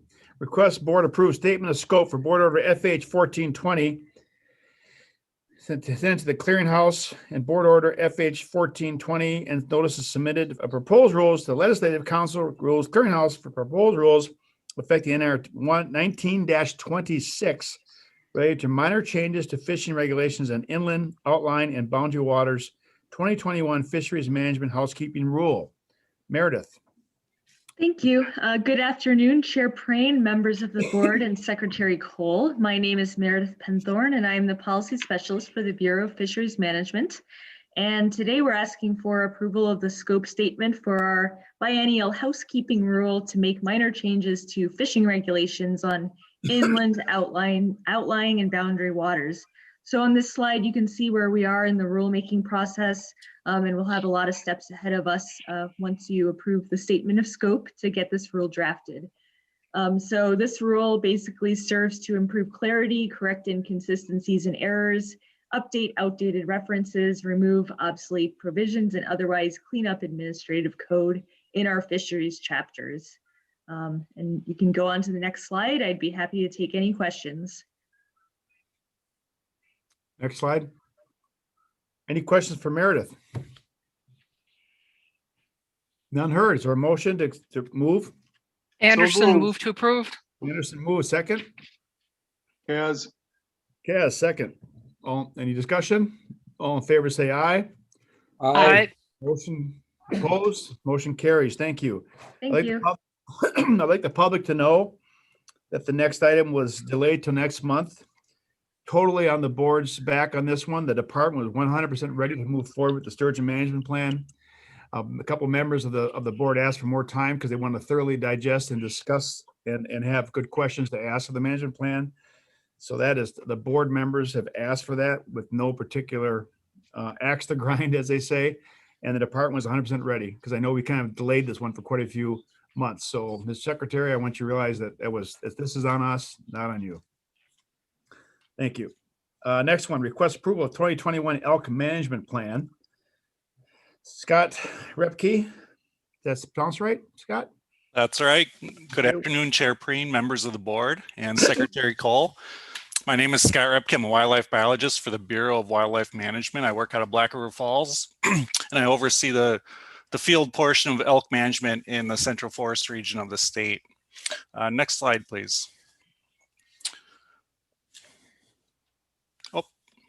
I'm here today to seek approval of the 2021 to 2031 Wisconsin Elk Management Plan. This is a 10-year plan, which is updating plans written in 2000 and 2001. I do want to acknowledge the work of Kevin Wallenfang, our previous deer and elk specialist in the Bureau. Kevin, of course, put a tremendous amount of work into elk management in the state and was, largely responsible for where we're at today, including the Kentucky elk reintroductions, as well as most of the work that was put into this plan. So Kevin did great things, as well as other staff as well. Of course, elk are a unique species of Wisconsin, a very, very important native species that has come back through restoration. So next slide, please. I also want to acknowledge the work that the Elk Advisory Committee has put into this elk management plan. Similar to other management plans for various species, the Elk Advisory Team is really the founding members of what's in the plan. And so I want to acknowledge the work that they put in, including all DNR staff experts, our tribal partners, land management partners, as well as university staff and conservation groups. So tremendous amount of work. This plan was about 2 years in the making. So these folks dedicated their personal times in most cases to help bring the best plan forward to the board for approval. Next slide, please. Just a real quick history on elk in Wisconsin. Elk were historically native, of course. They were found throughout the state, extirpated in the late 1800s. And brought back through reintroduction efforts. The Clam Lake elk herd was initiated in 1995. That was essentially an experiment conducted by the University of Wisconsin Stevens Point. Management authority was taken over by the DNR in the year 2000, at which time a management plan was written for that herd. Shortly after the founding of the Clam Lake elk herd, there were folks local to Jackson County who were interested in reintroducing elk into the Central Forest region of Wisconsin. They assisted the department in producing a management plan written in 2001. Shortly after which we got CWD and kind of shut down any reintroduction efforts until 2012. At that time, we wrote an amendment to both of those management plans that allowed the state to bring in elk from another state. And also updated the management plans that were written in 2000 and 2001, respectively. Following the reintroductions for each herd, the populations have grown well over time. We're often criticized, I would say, for our elk herds not doing well or slow population growth. And these graphs here on the right show slow but steady population growth through time. The northern elk herd, represented by the blue line, that herd has grown at approximately 10% annually, excluding the years with Kentucky releases. And the central elk herd has grown at approximately 15% annually, excluding those releases as well. So, some years are better than others, but over the long haul, each herd is doing well. We started with fairly small founding herds for both herds. And those populations do take time to grow to population goal levels. Next slide, please. Okay, so just a bit of background on the process that the department took to produce this plan that's in front of you today. We started the process back in 2018 doing some public attitude surveys to help guide the committee work that went into the planning process. So our social scientists sent out surveys to 3,600 state residents across the state, residents of every county in the state. However, there was a heavier sampling effort in the counties where elk exist at the time in 2018. Of those surveys that were sent out, we received back 1,900, and survey respondents had a chance to tell us what kind of group they might represent, whether or not they're a landowner, a hunter, a farmer, or just a wildlife viewer. We had information on where they're from. And then we asked very specific questions within that survey in anticipation of what some of the changes would be in the plan. So we asked specific questions on things like their support of the existing population goals, whether or not they would support boundary expansion, preferences on elk conflict management, preferences on the elk hunting season, things of that nature. So we asked very specific questions that we could, tie directly into the work that the committee did. We also held individual meetings with various partner groups and conservation organizations that we knew would have input on elk management in the state. So we met with groups such as the Voight Intertribal Task Force, the Wisconsin Cranberry Growers Association, the Wisconsin Woodland Owners Association, and others to really, seek direct input into the plan, make sure those groups essentially had a seat at the table and could have their voice heard. And the department was considering, all concerns and all input as we worked through the process. As I indicated previously, most of the work that went into this plan occurred at the Elk Advisory Committee level. So we had 6 or 7 specific Elk Advisory Committee meetings working on the recommendations in this plan. Those committee meetings, of course, are open to the public. Public participation was encouraged in those meetings, and all input received through those meetings was considered by the advisory committee. Once we had a draft plan produced and available to the public for review, we also held 2 informational open houses. Of course, we'd have loved to do this in person at various locations throughout the state. However, this year with COVID, those were held on Zoom. And we had about 100 participants join us for those 2 meetings and provide their input and have their questions answered. And then we used a 3-week public input period to help collect the official public comments on the draft plan itself. So we received comments from 190 individuals, and that tallied up to close to 400 individual recommendations for material that was included in the plan. Next slide, please. So this is just a very brief summary of some of the highlights of that public comment. There were several dozen different categories of comments that were received through that plan. And we reviewed all comments that were received to us at the committee level as well as internally at the department. And we took all input into consideration, and we appreciate the public input that we received. These bulleted items here were amongst the most numerous comments we received. So we wanted to acknowledge them here. Each of these bulleted items here are addressed in the elk management plan.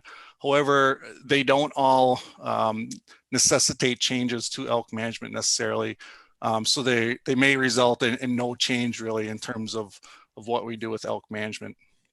In terms of predation, obviously there's lots of concern out there about the impacts of predation on elk. And now that wolves have been delisted, there's a harvest season for wolves, and we're also, working through the planning process for a new wolf management plan. The department feels that any wolf management changes are better addressed through that process. There was interest in a September archery only season. And we anticipated this going into the planning process. It was a specific question in our public attitude survey, and overall the public support was to maintain the existing any weapon season structure that we have on the books. The advisory committee discussed this September archery only season at length on numerous occasions, and the committee recommendation is to maintain the current season structure that does allow archery hunting if folks prefer to do that. There was significant public interest in expanding elk range in Wisconsin through establishing new herds in areas outside of our existing management zones. And we recognize that there is suitable habitat throughout the northern and central forest regions of Wisconsin.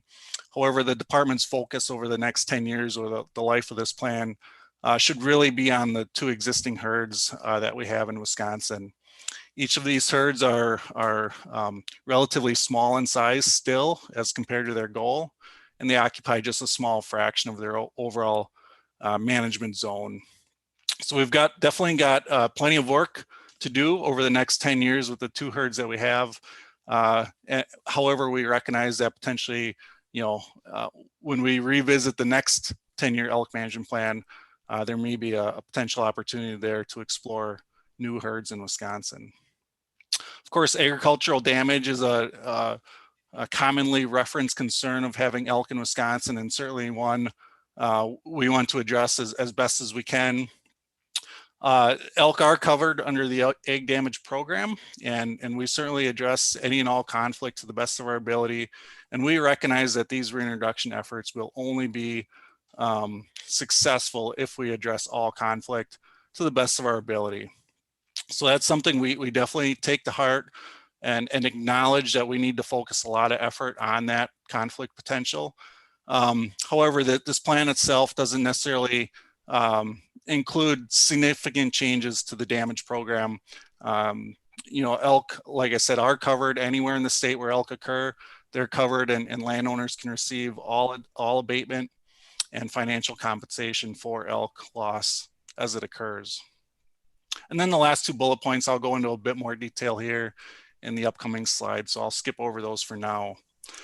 Overall, the plan set a goal of balancing both the pros and the cons of having elk in the state. So the overarching goal is to maintain a healthy, robust, and sustainable elk population that provides the ecological, social, economic, and cultural benefits of elk, while at the same time minimizing those conflicts that can arise with having elk in the state. So again, we're trying to balance both the benefits of having elk in the state along with the potential conflict that comes along with it. The plan itself identified multiple objectives, strategies, and action items that the department will follow over the next 10-year period to get at this plan goal. Next slide, please. So most of the plan is really will not change elk management efforts on the ground. There's a lot of background material in there, a lot of history of elk management in the state, current management efforts, habitat preferences, etc. And when you boil it all down, there's really really would only be 5 changes to elk management if the plan is approved as written. These are the 5 changes here on the screen. The first would be to rename each elk range to management zone. The second would be to increase the size of the central elk management zone. The third would be to reduce the population goal for the central elk management zone. The fourth would be to establish elk hunting units within each elk zone, as well as an exterior zone throughout the remainder of Wisconsin. And then the fifth would be to modify the elk hunting season by eliminating the season split. Next slide, please. So I'll go into a bit more detail on each of those recommendations here. So the first change regarding renaming the current elk ranges. This is just a bit of a housekeeping item. The current naming scheme of the Clam Lake Elk Range and the Black River Elk Range were identified in the original 2000 and 2001 management plans. Those names are a bit too geographically specific currently and moving forward. As these elk herds grow and expand in range, they no longer are tied to the specific areas where they were reintroduced. So this plan recommends changing the names of these herds, or the range, I should say, from the Clam Lake Elk Range to the Northern Elk Management Zone, and the Black River Elk Range to the Central Elk Management Zone. And the term management zone is more consistent with other species in the state. The second change would be to increase the size of the Central Elk Management Zone. The map on the right here depicts that change. The existing Black River Elk Range is identified by the red line, and the proposed Central Elk Management Zone is shown by the green line. This would be an increase in size from a 252 square mile range to a 367 square mile central elk management zone. So approximately 120 square miles of additional area. This additional area is primarily forested and considered highly suitable elk habitat. It contains large blocks of public land, including the Jackson County Forest, shown in brown, the Black River State Forest in green, as well as Ho-Chunk Nation property shown in pink. Currently, very little Ho-Chunk Nation property is included within the Black River Elk Range, and they are a tremendous partner and supporter of elk management in the county. So it's important to include some of their property in elk management. This expanded area contains minimal conflict potential and would better align with where elk are currently found on the ground. Currently, we have one of our large herds of elk straddling the western edge of the Black River Elk Range. And so this new boundary would better incorporate that group.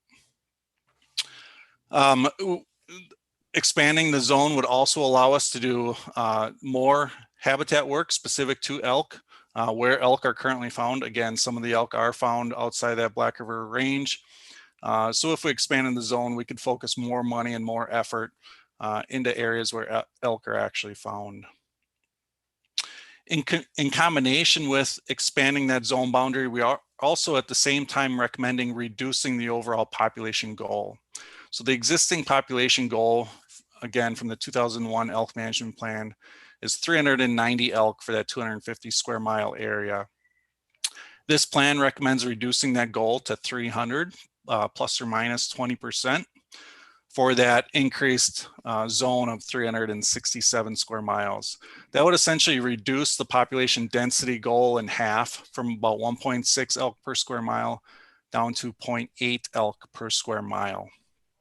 And that population goal reduction recommendation is for two reasons. One is to address elk damage and conflict that has occurred to date since the reintroduction in 2015, as well as to address any future conflict that may occur.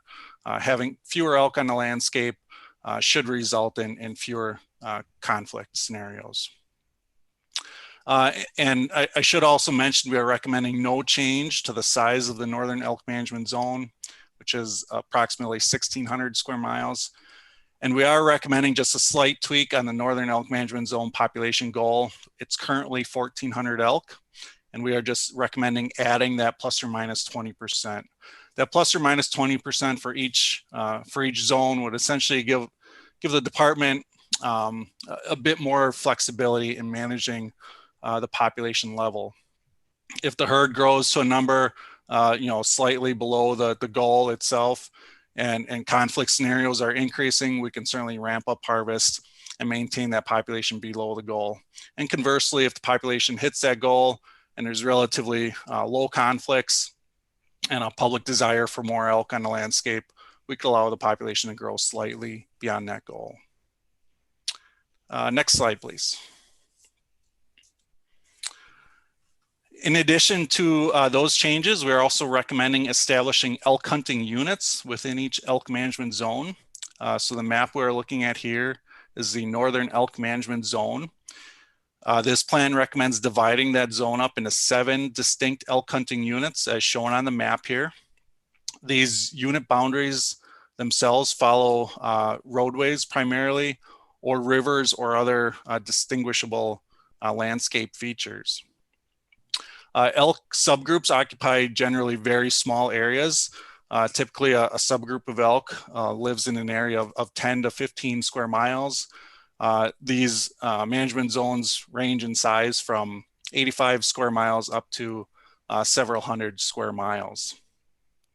The purpose behind elk hunting units is similar to deer hunting units or turkey zones. It allows for better control over the harvest pressure across a broader geographic area. So what we've seen through the 2018 to 2020 elk hunting season, in some cases, is very targeted harvest of elk, primarily in zone 2 on the map currently. If we were to establish these elk hunting units, it would allow the department to establish unit-specific elk harvest quotas and issue unit-specific permits, essentially.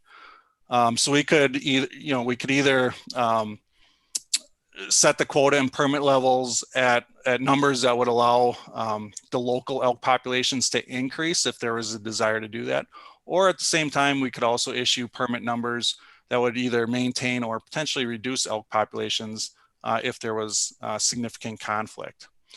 So just allow for greater flexibility of those local elk populations through harvest and better distribution of elk hunters on the landscape.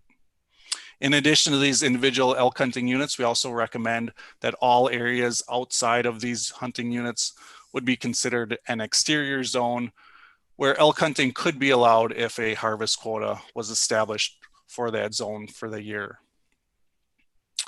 Next slide, please. This is the same map of the elk hunting units, except for the central elk management zone. So here, hunting units 9, 10, and 11 essentially form that recommended central elk management zone, the larger zone of 367 square miles. You can see the existing Black River elk range shown in red there for reference. So here, a little bit different than the north, we're recommending 3 elk hunting units within the zone itself, and then 3 adjacent units surrounding the central elk management zone. These units encompass areas where elk either currently exist or have existed over the last 5 years, or areas where we expect elk to occur into the future through natural dispersal. And so the similar theory here that, the establishment of these elk hunting units would allow us to, better manage elk populations on a smaller scale where those elk herds actually exist. I also want to point out here that the accompanying rule package that would allow for these changes would also allow us to group individual units together if the department decided to do so. For example, elk hunting units 10 and 12, we know that there's annual movement of elk between units 10 and 12 on the map. So we could group those 2 units together, establish a single quota for both of those units, and allow hunters to hunt anywhere within units 10 and 12 if that was the desire of the advisory committee and the department for that year. And we'd have that flexibility on an annual basis. Same idea here with the exterior zone. All areas surrounding these 6 individual units would be considered that exterior zone where elk hunting could be allowed. Next slide, please. And then finally, one last change here, and it's to the season dates. But I just want to highlight again that unit-specific harvest quotas and permits would be established if those hunting units were supported. There would be a change to the elk hunting season as recommended by this plan if it's approved. And that would be to the duration and season dates. The current elk hunting season is 39 days in length. It runs from the Saturday nearest October 15th for 30 consecutive days. It reopens the second Thursday in December and runs for 9 consecutive days. This plan recommends eliminating that split and running the season consecutively from the Saturday nearest October 15th, maintaining that same opening date straight through the Sunday nearest December 15th. This would add approximately 20 days to the overall hunting season.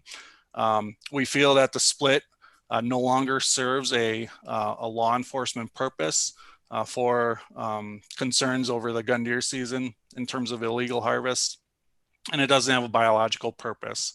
So eliminating that split would really give those hunters with the once in a lifetime permit, additional time to get out there and fill their tag. And again, we're not recommending any change to the current season structure.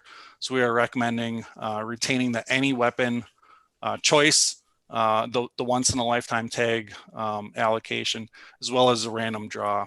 There was a bit of interest from the public in establishing a preference point system However, due to the number of applicants we receive and the number of permits that we issue, it just is not possible to use a preference point type system. So those were the 5 key changes that would result if this plan is approved. Again, there's a lot of material in the plan that really guides our management activities over the next 10 years. And so, we will be working to address all those strategies and action items over the next 10 years. We anticipate setting a timeline to accomplish those once this plan is approved. The Elk Advisory Committee will reconvene, and we'll go ahead and set a timeline for each of those recommended action items in the plan to help guide our efforts over the next 10 years. So I believe that's the end of the presentation, and I'm certainly available for questions. Okay, Scott, stay tuned. Let's get our testimony in. We have 5 members. David Spalding is our first one from Black River Falls, representing Jackson County Wildlife Fund. David? Hi, actually, it's JD Nichols. Dave wasn't able to be here today because of work, so I'll be representing Jackson County Wildlife Fund in his place. The floor is yours. You have 3 minutes, please. All right. So start off by saying good afternoon, and thank you for allowing the Jackson County Wildlife Fund to have an opportunity to address you today. As I said, my name's JD Nichols. So a little brief history. As many of you are probably aware, the Jackson County Wildlife Fund, or JCWF, first started talking about the possibility of reintroducing elk here in 1998. After many hurdles and realizing that it was becoming a larger project than we could handle on our own, we became partners in the project with the Rocky Mountain Elk Foundation, the Ho-Chunk Nation, Jackson County Forestry and Parks, and of course the Wisconsin DNR.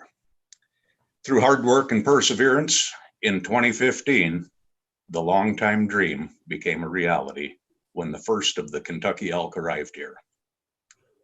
The reintroduction of wild, free-roaming elk to central Wisconsin had finally happened, and a once native species was back to the delight of many.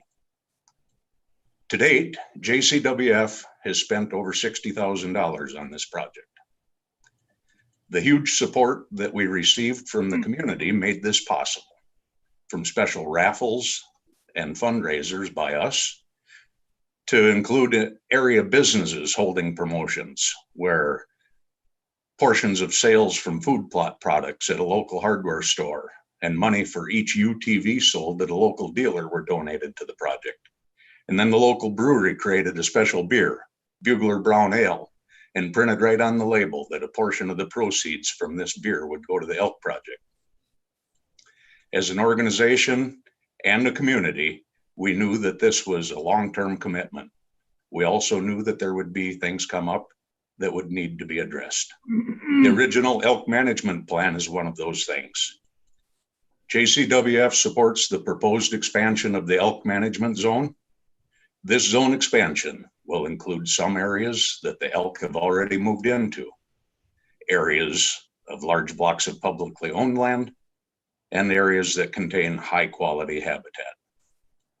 JCWF also supports the proposed multiple hunting zones that will help in controlling the population where needed when it reaches that level.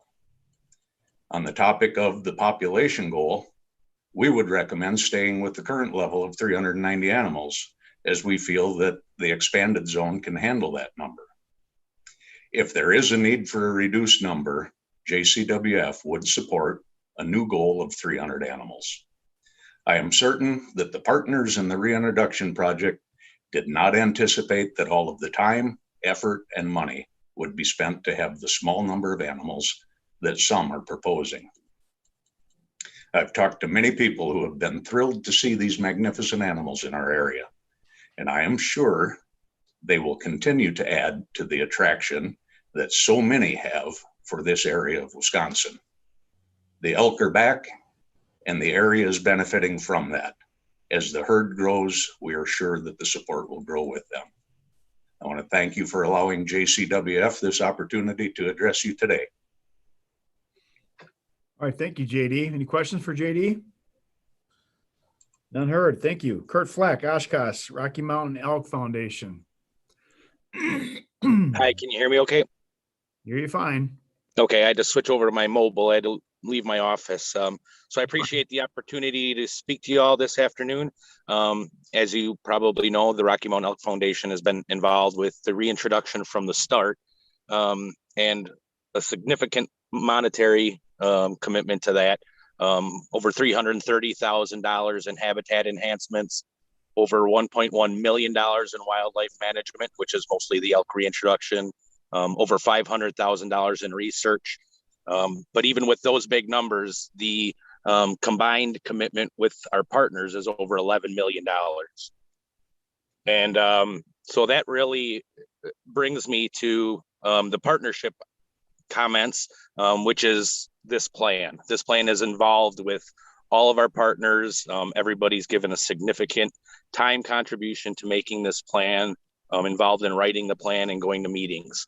So the partnerships are important, not only in the monetary part, but in making this plan happen. So overall, we support the plan and all of the recommendations in it. There are a couple of specific things that I wanted to comment on. Overall, the plan is supported, but we specifically do support the zone expansion for a couple of reasons: better management of the herd, more public land involved, better habitat, and consistency on boundaries. We also do support a reduced goal if needed, but our membership and has told us that they do support the 390 that was originally in the plan. If everyone agrees that there does have to be a reduced goal, we would be supportive of 300, but with the expanded range, we think the original goal of 390 is still significantly good. We also do support the hunting units and the current season structure that's in the plan. So those specific things I just wanted to mention that we do specifically support, but we do support the plan overall. And that's really all the comments that I have. If anybody has any questions, I'd be happy to answer. Any questions for Kurt? Bill Bruns, go ahead. Kurt, you and the previous speaker have both indicated that the expanded territory includes excellent habitat or improved habitat. I'm not just exactly how you worded it, but so what constitutes this improved habitat? I rely on the DNR experts and scientists for that, as far as where our best elk habitat is. So through these meetings, that's where I've gotten that information, is from the DNR experts, as far as what the best habitat is and where that habitat is located in that range. Okay. All right, thank you. Next, we have Kevin Kwame. Hope I said that right. From Dalton, Wisconsin Wildlife Federation. Members of the Natural Resources Board, Chairman Preen and Secretary Cole, thank you for the dedication and time you commit to the protection of natural resources and wildlife in Wisconsin, and for allowing me to address you today. My name is Kevin Kwame, and I'm a member and officer of the Wisconsin Wildlife Federation. I've had the pleasure to serve as a representative for the Wildlife Federation on some of the advisory committees, along with the DNR staff and other stakeholder organizations on these committees.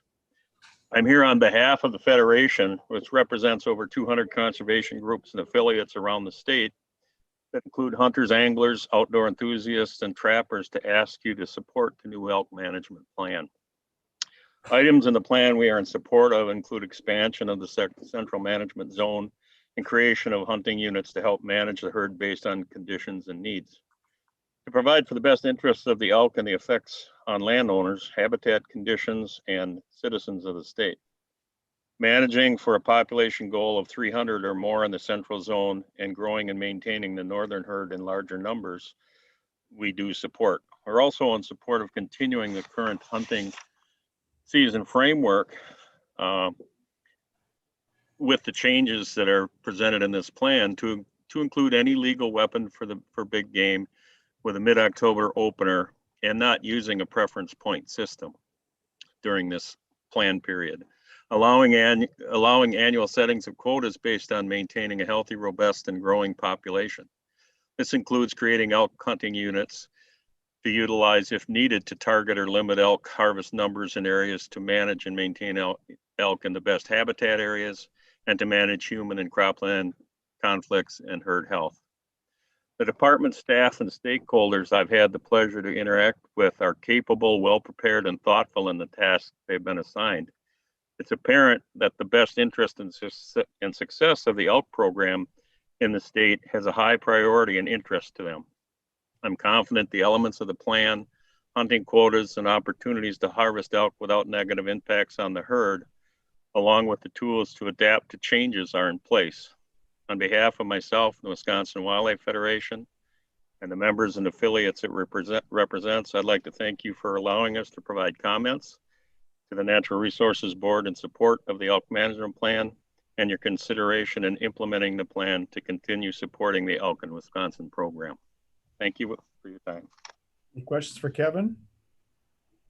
None. Thank you, Kevin. Brandon Bluer from Black River Falls, Ho-Chunk Nation Forestry Management Division Head.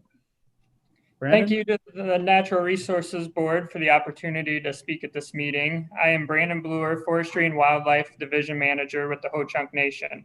I'm speaking today on behalf of the Ho-Chunk Nation DNR to request approval of the 2021 to 2031 elk management plan as it has been submitted. The nation's DNR has been a partner in the reintroduction efforts of the central elk herd since 2015 by assisting with elk transportation from Kentucky and using funds to purchase telemetry collars and other necessary items for the project. I have personally been involved in the past year with the drafting process of the proposed plan. One component of the plan that we particularly favor is the expansion of the central herd boundaries. The expansion of the herd boundaries to the east and west will include a majority of the nation's lands in Jackson County, thus giving tribal members further opportunities to view and interact with elk. The expansion also coincides with our department's desire to establish habitat on nation lands that is beneficial to elk. We also strongly support the increased population goal of 390, but we would also support the 300 plus that is outlined in the plan. Significant time, staff, and funding have been committed to these reintroduction efforts by all the project partners, and it is important to see these efforts through to completion by increasing the herd size to its full potential. The Ho-Chunk Nation has funding that will continue to be used to support growth of the efforts within the central herd. There is sufficient habitat within the herd boundaries to support the proposed population goals. So then, just to reiterate, the Ho-Chunk Nation would like to request that the Natural Resources Board approve the 2021 to 2031 elk management plan as it has been submitted. Thank you. Thank you, Brandon. Any questions for Brandon? Go Bruins. So what is the habitat that you say is sufficient to support the population goals? Once again, I would have to, I reference what the DNR puts out on that. Some of the habitat that we would be introducing on our lands would be forest openings and establishing a lot of early successional habitat, aspen clearings, getting new growth of aspen for browsing for the elk. You're going to do something for the grazing aspect as well, because they really are grazers, right? Yes, and then in those forest openings, you would be getting a variety of different grasses and forage species coming up for the grazing component as well. Any idea on the acreage that you're talking about? Grazing? It would, I haven't really gotten enough into those details yet to give an exact number. We would just be in the very early planning stages of any habitat work. So no, I couldn't give an exact acreage number. But you're convinced the habitat has plenty of feed for the herd goal? Yes. I know they like cranberries, Bill. But I think we'll get Scott to address that because you've asked that question twice. And I think it warrants an answer from the department. Any questions for Brandon? Tony Blatter, Conservation Congress. Tony? Thank you, Chair Praying, Secretary Cole, and members of the board. I speak to you today from my home here in the Northern Elk Management Zone. Very happy to be here. Thank you for the opportunity to speak on behalf of the Wisconsin Conservation Congress. The Congress supports the approval and adoption of the 2021 through 2031 Wisconsin Elk Management Plan. The Elk Management Plan will serve as guidance document for the elk management and as an outreach and education tool to better inform and educate the public on elk ecology, history, and management for the next 10 plus years. Members of the WCC participated in the development of these changes and stand ready to work with the NRB and the WDNR as they are rolled out to elk enthusiasts across Wisconsin. We support the goal to maintain a healthy, robust, and sustainable elk population that provides the ecological, social, economic, and cultural benefits of elk while minimizing elk-human conflicts in Wisconsin. The WCC would also like to thank members of the Wisconsin DNR Elk Committee for all their hard work. It has been our experience that these dedicated individuals take their role very seriously, volunteering many hours in meetings and contact with members of the public. Any questions for Tony? None. Thank you, Tony. So, Scott, that question's been asked twice by Bill Bruins. Do you want to address his concern? Sure can, Chair. Yep, absolutely. Yeah, Bill's spot on. Elk are primarily considered a grazer. So we do any and all habitat work that we can do to increase the amount of early successional forage on the landscape, primarily grasses and forbs such as clover.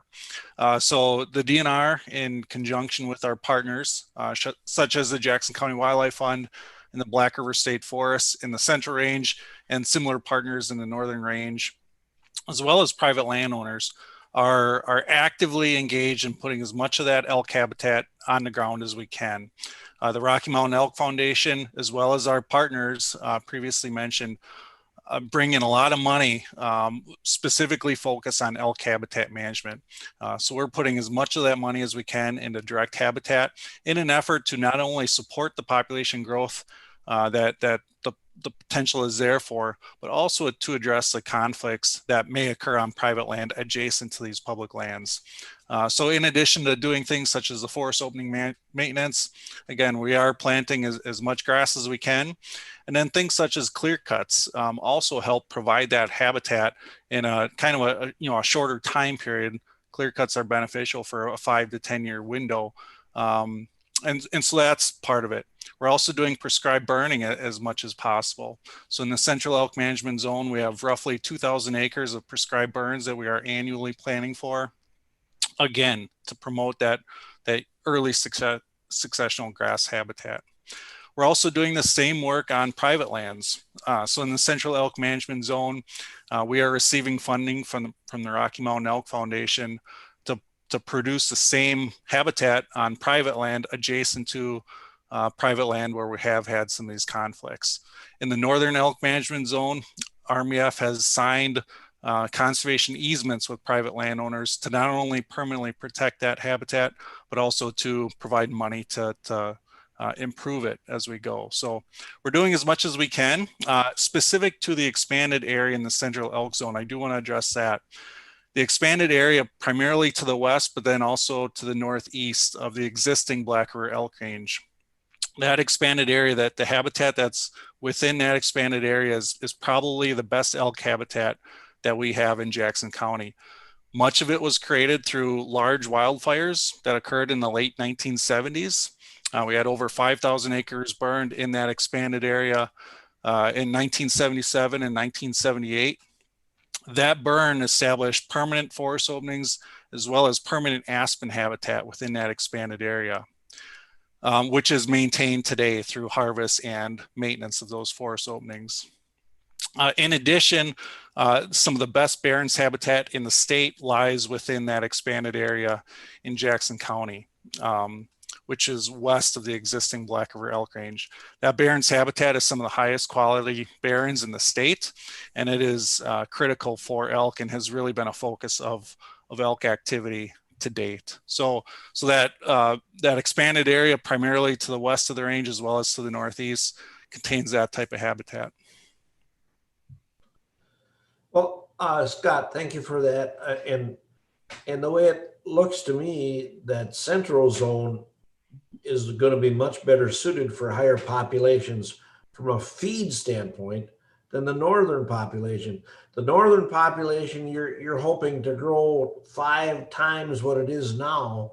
And you indicated the other day, I believe, to me that one of the sources of food for them there were the acorns. I think the bear are really loving the acorns as well. I'm just, as a farmer, always concerned about where the feed is coming from to feed my animals. I have the same concern for the elk herd going forward.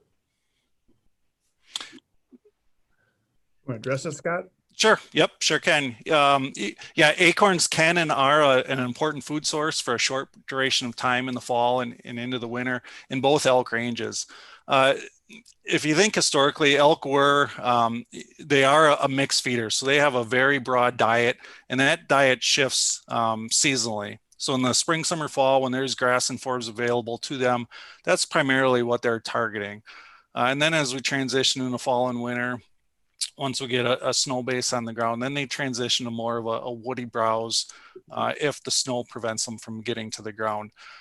So in the northern herd in Wisconsin, aspen browse is certainly more important in that zone than it is in central Wisconsin. However, we do know that aspen is a preferred species in both areas. So yes, they do need to maintain a pretty mixed diet in order to survive in Wisconsin. And we assume that over time, their diet will kind of adapt to the landscape. These elk came from Kentucky most recently, where they were primarily grazers on grass. Clam Lake's original elk herd did come from Michigan with a similar diet, but what we're seeing is that the elk that were brought in from Kentucky they are figuring out the landscape. They're becoming more accustomed to what the feed sources are in each of these elk ranges. And we expect that to continue and for those individuals to identify all the appropriate food that's out there for them. I'd like you to quickly address, if you could, for the board, that the state's biggest fruit crop is cranberries.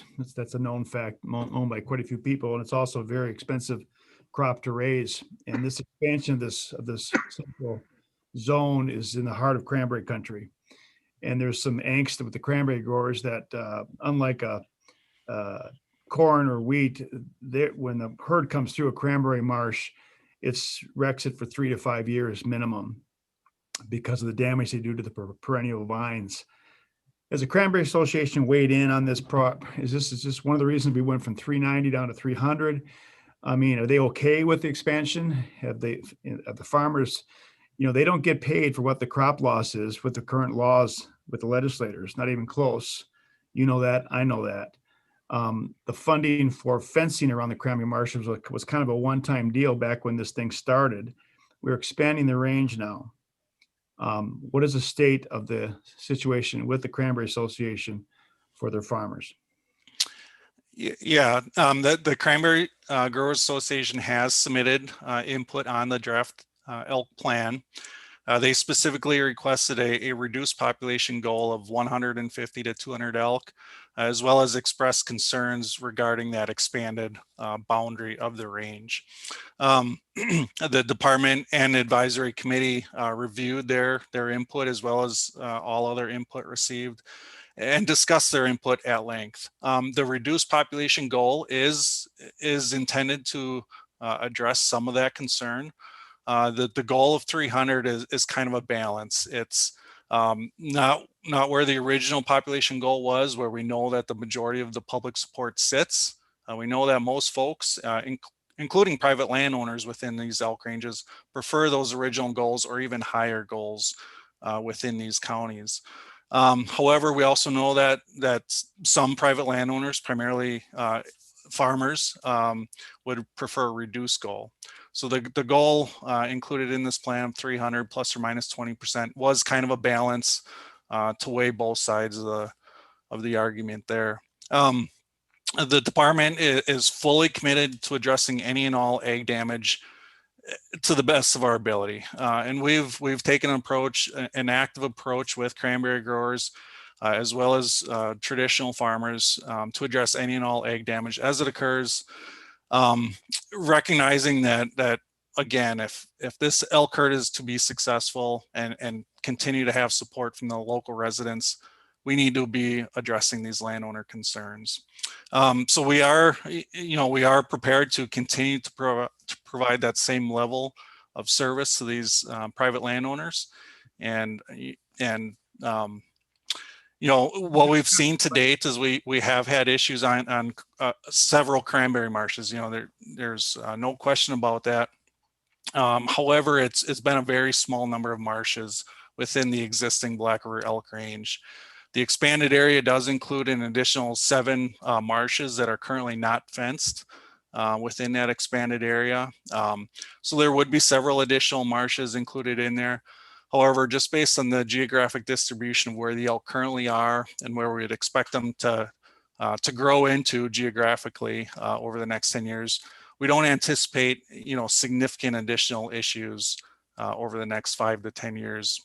Based on that range expansion. I think the department's got to be real realistic here. Bill Bruins has been an advocate for the farmers since the day I met him. But to put this on the backs of cranberry growers for the thousands of dollars, millions of dollars that they can cause in damage has got to be recognized by the state. And when this was successfully launched out, we funded fencing. And if we're going to expand the range, and as we know, elk don't read maps, they go where they go.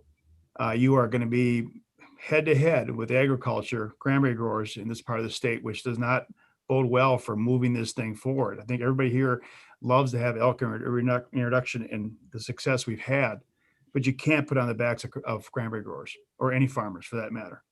And in this particular case, it's a direct result of an expansion.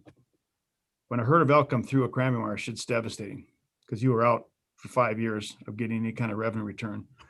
Terry? Yeah, Doc, I have several questions, and I'm going to hope that they're not going to take 2 hours. But we'll go, and it reaches on some of the things that you've asked, and Scott and I have had opportunity to discuss this. My first question is, can this range be further expanded?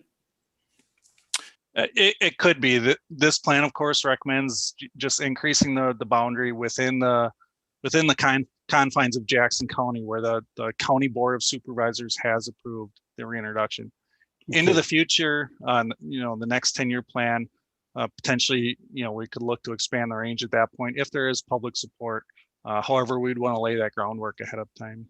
Okay, as Doc has identified the problem with cranberries, and we had problems with game farms too. And with us expanding into those areas, Scott, you and I talked about the 75, 25%, 75 the department pays, 25% the property owner pays. Well, this is a different deal now that we're expanding into their territory. Is the department prepared to pay for 100% of the fencing costs? Yep. The program is willing to pay 100% of the cost for any cranberry marsh within either the existing range or the proposed expanded range if damage occurs.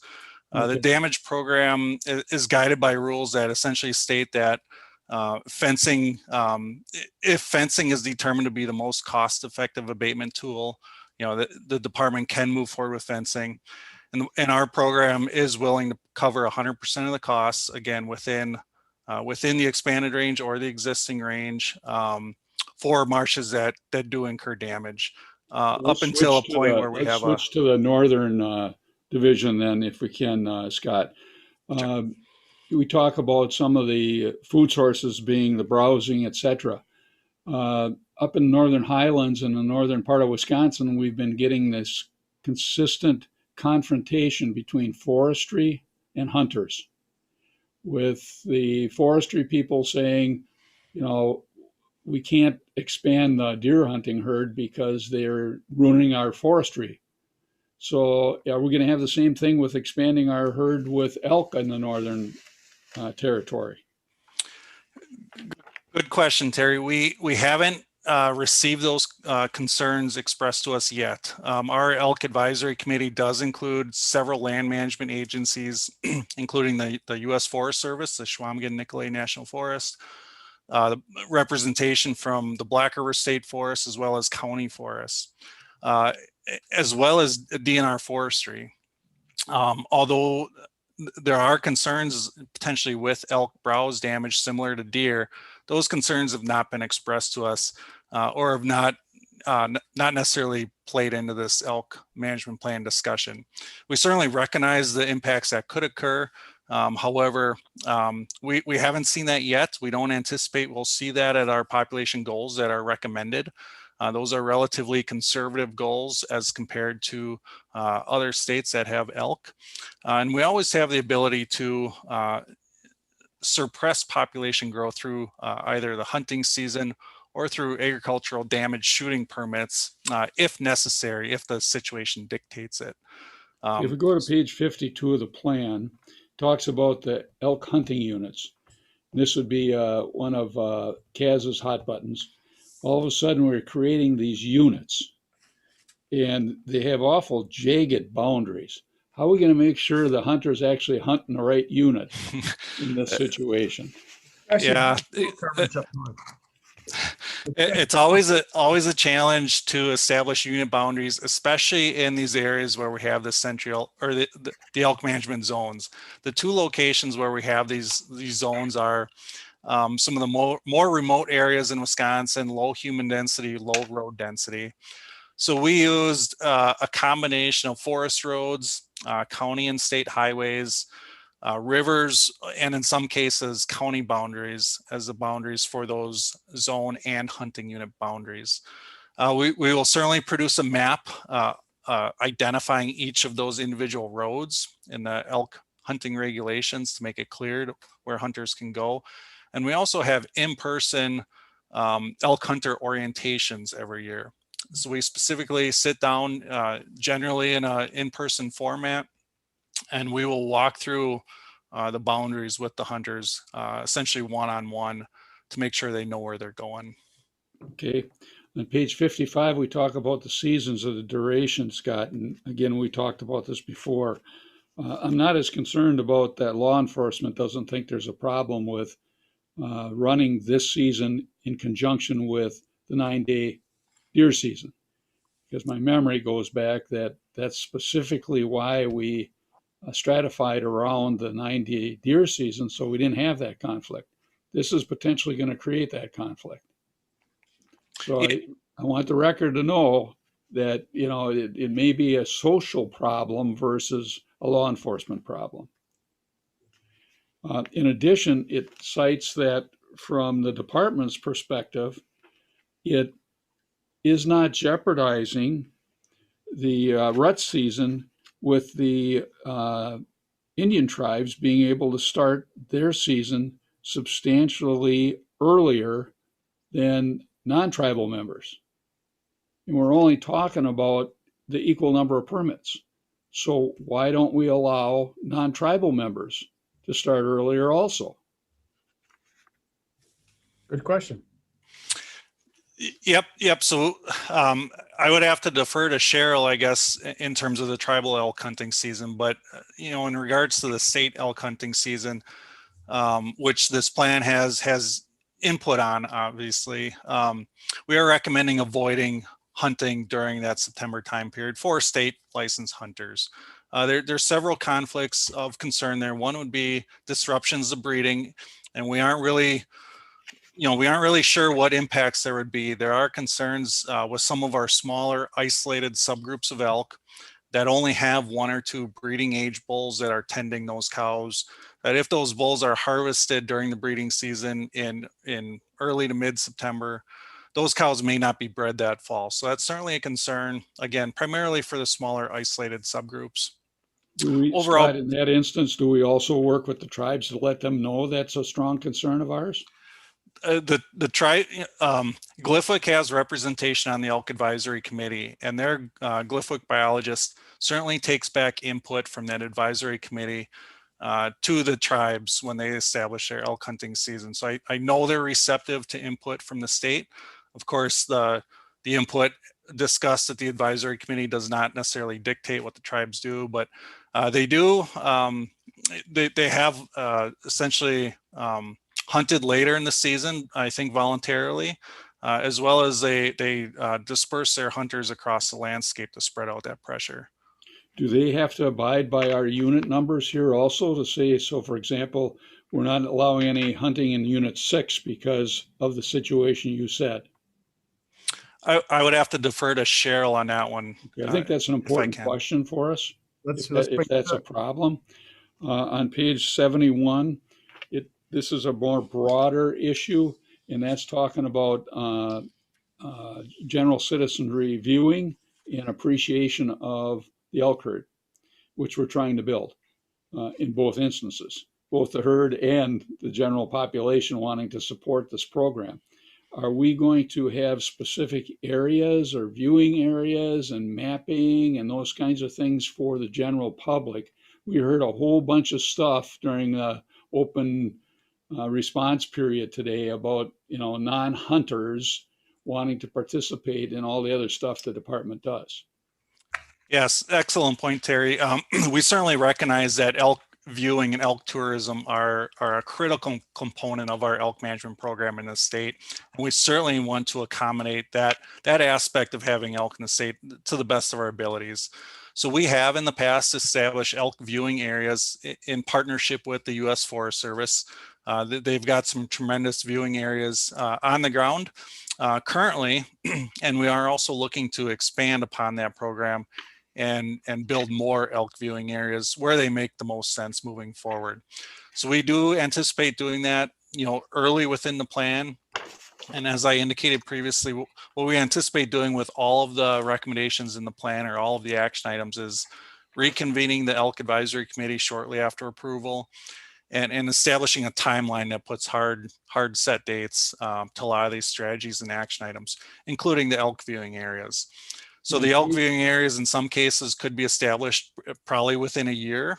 In other cases where we'd actually want to put in some new forest openings to provide that habitat, those would take 2 to 4 years to plan and produce. But certainly part of our plan, as well as promotional materials to help support the elk tourism industry. On page 79, it talks about this maximum compensation of $10,000. And Doc already talked about the $1 million cranberry operations. I think if my memory is right, Scott, you mentioned to me that's a statutory issue. Yep, I believe it is. Yep. Is the department prepared to advance to the legislature a recommendation to increase that cap? Terry, I'm aware of 2 bills currently, one in the Senate and one in the Assembly, Senate Bill 63 and Assembly Bill 49. Both of those bills would remove the $10,000 cap. I'm not too familiar with the bills, but I am told that they are sitting in committee currently. And so we'll just have to wait and see, I think. But Scott, is the department prepared to testify in those committees to support that removal of that cap? I couldn't answer that, Terry. Well, send it up to flagpole, okay? Because that would be an important question. Lastly, Doc, thank you for your patience. It references on page 86, retaining carcass tag requirements. So in this instance, we're doing tagging, right? And we've heard a lot of deer hunters telling us they want tagging back. What's your recommendation? So the current tagging requirement is set in state statute, and it's similar to tagging requirements for wolves and bears currently. And so with elk, again, we're dealing with a small number of hunters. We have a very close personal connection with each of these hunters as they prepare for the hunt or as they're hunting. So the issuance and use of a carcass tag is not a major concern from the hunters have drawn a tag to date. Again, it provides a little bit more consistency with other big game species. You've indicated there is desire to go back to a deer carcass tag. We aren't really sure, where that'll go, but elk carcass tags to date have not been a significant concern for elk hunters. Lastly, want to thank Scott very much for taking all my questions from the other day and having the answers for them. I appreciated that and all the work that went into this process. Congratulations to yourself and your fellow cohorts at DNR and all the adjoining groups that helped put this thing together. It's very thorough, and I appreciate it, and wish you guys very much luck in making sure it happens. Right, Thank you, Terry. I think I can answer one of the questions. If I'm wrong, Cheryl, please join the conversation. I believe the dates for our elk hunt are statutorily driven by the legislators, and how they come up with those dates, that's a good question. But we are unable to hunt deer before October 15th or the Sunday before that date. I believe that's statutory. If Cheryl, if not, please chime in immediately. As far as the tribes having to follow the zones, I think Cheryl, you can please get an answer to us and get that to the board via email. I have no idea unless you want to answer that question now. Otherwise, you can research that and let Terry and the board know whether the tribe has to follow any of the state rules that we're putting in place with this management plan. I'll confirm what you said about state statute governing state harvesters. I would say generally that the tribe's rules are set in connection with the Voight litigation and the Voight case and stipulations. And I'll get back to the board with more details. Thank you. I do not believe it should affect our approval or disapproval of the management plan going forward. If there's any other debate on that, Kaz, you have a question? Yeah, quick question for Scott. So Scott, I appreciate your briefing the other day, but something's been sticking in my craw ever since that briefing. And you had mentioned during that briefing that predation was the leading cause of mortality with our elk herd. I think the public is well aware of that because the public perceives this elk program as kind of expensive food for our wolves.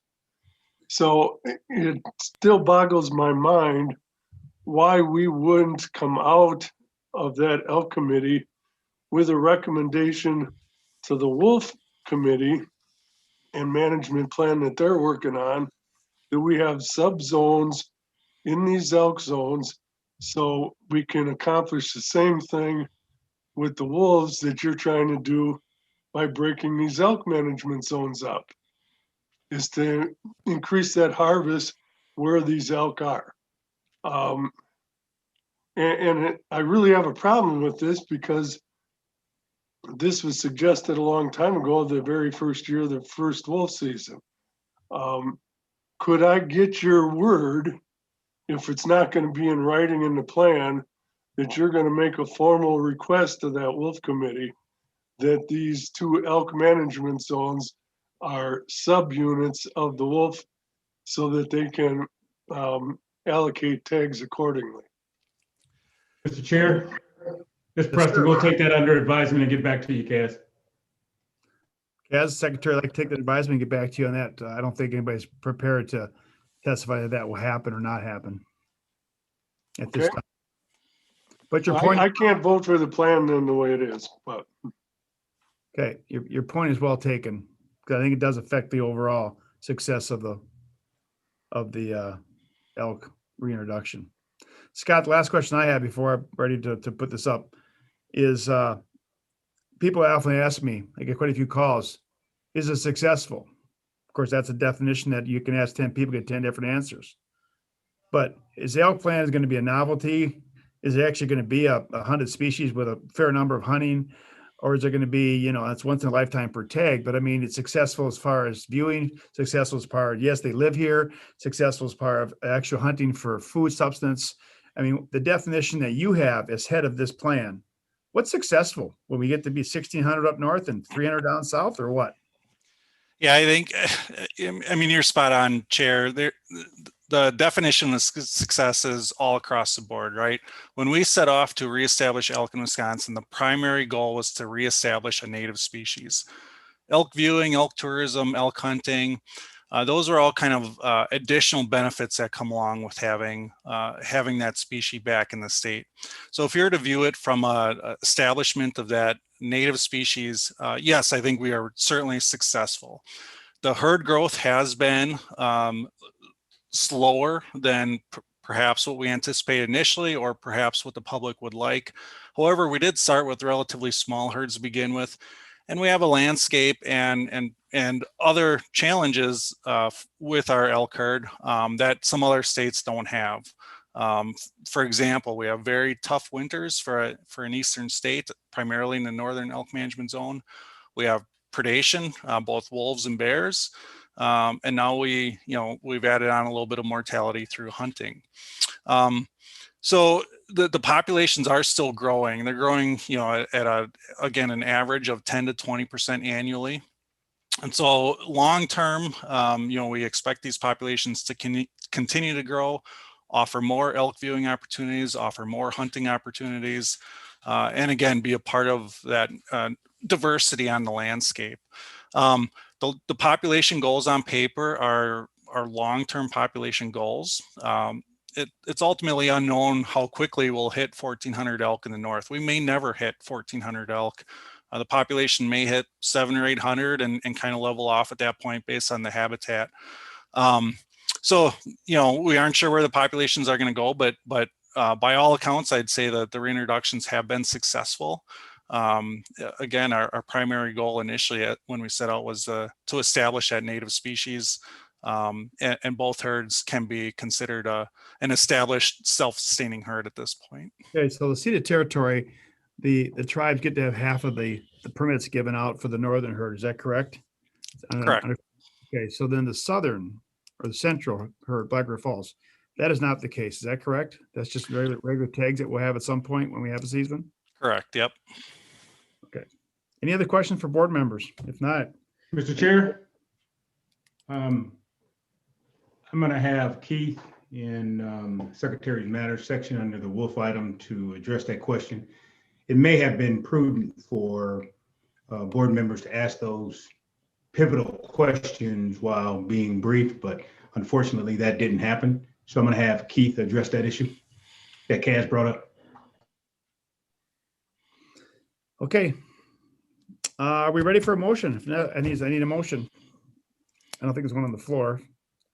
Is there a motion to accept the elk management plan, or the people want to table it for 30 days? We can do that.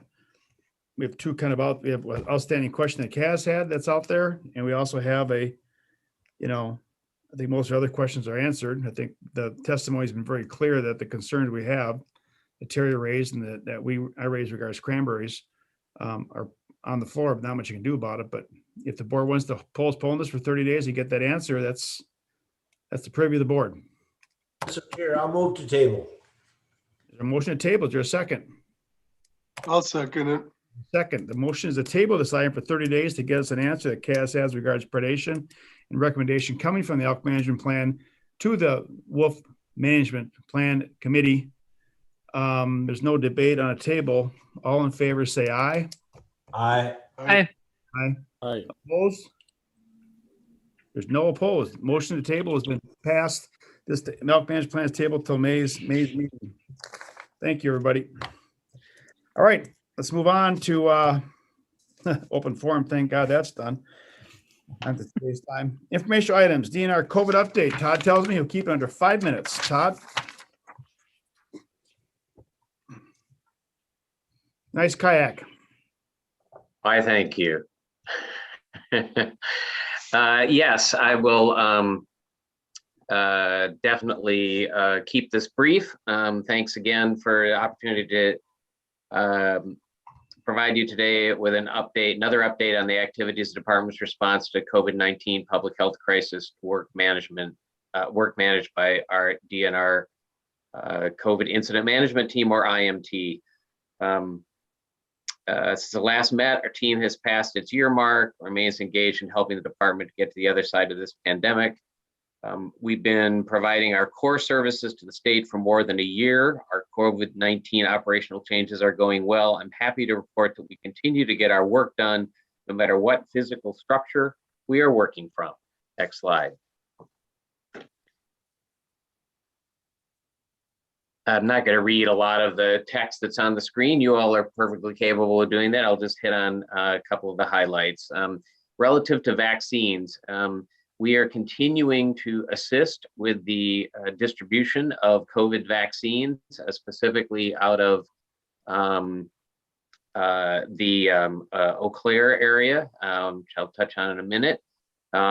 We, as it relates to our employees, of course, have no role in connecting the employee with the vaccine administrator. However, our IMT group has consistently made available the online links about the vaccines, as well as the updates to safety protocols and operation guidance. Next slide, please. Again, as I mentioned, this vaccine hub, something we're very proud of that we've been able to assist with. DNR staff, we have 7 staff working at the hub in Eau Claire. To date, this hub has processed and shipped about 130,000 doses of vaccine through Western Wisconsin. Next slide. Moving on to other important things happening even while we're in the midst of a global pandemic, the 2021 bonus turkey sale. Again, some of the key points here on the slide. I think the thing I would emphasize is that the Go Wild system handled total sales of just more than 40,000 for the turkey sale. Sales peaked at 385 per minute. And again, I think it's noteworthy that 84% of these licenses were online. Next slide. Speaking of outdoor recreation, our parks continue to get a huge response as we continue to be in the midst of this pandemic. As of early March, have 80,000 camping reservations, which is a 33% increase in advanced camping reservations from the same time in 2020. And park visitation numbers just the first 2 months of the year are already up by 25% from last year. So overall, these are reminders of how critical outdoor recreation is to our quality of life, environment, and rural prosperity. And then finally, as it relates to parks, I just wanted to note we did just post our recruitment for our new Parks Bureau Director. We've had to delay that a bit during the pandemic, but that is now posted, and we're hoping to get several good, strong candidates and a great new Parks Director. Next slide. In law enforcement, that continues obviously to be a really important activity in our agency, and just wanted to report that the Division of Public Safety and Resource Protection earlier this month graduated its remaining academy class of new conservation wardens. Those wardens are working with law enforcement partners and county groups on a variety of things, including safety videos, which can be shown to school classes. Next slide, please. Excuse me, Todd, how many were there? That's a good question. It's usually around a couple of dozen, but I don't know what the exact number is. I can get that to you, Phil. Thank you. As you've heard, recent warm and dry weather has kept our forestry wildland firefighters on the run this early spring. Again, it's worth noting we've been able to respond to all of the fires during spring fire season, just as we did last year. The pandemic began. Governor Evers signed an executive order declaring a state of emergency in response to elevated wildfire conditions, as happens every year. So that we have all the tools necessary to respond. We've already had more than 320 fires reported in Wisconsin so far this year, burning over 1,400 acres. This image that you see is from a recent fire in Menominee Falls near Milwaukee that burned 230 acres of marshland. Next slide. A couple of key things on wildlife management. Again, you can note them on your slide here. Just overall noting that as even while we continue to be in the pandemic, we just wanted to highlight that our key projects are ramping up as we move into the spring, whether it is a project like this Ducks Unlimited effort or our County Deer Advisory Council meetings, or the wildlife staff settling in and organizing a new CWD processing center. All of those sorts of activities are underway, ramping up as we move further into the spring season. Next slide, please.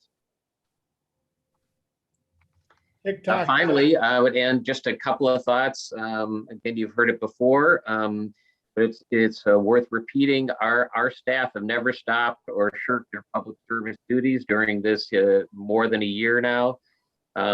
It's really been quite amazing what we've been able to do, processing literally thousands of permits, responding to critical natural resource issues, emergencies, and the like, and of course, being able to move forward on every hunting and fishing season over this last 13 months without a hitch.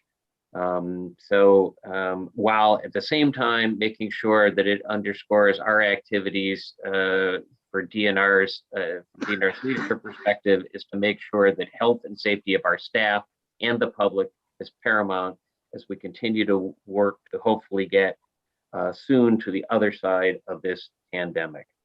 So those are the key points I wanted to make, and thank you for your time. Thank you, Todd. Any questions for Todd? Yep, I have a question. Go ahead. So Todd, when do you think we're going to be able to get back at it? Well, we are at it already. So we are at it from wherever we need to be to get the work done. So that includes. Todd, excuse me, I think you know the question he's asking. When are we going to be able to meet face to face? Oh, when will the board be able to meet face to face? And our staff go to the offices and be out in the field with people. Our staff are already out in the field with people. We've got about, on any given day, we've got about 25%, 20 to 25% of the staff are out either in offices or out in the field doing field work. Excellent, thank you. Yep. All right, any other questions? Thanks, Mr. Secretary. We are at your privy. One on mute, Preston, want to unmute that, please? Got it, thank you. Mr. Chair, let me bring forward some resolution regarding retirement recognitions. Pamela E. Buss, 29 years. Penny Knabel, 42 years. John Moore, 26 years. Kenneth Thompson, 29 years. And Michael Vogelsang, 30 years. I will submit these for your resolution. It's amazing. Every time we do this, Preston, it becomes routine, but the amount of years that the service to the state, it adds up when you put these names all together. Is there a motion to accept? So moved. Second. Second. Moved in second. Terry Bill Smith. Our kudos to the staff members. Marcy? Yeah, I am so sorry, but I have an appointment that I really need to get to. So thank you. I'll watch the rest of the video. Julie, thank you so much. And please send me all your tips on keeping these hundreds and thousands of emails organized in addition to doing your real job. So thanks for your service, Julie. Bye, everybody. Thanks, Marcy. Bye, Marcy. Thanks, Marcy. Okay, all in favor of the motion, say aye. Aye. Aye, opposed. Motion carries. Mr. Secretary, item B. The real estate transactions are in your packet. And next item is an update from Keith regarding the wolf management plan planning process. And I've also asked him to address Kaz's question, whether you would like to bring that back for a vote or hold it till 2029. I'll leave that up to you, Mr. Chair. 2029, holy cow. On the table, we'll see if Keith can appease the question that was answered. We can bring it back quickly if that's the case. Keith, go ahead. Sure. Okay. Well, Thank you, Chair Crane, Secretary Cole, and Natural Resources Board members. I guess I should, in order to move things along, I can probably do this high-level briefing for you in the span of 2 or 3 minutes and then come back in May with more detail because I know it's been a long meeting. First question is, would you like me to take care of it that way? Fine with me. Right, you're muted. I'm sorry. What I would think, Keith, what I recommend is that you address Kaz's question immediately. That's what I was planning to do. And I think because we're under a time crunch, I would then present the board's anxiously waiting the process and the makeup of the committee and how we're coming about that. So we can get into more details. It's up to the privy of the board, but let's address Kaz's concerns because maybe we can take it off the table. And then I would at least bring to the board the makeup that you're planning for this management committee. Okay, I can do that very quickly. Yeah, as far as Kaz's concerns, we would be very happy to bring those concerns of coincidental wolf management, elk management zones to the Wolf Management Planning Committee, which will be made up of a set of stakeholders, a set of interested stakeholders, and also a set of government partners to get their input on it and get their thoughts on it and give that input to us to consider when writing a management plan. So the answer is a yes. Kaz, are you satisfied with that? Yeah, that works for me. Bill Bruins?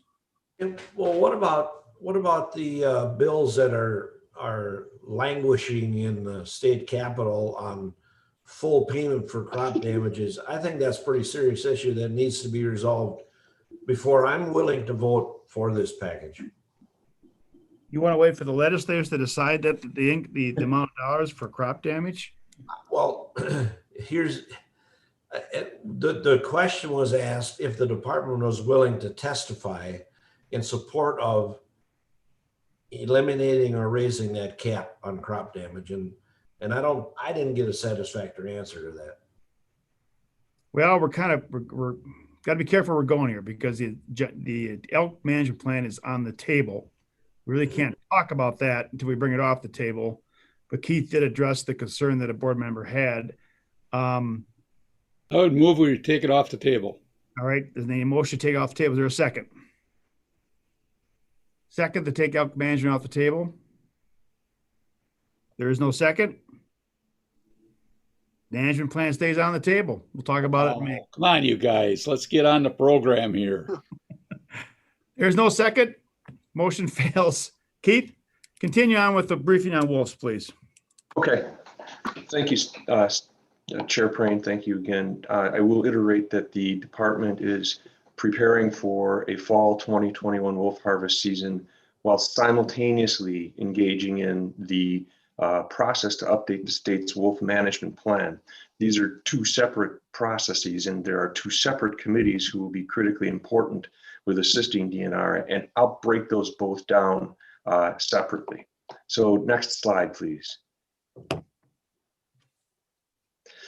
So first, the Wolf Harvest Advisory Committee timeline and the approach to a fall wolf season. You know, the application period opened March 1st. We are here in the middle of April, where the public input period will open tomorrow. Anyone can provide us public input through a link on our website and through a SurveyMonkey. The Wolf Harvest Advisory Committee roster has been set. It should be at the end of your briefing documents. I believe there's probably like 28 people on that committee. Anyway, they had their first meeting last Thursday. It was very good.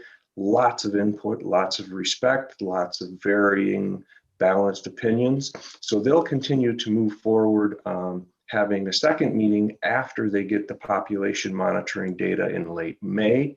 And they will then convene that second meeting and form their input for the department moving forward in determining what a quota recommendation is going to be. August, the application period closes. We will bring the formal quota recommendation to the board that will have incorporated the input from the Harvest Advisory Committee. September, we will do a drawing. November 6th, wolf hunting starts, and it may last as long, I shouldn't say as soon as long as the end of February 2022. So that's where we are with the wolf harvest season planning. I think I'll just pause and see if there are any questions on that. Any questions? This is separating into two separate items, you guys. This is what's going to happen to bring forward the wolf hunt for November of 2022. Any Yep. questions on the process? Chair, I have a question. Barry. Keith, thanks for your report. Question, we got an email from a party that attended that first meeting and said that you said the quota will not decrease the wolf herd. Yes, I did say that. I said that going into our planning effort, when the plan is incomplete or the plan is being updated, it is our design that we not change the wolf population in that interim. So I asked them to think about a quota input and quota recommendations from that perspective. Even though we have an established herd number from our current plan, and we're having projections of population being 3 to 4 times our current plan, you're still saying we're not going to reduce the wolf herd? Right. We will be having a new number in a new wolf plan, or we will have a range, or we will have a set of metrics to manage to, or maybe a combination of all three. And the 1999 plan that exists right now states a management goal of 350. At 350 wolves statewide, the plan allows for proactive depredation control can be considered or can be authorized, and public harvest can be considered. So this number is clearly a minimum, a floor that we wanted to reach and not a ceiling that we wanted to stay below. And it was where we would start proactive depredation management. Also, since that 1999 plan, the assessment of suitable and primary and secondary habitat in the 99 plan did not include many areas of the state that are currently operated or currently occupied by wolves and support healthy populations.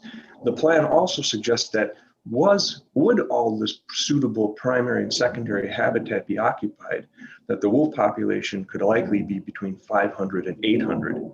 So with those considerations in the planning process, we want to assign that committee with looking at occupied habitat, additional potential suitable habitat, and taking that into the input that they give us for what we feel like could be our management objectives or our management range or the combination of the two going forward without having a big impact on the wolf population in the meantime. But the next chapter of this, the plan itself, is not going to be available until in 22. We've had 3 successful hunts now predicated on the current plan. So yep. Isn't it very unusual that the department would come in and tell the committee that we're not going to reduce the population, even though all the numbers, all the history we have shows it to be substantially higher than what we had, even though you've just said it may be 500 to 800. Well, the 99 plan indicates it could be between 500 to 800 if all the known suitable habitat back then was occupied. Now they're occupying a much greater range of habitat across the state. Further, again, the management plan at 350 in 99 allowed for proactive depredation and control by government agents to be authorized, and public harvest could be considered. So that plan clearly establishes a floor goal, a floor objective that they wanted to increase the population to, as long as it didn't get listed or federally or on the state, and not a ceiling that we needed to stay below. So given all the more occupied range, wider distribution of wolves through the state, I think it's really logical to think that we could have a plan with a much larger goal, and we shouldn't be working down to the 350 goal in the meantime. Well, I'm not suggesting we work down to 350, but anyone that's been around this issue, Keith, has to agree that we have too many wolves. And to come into this season to say that we're not going to reduce the number of wolves, to me, is very inappropriate for the department to advance. Well, I would say let's give the committee their space and see what they come back to us with, because we don't know that they're going to follow that advice or heed that advice. I'm puzzled, Keith. I'm puzzled how a management plan, I guess it just depends on the wording. That's how important the wordings are of these plans, that little key words allows you the flexibility to, based on the fact that they range more. I mean, for 20 years, that management plan has been in place, and we have an obligation to change the management plan, which we're in the process of doing. Right. I don't know how you can interpret a change in that plan based on a couple words, but I guess it's up to the legals on that one. Yes? So are we going to start managing all species to biological care and capacity rather than social care and capacity? Because that's what that 350 was. It was a socially tolerable care and capacity at the time. I'd kind of like to see deer being managed at the biological care and capacity, because we'd have a lot more deer on the landscape then. So there were counties that weighed in, resolutions from towns and counties on that 350 number, because it was a social carrying capacity for wolves at the time. It was a management objective to reach towards when we only had, I think it was 200 wolves in the estimate. But that is a very good question, Kaz, and that's a question that the Wolf Management Planning Committee is going to be charged with providing us information and input on. Correct. But in the meantime, you're putting sidebars on and telling them we can't manage to that goal that was accepted socially in the original management plan. In the meantime, right, we want to give the Management Planning Committee the responsibility and opportunity to have as much input as they can. I remind the board the final quota is up to the Natural Resource Board, so they can go on about their business and interpret it the way they want to. When it comes down to setting the quota, it's responsibility of this resource board to set that quota. Why we wait for the management plan to take place. Yep. All right, carry on, Keith. Okay, next slide, please. So this is the Wolf Management Planning timeline. The Planning Committee is going to start, did start back in February with a 3-week application period. The objective here is to have an inclusive and balanced committee with a variety of interests and areas regarding wolf management, including seats for interested stakeholder organizations in wolf hunting and wolf trapping, wolf education and advocacy, and farming and ranching and agricultural organizations to provide that balance. The Management Planning Committee will also contain numerous government partners, the Wisconsin Conservation Congress, Wildlife Services, Fish and Wildlife Forest Services, the Great Lakes Indian Fish and Wildlife Commission, and the Wisconsin County Forest Association, and an invite to all 11 federally recognized tribes in the state. This committee's work will be professionally facilitated through 4 meetings, July through October. They'll provide their input to the Natural Resources Board, to the Department of Natural Resources at the conclusion of their final facilitated meeting. And we will take all of their input and try to combine that into the best and most balanced plan we can. That plan will go back out for additional public input, additional adjustment, additional informational sessions. We'll come back to DNR, and we hope to have it to the Natural Resources Board for approval by June 2022. Any questions on that? When is the department going to be ready to show us the makeup of that management plan committee? Oh yeah, I forgot. I'm sorry. Thanks, Doc. We received applications through March 19th. They are currently being reviewed, and we should know the makeup of that committee very soon. Any And as questions? soon as we do, I will get it to you. Any question from the board on the makeup of the committee or suggestions why they put the committee together? Well, Kaz? I have some real problems with the makeup of that committee. The last management plan, the tribes had, I believe, one seat on that committee. It was either Gliffwick or Voight Task Force. Now we have 11 potential people on that committee that want no wolf hunting whatsoever. How are we going to get a fair and balanced approach coming out of that committee if it's established that way? We're going to use the facilitator to allow everyone to provide the input that they can. And certainly there'll be input written in written format in their report that it says, you know, we need to manage wolves so much lower. There'll be input on there that'll say we need to manage wolves to not allow any hunting. And it'll be our responsibility to take in all that input and make a balanced plan out of it, because remember, it has to go back out to the public for an additional round of review and come back to the Natural Resource and the Secretary's office and the Natural Resources Board for their final approval of it. So we feel like it's important to have a broad, inclusive committee going in to help provide that input, provide that information, provide those perspectives, and then allow us to distill that into a plan then that we can present to you. So the Natural Resource Board has no input as far as the makeup of the committee. Is that correct, Keith? I think it's already been determined, but the applications the application period has closed. Yes. No, but we don't have any say so as to the makeup or the. I'm not saying the people. Well, the approval, we did not work that into the process. No. So question for Keith. But to be clear, once again, when the management plan comes forward from the process, it's up to the Natural Resource Board to approve the plan, Correct. to move the plan forward. You are correct. Yeah. Question for Keith then. Based, Keith, on your comment, you're not going to have this committee that's working on this vote on recommending the plan?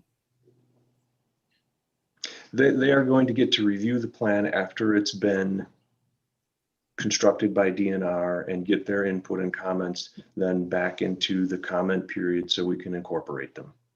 They are going to provide a series of inputs.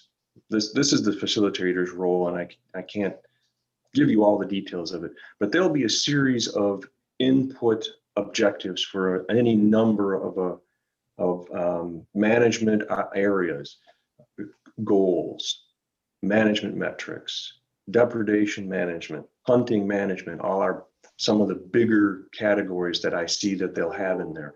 And then there'll be a series of inputs in there of statements for direction under there, and participants will be able to provide their comments into each one of those inputs. Now, I don't know if the facilitator is planning on tallying votes.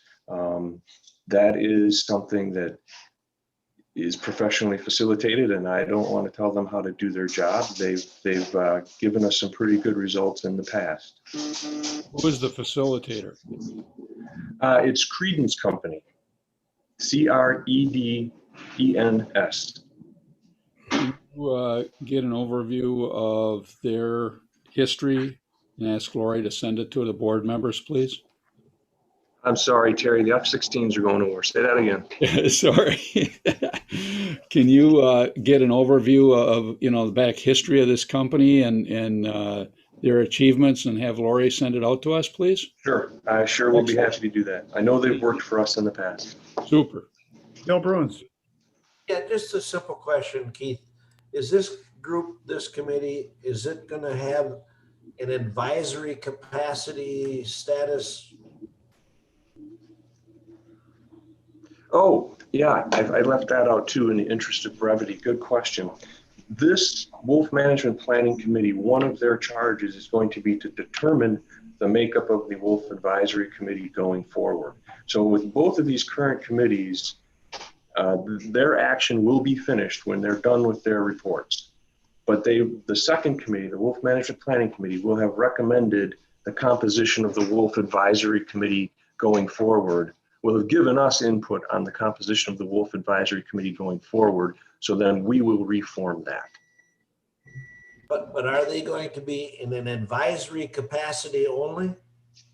They will be advising us with all of the input that they can collect. Yeah, they're going to have to summarize and distill a lot of public input in order to come up with their summarized ranked system. So the department will take their advice and form their own opinion. We will take their advice and form a plan. So it's Keith and Mr. and Preston. I have a question for you. There's already been 3 suits filed in California to relist the wolves. The state normally takes a position on it. I don't know if you've even discussed it yet, but if there is litigation on the wolves, will the board be apprised of the department's involvement with any such litigation on a federal level? Well, if your question is if the lawsuits, once they hit the courts, that somehow they ask us something. That depends on attorney-client privilege. I'd leave that to Cheryl. But knowing that if a decision is rendered without even contacting us in the courts, we will follow whatever the law says to follow. We know that if the wolf is delisted, the state of Wisconsin triggers a wolf hunt. If it's placed back on the list, then it means what that means. But let's not predict what court cases and who gets called and those types of things. I can't begin to think about what others may do and what courts may do in the meantime. Let's continue to work on our own process. Many of you have already served in the DNR when on the board. As it relates to the Wolf Committee, so have I. And 3 wolf hunts have went off in the past. If we do it right, we will do it again, if the law says so. Last question I have for Keith, and we can move on unless any other members have questions. You already have the makeup of the committee for the Wolf Committee, do you not, Keith? The Wolf Harvest Advisory Committee, the makeup of that committee and the roster should be attached with your briefing, which I think I emailed Friday or Monday. The Wolf Management Planning Committee, the application period closed, and we're currently actively reviewing those applications, and we will be making invitations shortly. And I will get that to you as soon as we have it. One other thing that I thought I would mention just quick, since you were talking about lawsuits and what might happen, we will finish this wolf management plan in either event. No matter which way this works out, we will come out of this with a wolf management plan. Excellent, which I wish would have been done before, but it was not. I agree, Doc. I agree with you. All right, so any other questions? Otherwise, we move forward. It's been a long meeting. Hearing none, thank you. Well, Doc, excuse me. One other item, I'd like to congratulate Randy and Anna on their report. I thought it was a very thorough report. I thought they did a very, very good job. The harvest report. Yes. Thank you. Yeah, I think so too. Thank you. Absolutely. Very, very well done. Okay, let's move on to board matters. Getting near the end here finally. Bill Bruins, do you have anything for board matters? No. Julie Anderson. You're muted, Julie. Yes, I have a brief statement I'd like to make, if that's okay. If this is about your final meeting, can you hold that, please? I will hold it. Okay. Hold it. Terry Hillenberg. Yeah, my only issues are the ones that we brought up in this meeting about whether or not we're going to actively participate in issues in the legislature that directly impact department operations and our board. I think that's very, very important that we do that, including if we're charged to do a wolf hunt and manage the wolves in Wisconsin. We ought to be testifying in court that we do a very good job of managing wolves in Wisconsin. Thank you. Okay, Lori, let's put that on the the meeting for Kaz and I and department staff on Tuesday, if you would, please. Marcy West, oh, she's gone. And Bill Smith. Nothing here. Nothing Thank here. you. Okay. Julie, we're turning our You- attention to you. This You- is your last meeting, Sad Eyes. Julie has been with us for a full 6 years. She's been a partner in crime with this board, no pun intended. She's been secretary, but I'd like to bring on, because we're not face to face, we have to do this remotely, Julie. Lori Ross, could you please bring up this PowerPoint slide, please? This is Julie's last meeting. She's been an important part. I have nothing prepared here, Julie. An important part of this board. She's always been a sense of reasonability, calmness. When she does speak, she carries a heavy stick. She represents the southeastern part of Wisconsin, but the whole state of Wisconsin. She's become a very good friend of all of ours during our tenure. And we as a board will miss you greatly. And we wish you well in your future endeavors. I know you've got a lot on your plate down there in southeast Wisconsin and the job you've got. And someday you'll be retiring and enjoying the Idaho backcountry like you have as much time as possible. You have always given us photographs that you're a stellar photographer and you make excellent calendars. And I hope that you don't let us fall off your list of people to send them to, because it sits on my desk and it just makes me smile of the place you've seen and have photographed. We'd like to present you with now we're not going to plaque you, Julie, because they'll sit in the wall and end up getting thrown in the trash, but you will keep this. Next slide, please. This is a handmade bowl that we made for you, Julie, from northern Wisconsin. It comes from the burl of the tree. I cannot tell what type of tree. Maybe there's somebody watching that can quickly text us and tell us what type it is. But it comes from the burl, which is a really neat part of a tree. And it basically says, Julie Anderson, Wisconsin Natural Resource Board Secretary from 2016 to 2021, which is a lot of years at that leadership role, Julie, looking over emails, looking over board actions, correcting spelling mistakes, and being an important part of running this Natural Resource Board. You've been a member from May of 2015 until this being your last meeting. So on half of the board, on half of the department, Preston can speak for himself, but on half the department and even Lori Ross, we have thoroughly enjoyed your participation with the Natural Resource Board, and you will be missed. And I hope that you sign up for testimony and bring your smiley face in Southeast Wisconsin to our board again. Julie, I'd like to address. Here. Why don't you address the board? Well, first of all, thank you very much. Once again, Marcy has left the meeting and left me as the rose between all the thorns. I just like to note that. And I want to say that for that gift, I'm very touched. So thank you all. That I can't wait to have it in my hands and also to visit you again in Madison. I'll keep my comments brief, although I could go on and on about my quick 6 years with the Natural Resources Board. It's been an honor and a privilege to serve as a member of this board. I owe an immense debt of gratitude to all the DNR staff, past and present, for educating me on a depth and breadth of vast issues that are handled by the DNR. I have learned more than I ever imagined possible from DNR staff, the public, and my colleagues on the board.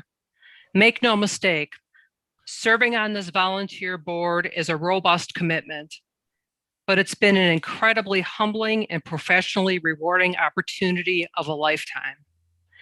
I appreciate how seriously everyone takes their roles on the board and the work they do for the improvement, management, and protection of Wisconsin's natural resources. So I won't say goodbye, but instead I will say it's been fun and I will see you on the other side of the red rope. So thank you very much. Thank you. Congratulations, Julie. Outstanding. Thank you. Thank you. I know the one other thorn on the other side has to agree too. Ironically, the Outdoor News also put a picture of me on the front page this week. And I thought that was just strange irony, as it turns out. So anyway, thank you all so much. Hunting season, so be careful out there. All right, board members, I apologize. I tried my best to get this thing going. I'm glad we postponed the sturgeon management plan. Terry, we'd be here till dinner time. Thank you for your attention and your patience. And Ms. Secretary, your staff as well. Been a long meeting, but we got a lot of work done. We do the work of the people, as you often say to me, and that's just what we did today. So I will see everybody in 30 days or whenever the next meeting is in May, and we will continue the work of the people. And let's hope we're together in person. No, we might be. I don't know, but we might be. I hope so. If not, I hope it's pretty soon. It'd be nice to see everybody's face to face once again. I'll take a motion of adjournment. Hold on. a second. So I'd like to make the motion to adjourn this meeting, Mr. Chair. Julie Anderson, motion to adjourn. I'll support that. NRB. Bill Bruins, the second. Any debate? Of course not. All in favor, say aye. Aye. Aye. Opposed. Julie, that bowl will be hand delivered because we cannot mail it. It's too fragile. That Burrow bowl. Thank you. It's been a pleasure, everybody. Good Thank you, meeting, everyone. Brad. Thank you.